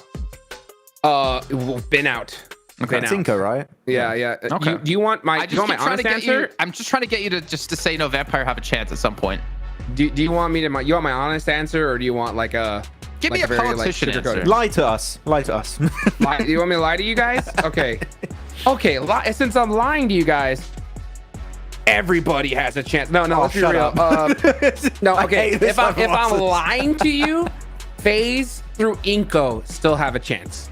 Still have a chance in this last match if they pop off. I know if I asked Max this question, it'd be like, oh yeah, Vampire have a chance in PMGC, just not this year. That's probably like 2025 with an answer like that. Yeah, this is tough, and this is I think we talked about it so many times across all the groups now, but this is the worst time to be a team who's not already qualified through to have to fight, considering this is not going to be a normal game. there's so many teams who are already safe that could just throw a spanner in the works. You have so many teams who are out of reach who are going to try to hot drop potentially. If we don't see a hot drop here, I actually will legitimately question some of these teams. Like, why are you not going for something like this, especially when you're on the lower parts of the leaderboard, trying to catch up, knowing you need a massive game? I think I remember Hodrix, right? Especially during PMWC. You talked to some people of Reject, right? And like talking, why did they not hot drop? And they said they felt so much regret for not going for that play. You don't want to go through what Reject went through during PMWC. This is your one opportunity. Hot drop is needed. Just fight those teams are just above you near that cutoff point, and that could be one of the biggest comebacks we've ever seen in not just PMGC, but in PUBG Mobile esports history. If you can make that bigger comeback at the end, I'm waiting for it to happen, man. Yeah, I mean, let's put it this way. I didn't talk to just anybody. I talked to Reggie OCO himself. He put his hands in his face and he said, well, we didn't want to drop down to third. And I saw the look of regret, and he told me, promised me I would never do that again. Next time, if I ever get an opportunity, I'm going to do that hot drop. And yeah, so you don't want to be stuck with those regrets, because for all you know, that could be that last opportunity. I mean, we're not even seeing Team Reject here, which is a crazy thing to say. But I mean, we're going to have to wait a whole year before we see them again. You're kind of hurting Max here, because not only did you get to talk to Reggie OCO, you also reminded him that they didn't qualify to PMGC. Yeah, 2-1. I got the jersey, so I'll take that. Just think, he could have been the year's MVP, Max, if he made the PMGC. I would have loved that storyline. Imagine back-to-back global MVP. But yeah, I mean, hopefully 2025, they just need to do good locally, which has not been the case this year. But anyways, focal point on the teams that we really need to see step up here. Man, it's going to be so much pressure. And I got to say, when you go to a match like this, right, and I'd love to know, Hodrix, what you think about it, you being a pro before. No amount of prep can prepare you for what's about to happen here. Like, you have no idea. Like, you prepare for your drops and your rotates, but teams are desperate, become an absolute wild card. And to predict what they're going to do is crazy. Do you go somewhere else just in case they hot drop you and they become a threat? Like, what do you do? And the thing is, you just keep overthinking, and maybe that's how you mess up in the end. Do you see these guys' faces? Like, I'm going to give you guys my honest opinion here, okay? This is over. We already have our teams locked in. That's what I truly feel. The top 16's done? What? Yeah. I truly feel deep down. I mean, we're talking a 2-point difference between 16th and 17th, and I don't even think that's going to get crossed. That's how crazy the last match is. You see the nerves on these guys' faces. You see the hesitation. And if these teams play the way they've been playing like this, we're not even going to see that pass up. So I know it's a kind of crazy opinion, but that's what I think deep down. All right, well, you heard it here. We're all done. No team's going to move up the leaderboard. We have our 16. We'll see you guys tomorrow. We can ignore this last match. I mean, that's what you're saying, Jukes. Like, really? You think no one can move?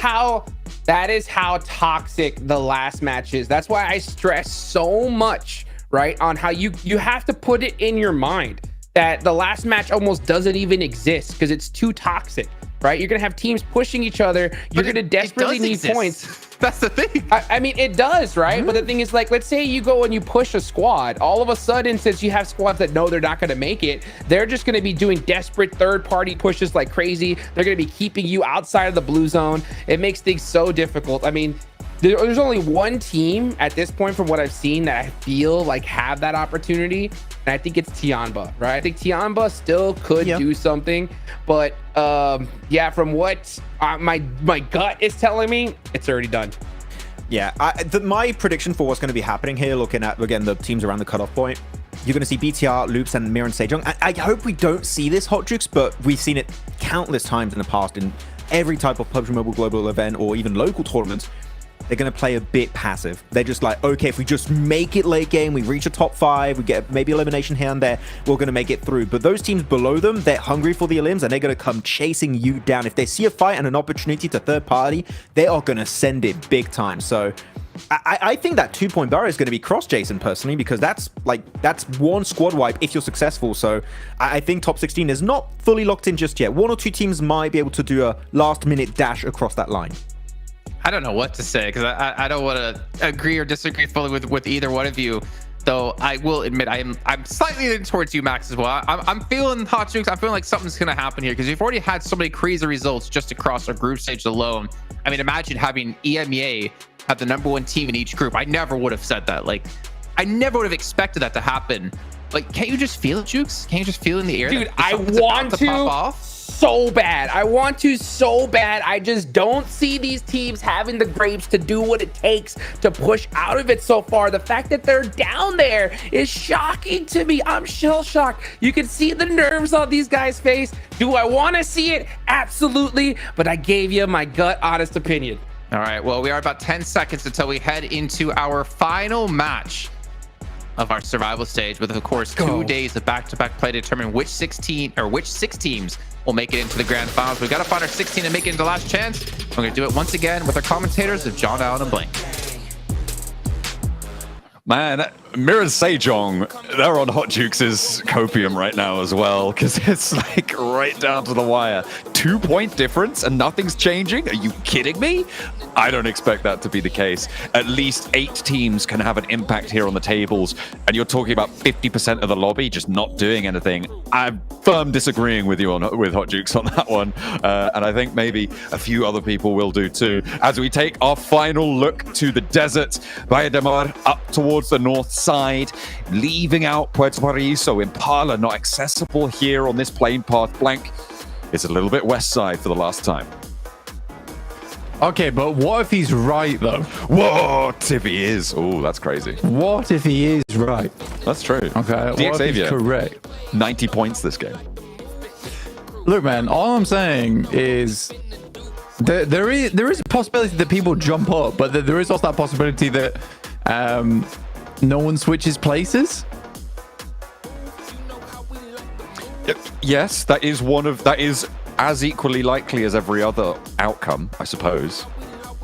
But that's still saying that's one out of literally any of the other options in terms of the permutations of a set of 8 teams or so, which in general makes it very much unlikely to happen compared to the other options. What if he's right? Look, okay, if he is right, then Max will give him. Max will give him his Infinix GT20 Pro. You know what I'm going to do? You're going to have to. I'm bringing 4 raw eggs, and you're down in 4 raw eggs on broadcast. 4? Why 4? Oh, there's one's not enough. You know, you got to be like okay, a drink. but there's numbers between 1 and 4. Come on, I've looked. I've looked them up. Oh yeah, okay, but I chose 4. Oh, okay. Well, let's see. Team Queso, Tiamba, FaZe, Mirren Sejong all need to stay in 16th, 17th, and 18th place for the dream to come true. Luke's as well in 50th. Yeah. And BTR in 14th. All right, okay. You got 4 eggs on the line, bro. That's a lot of eggs. That's a lot of eggs. Can I choose the egg? That's like your famous catchphrase, right? That's tennis. That's a lot of eggs. Absolutely. Not in the same basket, mind you. Got to be careful. I feel like at the moment, I mean, BTR is still at risk, right? 56 points there, and stretching all the way down to Inco. That block can move pretty dramatically. That's 6 teams who are up for bat this game.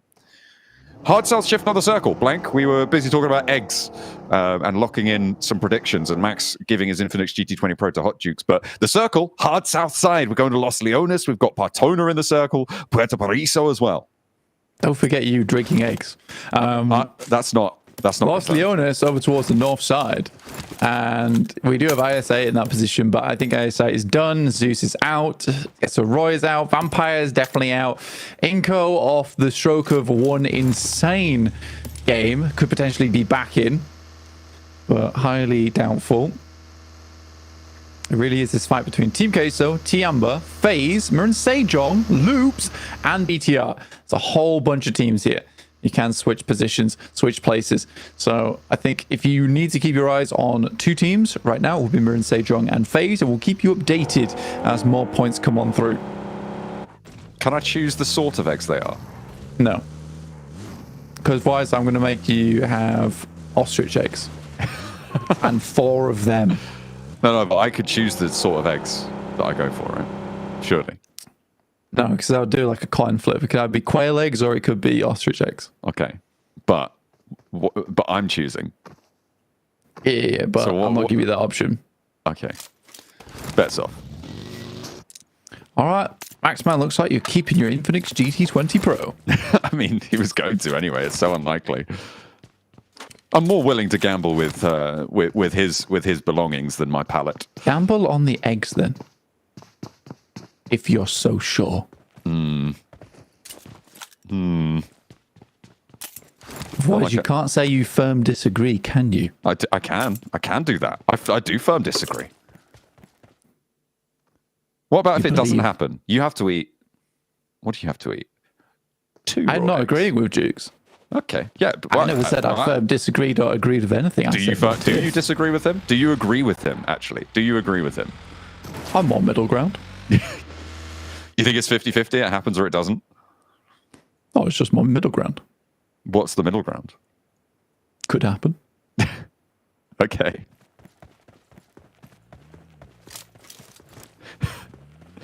Sweet. Happy with that. I am. Yeah. All right. Okay. There you go. We'll see if anyone's able to leapfrog around on that bubble area. IWNRX moving their way in on the south side coastline. Tiamba in a central position.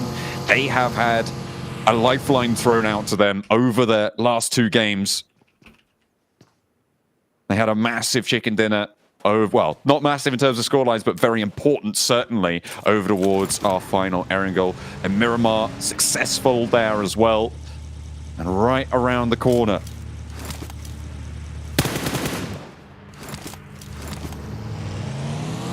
FaZe on our screens. Thing we're definitely looking out for here. 50 points so far. Currently not in the worst position either, over towards the eastern side of Chumasera. I'm making their way down. Mirren Sejong all the way over towards El Pot, so a bit of a longer rotate for them. And Loops in La Cobraria. Bam! That's a long rotate. It's going to be rough for them. But currently in 15th place, so all they got to hope and pray is that no one else does anything inside this lobby, which is highly unlikely, but still.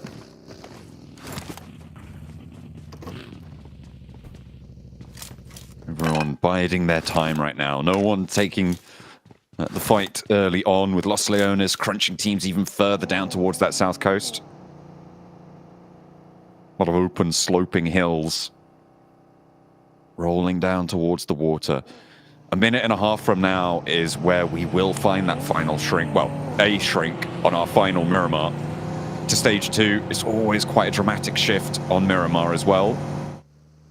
If it's a hard shift down to Partona, things will get messy. If we're going up to Los Leones for an urban finish, it's anyone's game. Vampire's still trying to make something happen. I respect it. I really do.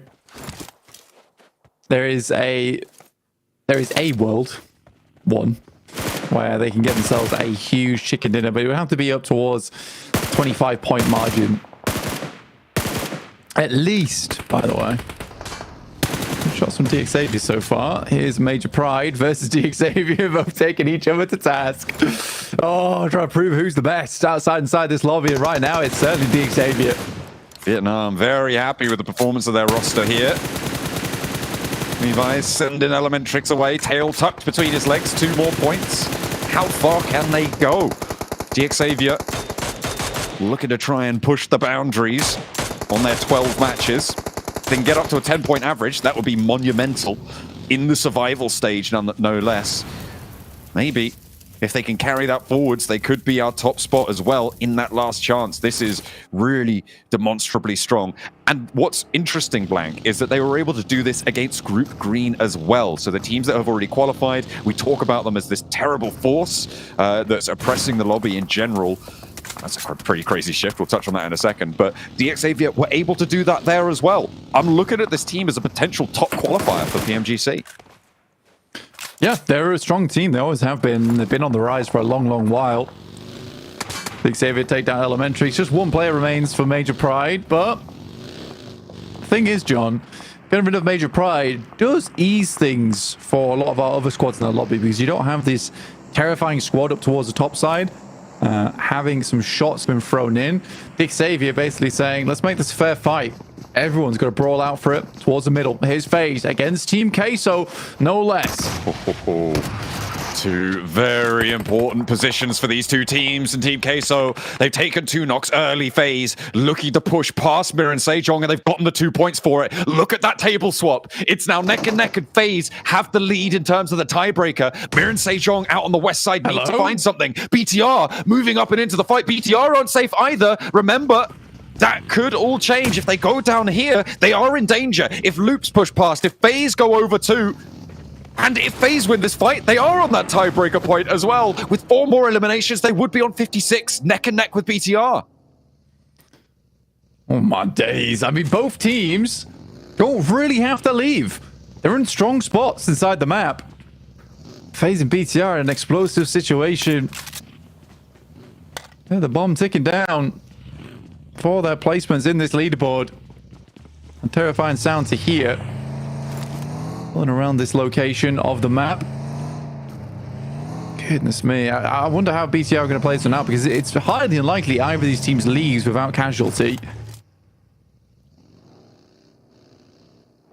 FaZe very reluctant to go for this fight. BTR, a 3-point game is really what they're looking for here. Survival is the most important thing. The biggest asset that they could possibly have is getting into stage 6, getting into stage 7.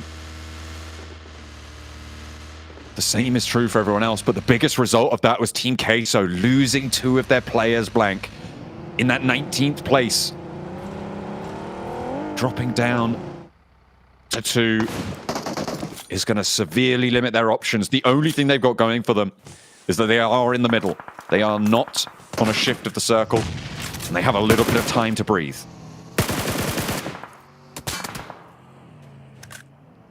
Team Queso with 2 players. I think it's likely done, though, for Team Queso now. Dropping down to 2 at this stage, there's really no possibility of making it happen, especially the position they're in. There is so much action that's going to happen around them. Likely one of the players is going to get caught off guard. It's going to be a big test for them. FaZe and BTR both very central. Loops coming in from the sidelines on the northwest. Ugh, the circle might have just killed them off here, John. This is nasty. On the north side, Falcons, 70 points earned. They are going to be qualifying to that last chance stage tomorrow. More games left for them to play. Vampire trying to push in from the southeast side, needing a miracle run, but being denied the opportunity time and time again by the other teams or by themselves. We'll leave that up to the coaches, to our other analysts to decide, but Vampire's run being cut shorter and shorter. They are 4 players, and of course it can still mathematically happen. But Stone goes down second. That is going to be another blow to the morale, if anything, if nothing else. Yeah, picking that player up and then moving back in. Already 1 knock. We'll have to res another, move over towards Stone. Here's Falcons up against ASI8. A team that is right on the edge and not likely to get too much further into this. Uzum trying to hold on as best he can with Falcons up in the front lines on the side of the warehouse, looking to deliver some payloads of pain. Ooh. ASI8. 3 players alive, holding the crossfire on the doorframe there.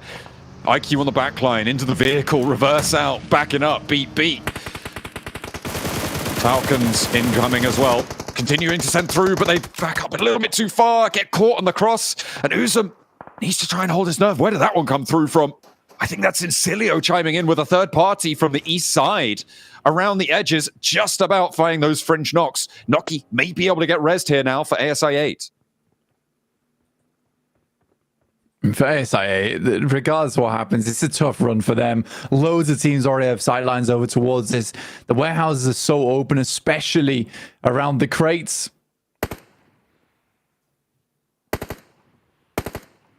Mir and Sejong down towards the south side, looking to hold on to their position in the tournament, but FaZe do beat them out on 52 points on that 16th place barrier. We always thought it could be a tiebreaker on this bubble. The point differentials at this area of the table in general, always so close. So fairly likely that you do see this sort of thing. The tiebreaker is really important. First tiebreaker is chicken dinners, blank.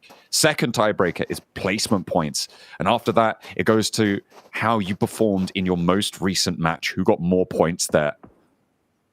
So FaZe, at the moment in the lead. Currently, Mir and Sejong have a chicken dinner, though, so I'm not entirely sure how that tiebreaker is decided there for FaZe. Their own chicken dinner, I guess. I'm going to double check. SA to send out some Molotovs towards Falcons. That nade doesn't quite go through the doorway. The problem here for FaZe and BTR is they're both so locked in on this location, can't go anywhere. Like, and there's no chance at more point scoring. So if Mir and Sejong, they have a bit more freedom to work with. Vampire, slowly but surely. Ooh. The death bell rings. Tiamba, though, moving in from behind, and they certainly have a little bit of life left in them. If they can pick up a lot of points here from this fight, from third-partying it, this is huge news for Tiamba. On 48 points, they've already found one elimination so far to push themselves up to 49. The further they can go, the safer they'll be. But they're not out of the woods just yet. 18th place is where they started this match. And the jump up now necessary. Nades over the top. Newsy, Schweppes have been rezzing in that ditch. Tony K over on the top line. Vampire need to try and curtail it. Shan will be first to face that. Tony K steps up, spray. One's good, second not so much. The rollover for Tiamba, but two players fall. And Tiamba may just be felled short of the mark by Getso Roy, by the teams at the bottom of the tables. ASA have been eliminated in the meantime, blank. They're guaranteed not to be going through. Vampire trying to get away from this one. And Tiamba left with one player to stand. This is disaster for the PEL. It's all gone wrong here. Vampire's looking over towards Getso Roy, looking for some more of those points. Can they find it? Do get two knocks off the back of this one, but both players are now down, leaving just one up and remaining. For Vampires, it is one last go at it here, refusing to end up in 24th.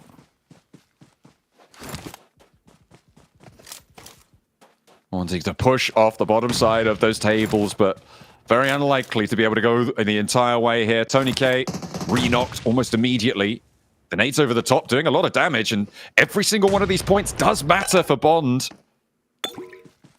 5 elims for the Vampires. Tiamba want more. They've got 2 points now. They're up to 50. The bubble still on 53 there for Loops, as FaZe have now pushed up ahead of that. So Tiamba needs 3 more points here to be able to draw level and be in with a chance. It's up to Bond, and finds the shot he was looking for. The shutdown was there. The Vampires fall. That is another elimination. That's 2 more eliminations. 4 points now found. They're up to 52 and breathing down the neck of Loops. Tiamba, despite everything, are trying to make it happen, but with only one player, how likely it's going to be for FaZe, as well as BTR, still making it happen. The fact that FaZe has been able to pick up points from this position is absolutely huge. Like I said, they were locked in. All right, BTR's thrown away the key at this point. Both teams aren't really leaving, but the fact that FaZe has been able to pick off and isolate points on the outside of the map is massive. 55 points currently, sits them ahead of Loops.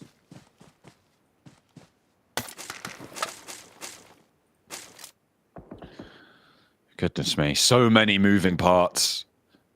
And it continues to be right down to the wire. Mir and Sejong pushed down into 18th. But they are so close to that bubble. It's 1 point split. FaZe up to 5 eliminations. And finally, BTR give ground. First knock sent their way. And they need to find this fight. Incilio have angles onto BTR, but not onto FaZe. They step out too wide, though, and Mormon gets pushed back in behind. Too bold on the peak there and is likely to bleed out. But they step out. Bigatron try and rush it. And that doesn't go well either. Westron changing the fate of FaZe. Blow by blow. Aaron sending off big old shots from the sidelines. Hansel goes down. That's Aaron, no less. Oh my days. Snipes come through clean. Now FaZe stay alive in this. BTR get 1 point and 1 point only with Loops going low.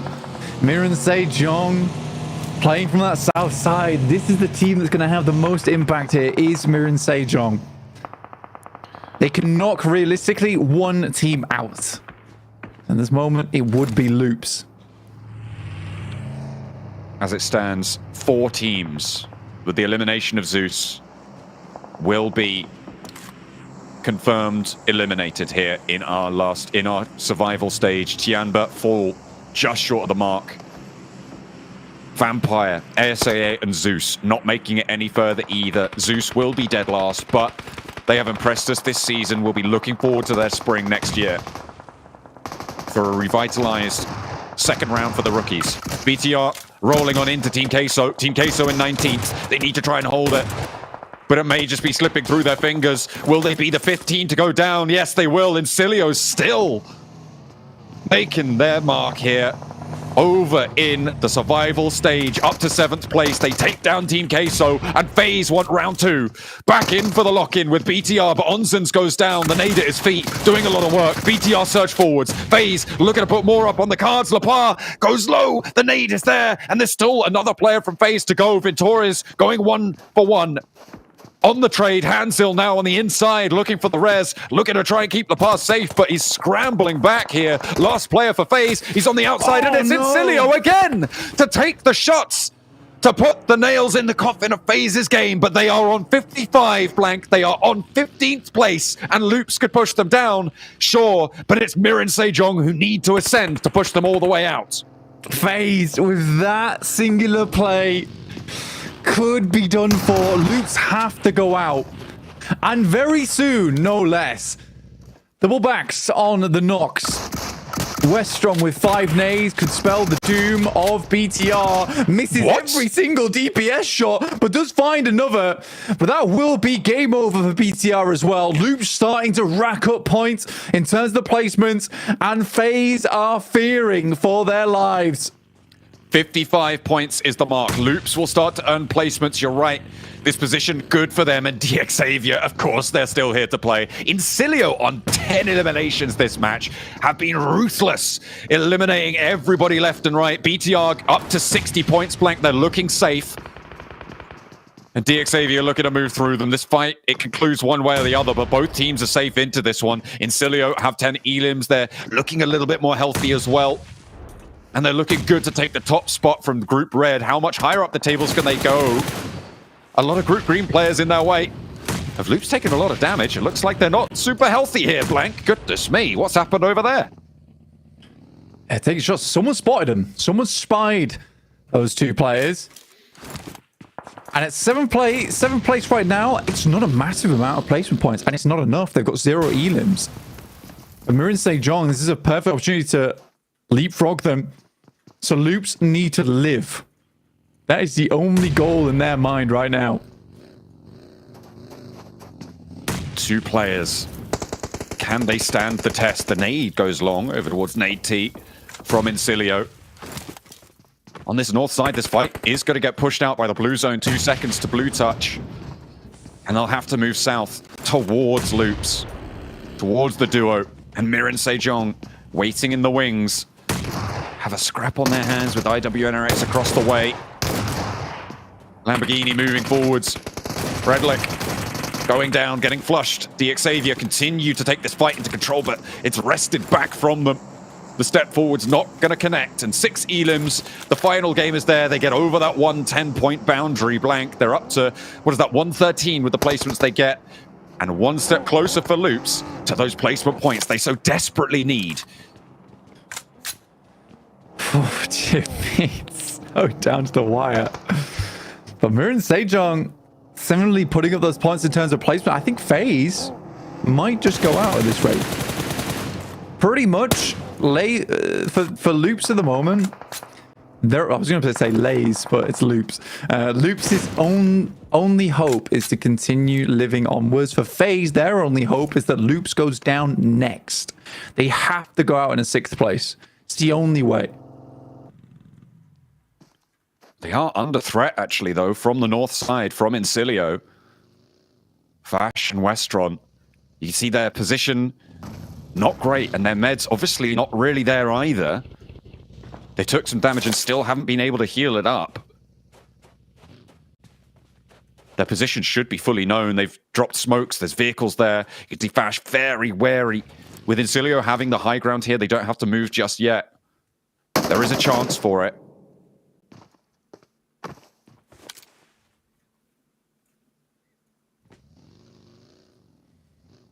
IWNRX down towards the south side. They absolutely made their way through. Incilio has eyes on. Players are currently safe and the circle will keep them in. Does Incilio look to push onto this? That is the question. This will be a decent position for the play, and they're looking to move up now. 6th place will be a death sentence. They spot one. Nino takes a bunch of damage. There's no clapback coming through from Rafinha either, but nades starting to pour in over the top. This is such bad news for Loops, but such good news for FaZe. And good news for Mirin Sejong as well. A potential opener here. It's all up to Rafinha. Survive or die, but the burn is in. Oh no! And the fire at his feet takes him down. Loops eliminated. 53 points now the mark. And Mirin Sejong, with the placement that they get, they've overtaken it. Blank, they've already done it. I think they might just have, in 5th place, it is game over for Loops.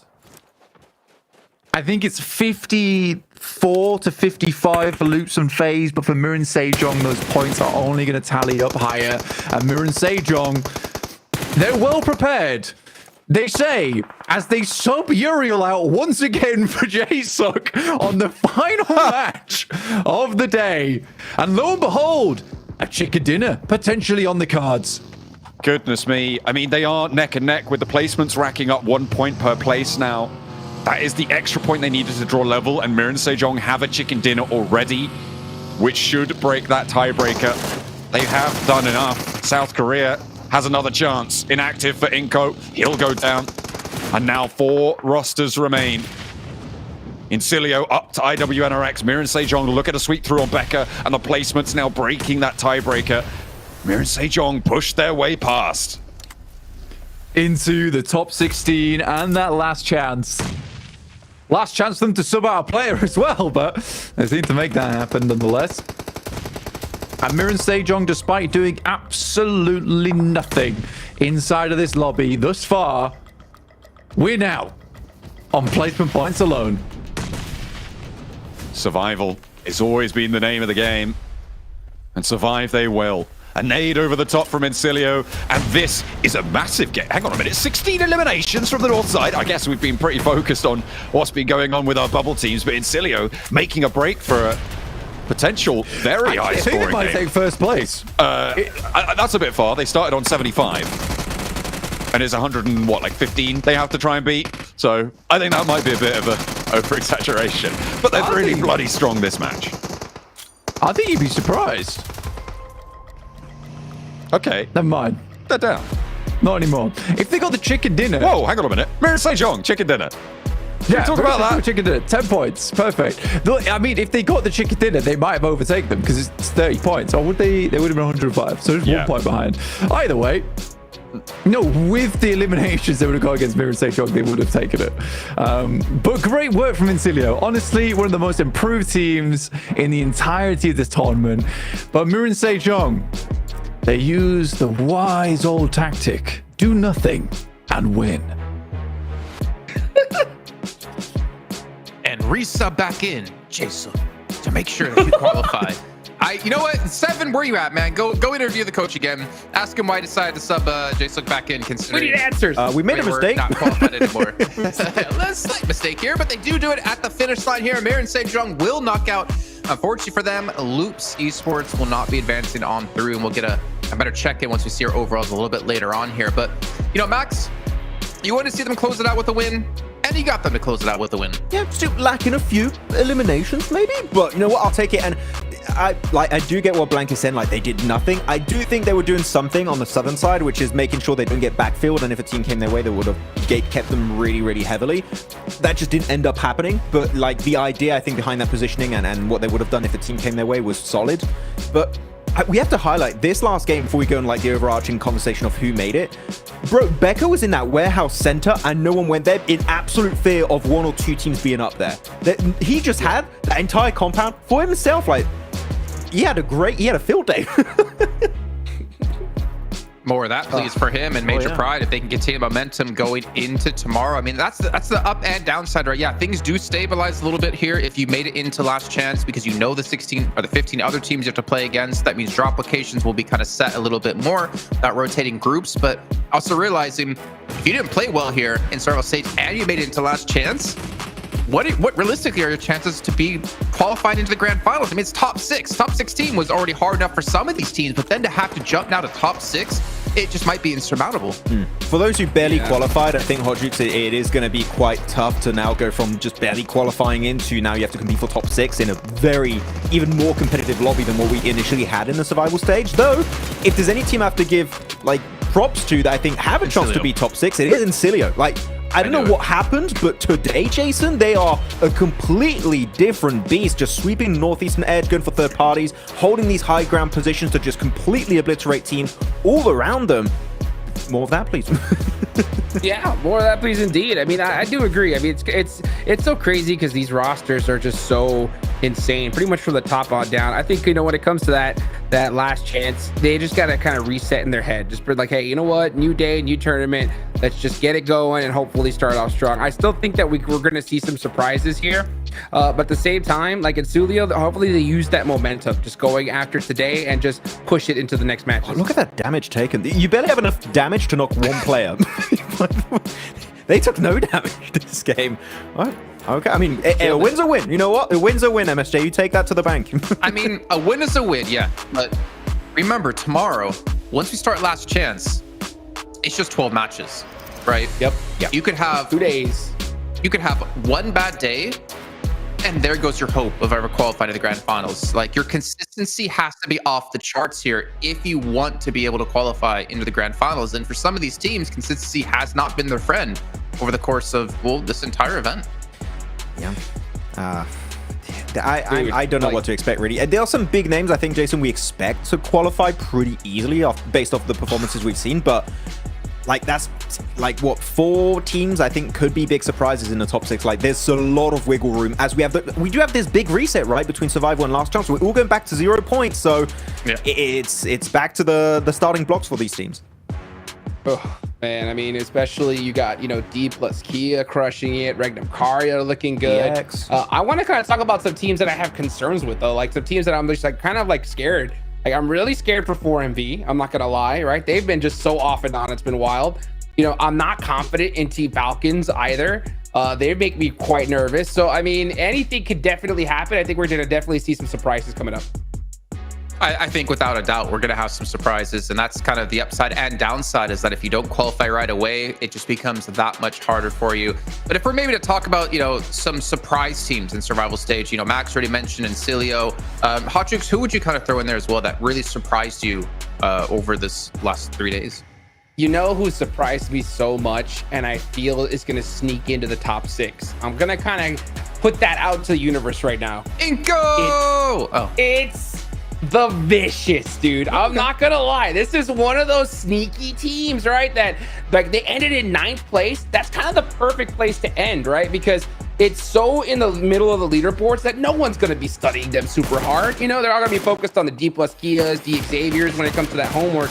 And if you don't keep an eye on this squad, they could definitely sneak one of those spots. I mean, Max, considering they got in because Twisted Mind Brazil couldn't play, I don't think anyone had the Vicious on their radar. But we also saw them back in Group Yellow. Like, they were in 4th place for, I think, like 2 days in a row. Like, this was a team that definitely caught a lot of us off guard. I'm kind of surprised, and I almost want to see them qualify, because I think that would be ridiculous for their first run here at PMGC. Yeah, I mean, Demonod in particular, as an individual player, really impressed me for the Vicious. So, yeah, I mean, for a team, as you said, Jason, that was not supposed to be here, this is a way better performance than I think 99% of the audience would expect out of this squad. So, we'll see how it's going to go in hopes of reaching top 6, but really, I have the impression, Jason, after all of these weeks now of this PMGC League stage, so many teams have significantly improved, taken every single day like a school day, and just added what they've learned to their strat, to the way they rotate, to the way they fight, and have improved significantly. 3 teams that I have in mind right now that I'm telling you could be a threat going into tomorrow's matches and also in the last day on Sunday. RCB, Voin Donkey ID, and of course now Incilio. I don't know what the hell happened, but they have improved at an insane rate that they could literally could be competing for a spot in London.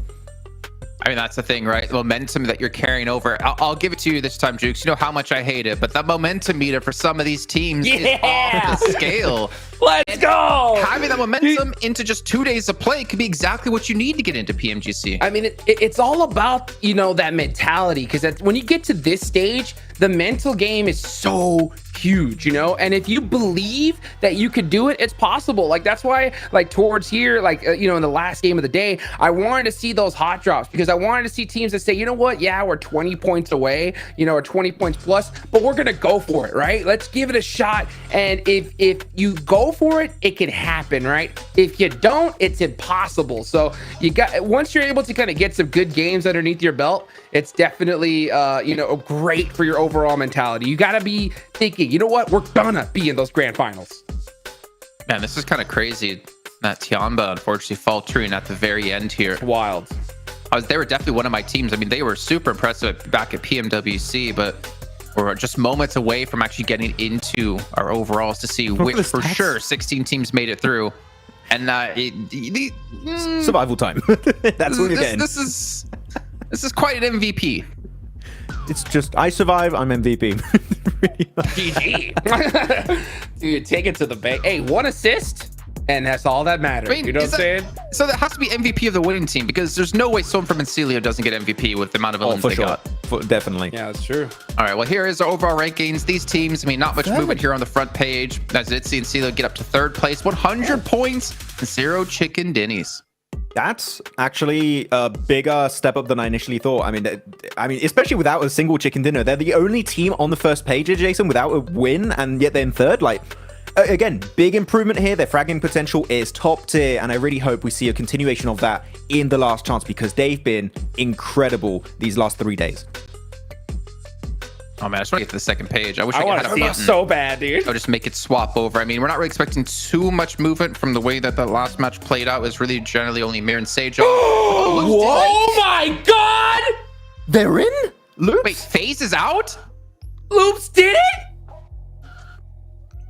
My god! It's too strong! There's no way! Wait, They won the There's no tiebreaker. way! Tiebreak? They won the tiebreaker, yeah. Same points, no chicken dinners, but they had more placements for loops. It came down to a tie. 1 point, folks. Once again. Are you kidding me? And I think the funniest thing is, wasn't the predicted bubble like 55 points? It was. It was on the money. The dot. FaZe didn't make it. Are you serious? Oh wow! We say it many times, right? The tiebreakers are going to be of the essence, and it was here, Jason. That 1 point, just thinking back, right? This must be the most frustrating thing if you're FaZe. Like looking back, that like 1 limb that you could have confirmed but you didn't, cost you getting into last chance. That hurts. That 1 rotation, that 1 crash, that 1 misstep, that 1 person dying on your own team, potentially causing you to get into grand finals. Into last chance. That's crazy. But then again, it's not just them, right? It's Tiamba, Team Queso, Inko, Vampire, IA, G-Roy, and Zeus as well, who unfortunately will not advance on any further in the event.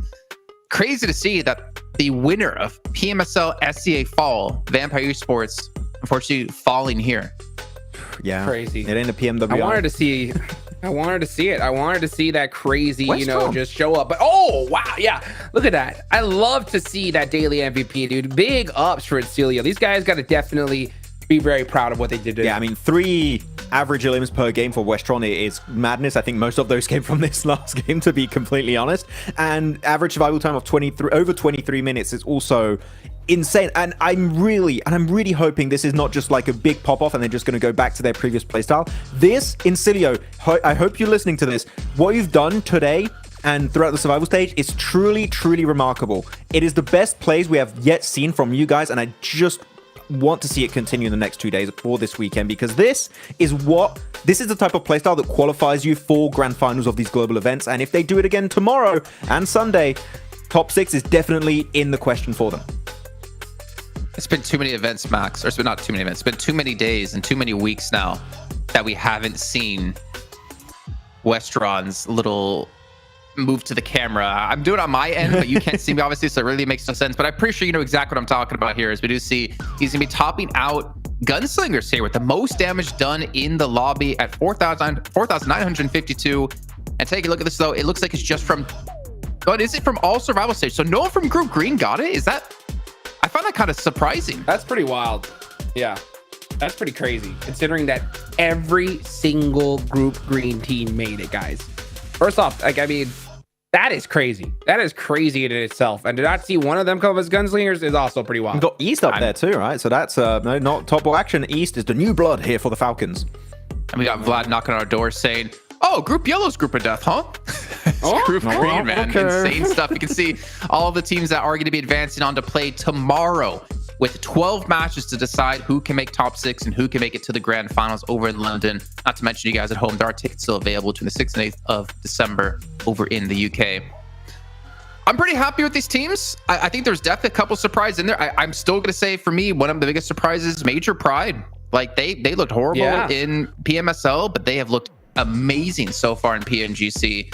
But I really could not tell you with certainty really any of these teams are going to qualify with how crazy these lobbies have been. I think I have maybe 1-2 teams that I'm like, I think are going to make a top 6, and a few teams that like, I don't think they're going to qualify. But in the middle of the pack right now, Hot Jukes, there's so many questions to be really asked. I know, I mean, we'll have a good idea of what to expect going in the first day tomorrow of Last Chance, but man, good luck predicting all 6 teams, because no clue. Who's the feeder teams, man? You know, like normally you look at like a lobby, like, okay, there's like maybe 1 or 2. Okay, well, Hot Juice just went straight into it. My intention was to say there's really not many feeder teams. Like you're getting into a lobby where everyone is so closely matched. Yeah.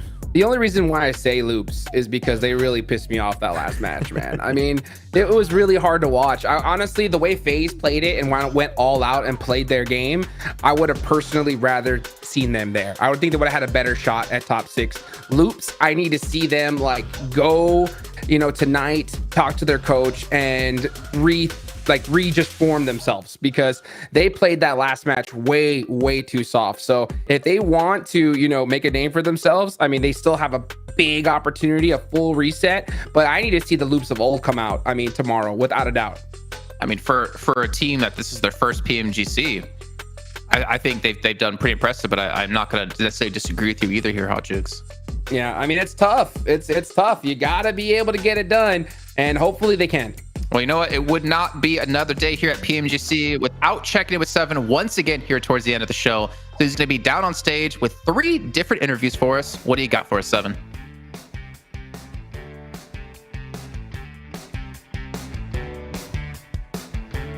I'm joined by none other than Paraparajin Perigin from DX, finishing in first place. They just put up such an amazing performance. How confident is the team feeling going into Last Chance, especially with what you guys did here in Survival Stage? Hôm nay các bạn đã thi đấu có một màn trình diễn rất là ấn tượng. Vậy thì bây giờ khi các bạn vào vòng Last Chance thì mức độ tự tin của bạn là bao nhiêu? Em nghĩ thì sự tự tin của tụi em tầm khoảng 50% thôi.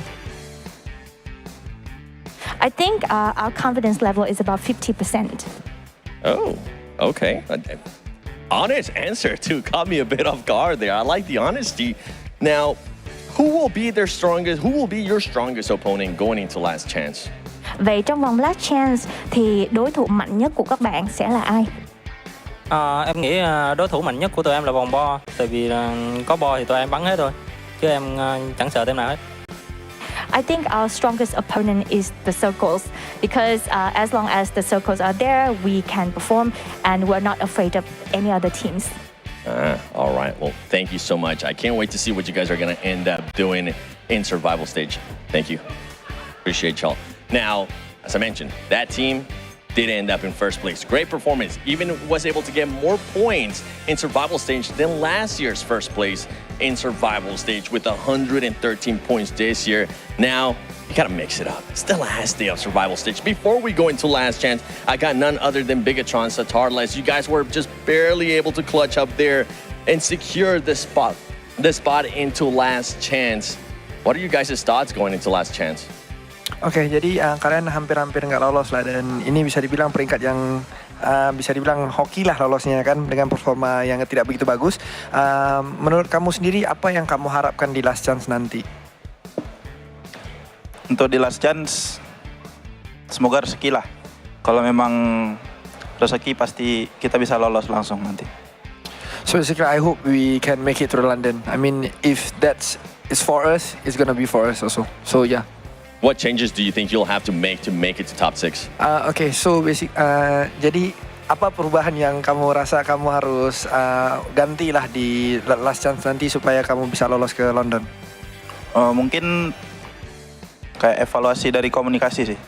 Kita bisa lebih komitin lagi nanti untuk di last chance. Semua kita hantam lah. Okay, so basically our biggest homework that need to be done is fix our communication. I think that's the most important part, and yeah, we're just gonna crush the last chance. Hold on, and one more, just because I gotta channel my inner Dennis, all right? What do you think is gonna be their strongest Indonesian team? You guys or Voin Donkey ID? Oke, jadi ini pertanyaannya cukup bagus sekali. Di manakah tim yang manakah menurut kamu tim terkuat Indonesia saat ini? Tim Begatron ataupun Voin Donkey? Untuk itu sih dua-duanya sih, karena dua-duanya lolos ke last chance. I think for this question, I think both of us is the strong team in Indonesia because both of us qualified to last chance. Smart man. Thank you so much. I appreciate the answers out of you guys. Now, hopefully we'll get a chance to see what that team is going to be doing in last chance as they were able to get that 15th place. And I want to get a chance to talk to none other than Loops Rafinha, because you guys were just barely able to edge that 16th place, finishing with the exact same points as FaZe, but being able to just clutch up in the tiebreaker. What are the changes going to be from this team going into last chance? Então, falou que vocês basicamente chegaram aí, ganharam por causa da diferença do placement points com a FaZe. Então, quais as mudanças que vão fazer para a final? Com certeza nós teremos alguns spots melhores, concretizarmos isso, né? Talvez alguns spots nós já utilizamos, então isso vai facilitar. Mas acima de tudo, acho que o nosso mental, assim, entrar, a gente tá aqui, a gente tá conseguindo tudo. É sempre na última partida, mas, acontece, a gente tá conseguindo, a gente tá chegando lá.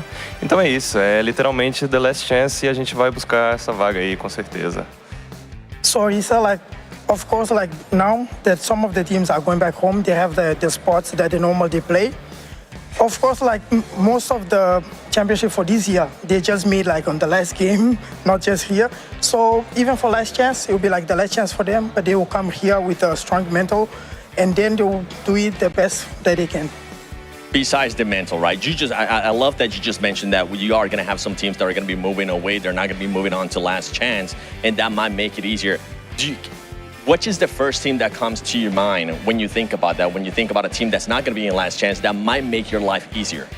Então, das equipas, como você falou, que algumas das equipas não vão estar aqui, qual das equipas que não vai estar aqui que você já pensa que vai facilitar o vosso jogo para amanhã?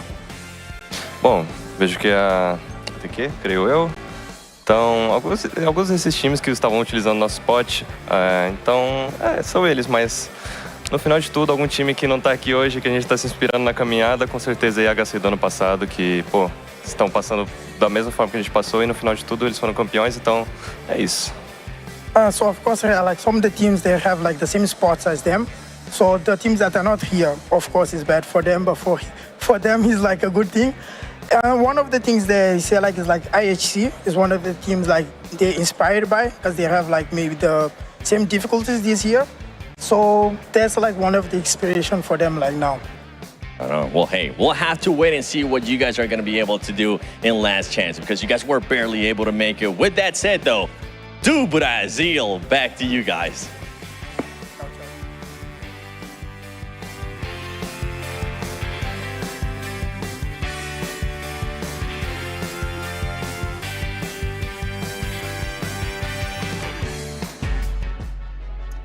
it wouldn't be an event with 7 Worlds Gaming if you didn't get at least one least to one. Brazil. You need one for sure. Honestly, I love those answers from Luke's right there. I mean, it really just reinstilled confidence in me with that squad because, you know, they said, don't judge us on our last game, right? We're going to go ahead and make it happen. So I like that confidence. And yeah, it is their first time here. They've now experienced what it's like in that last match. So I hope they definitely realize just, hey, how much you can't depend on it. You really can't. You know, you gotta act like it doesn't exist. Yeah. Don't know. Oh, I really wanted to say something mean to Max, but you guys did cover for me earlier today, so I won't say it. Before we do head off from the show and get things ready to go tomorrow, once again, the official phone provider here at PMGC is the Infinix GT20 Pro. I really hope Max did not put up on his phone what I told him not to do. No, just got my favorite wallpaper. It's blank. Love it. With this 120 FPS and 144 hertz AMOLED screen, you too can play like a pro. Unless you're hot jukes, because then you were already pro, but you're no longer a pro because you don't have an Infinix GT20 Pro. Pro. Also, we still have tickets available for the Grand Finals over in the UK between the 6th and 8th of December. Make sure to come in and watch your favorite teams play up against each other so you could be crowned the best in the world here on, well, at the end of the year, funny enough, before we kick off into things 2025. I'm actually really excited to see what's going to happen with the esports roadmap for next year. Of course, every year at PMGC, Mr. James Yang is going to be there. Winner, Yes! chicken dinner. Oh, I love James Yang, dude. Every time that man talks, it's just like, oh, the best things possible are coming. So I'm excited. I'm excited to see what's going to be happening with PMSLs, you know, PMGO, if we're going to have PMWC again in Riyadh. Like, all of that is going to be super fun to see. The roadmap is the best time at the end of the year, Jason, to wrap it up. Of course, next year plans are always going to be interesting to hear, but we have to finish this year, which means we have to get through last chance to find our final 6 teams, which means we're going to be ending off the show so we can get things ready to go. Hope you guys have a good one. We'll see you tomorrow at the same time for some more Pogi Mogi action.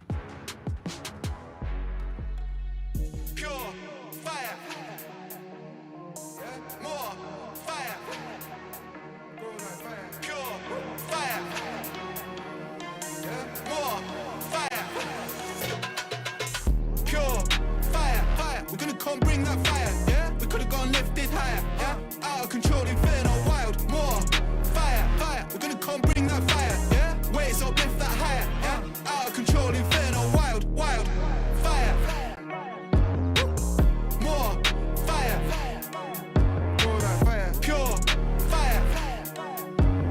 Yeah, pure fire. Grow that fire. We've been getting real lit with the way we ride. Make a move and we dip, we can meet west side. In the dark as a bitch with the flame ignite, yeah. It's a bag full of bricks getting switched tonight. Pure fire, ripping the drill, bringing the heat and you know that the deal. Getting the goal, baby, you know that the real. I'm gonna complain that I'm laying the field, yeah. Taking the block, breaking inferno, we're breaking the lock. Selling our beats and we're selling the lot. Bending the heat and we're ready to pop. Pure fire, we're gonna come bring that fire, yeah. We could've gone lift this higher, yeah. Out of control, inferno, wild, war. Fire, we're gonna come bring that fire, yeah. Waves up, lift that higher, yeah. Out of control, inferno, wild, fire. Yeah, more fire. Grow that fire, pure. Yeah, pure fire. Grow that fire, pure fire. Ripping the drill, bringing the heat, and you know that the deal. Getting the go, baby, know that the real. Gonna confess that we're doing the feel. Taking the block, bringing inferno, we're breaking the locks. Bringing the heat, and we're bringing the heart. Pure fire. Yeah, more fire. Grow that fire, pure fire. Yeah, pure fire. Grow that fire, pure fire. We're gonna come bring that fire, yeah? We could've gone lifted higher, yeah? Out of control, inferno, wild, more fire. We're gonna come bring that fire, yeah? Waves up, lift that higher, yeah? Out of control, inferno, wild, pure fire. Pure fire.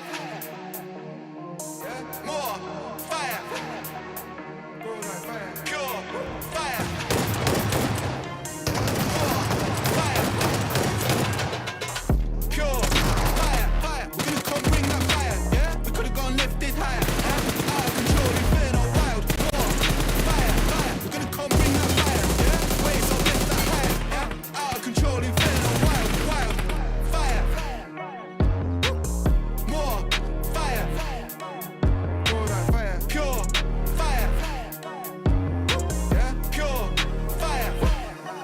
that fire. We been getting real lit with the way we ride. Make a move and we dip, we can meet west side. In the dark as a bitch with the flame ignite, yeah. It's back for the bricks, getting switched tonight. Pure fire, ripping the drill, bringing the heat, and you know that the deal. Getting the flow, babe, you know that the real. I'm gonna confirm that I'm laying the field, yeah. We're taking the block, breaking the pen, and we're breaking the lock. Selling our beats and we're selling the lot. Blending the heat and we're ready to top. Pure fire, fire, we're gonna come bring that fire, yeah. We could've gone lifted higher, yeah. Out of control, inferno, wild, more fire, fire. We're gonna come bring that fire, yeah. Wait, so lift that higher, yeah. Out of control, inferno, wild, fire, fire, yeah. More fire,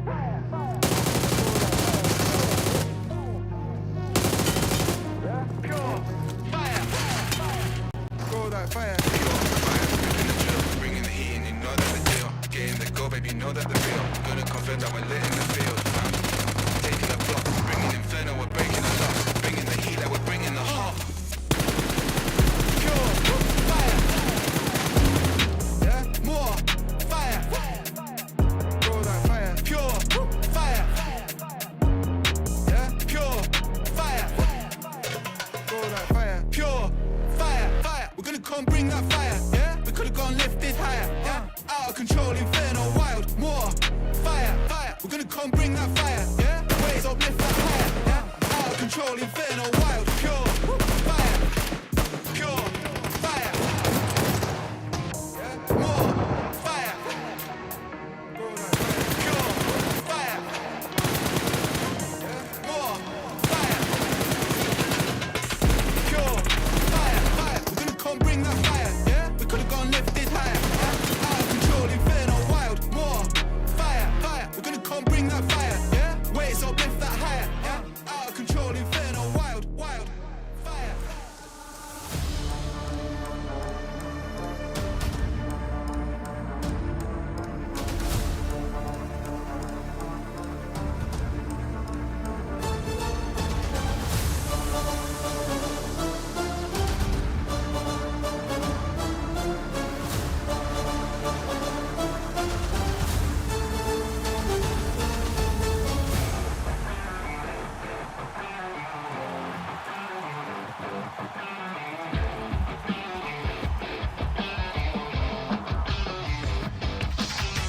I saw a heap of airdrops down the lane. Searching the field, we need a plan. I got a feeling something's gotta change. Chasing the wind, no matter what it takes. You be the one, I'll be the next. Where do we go? Clickety clack, firing up like wind blown. You don't wanna lose, neither do I. Hearing the siren that has never changed. Out in the world, run from the low. I got your back, you're not alone. Flare up, even at the lowest step, nothing's bending us down. Dance up, blaze brighter with every challenge we face. Ignite, let the glow of my roar overshadow the darkness of our glory. Never thought of giving up, it's never ending. Some of us got too lost to find the path. Some of us had way too much pain. I understand, but hopelessness goodbye. Warriors are meant to rise and shine again. You're stepping down, I'm moving up, put on a show. Clackety click, last minute countdown. You wanna survive, just stay alive. Rising up in the zone, champion is for the top. With my crew strong, facing the storm. Standing as one, we carry on. Flare up, even at the lowest step, nothing's bending us down. Stand up, blaze brighter with every challenge we face. Ignite, let the glow of my roar overshadow the darkness of our glory.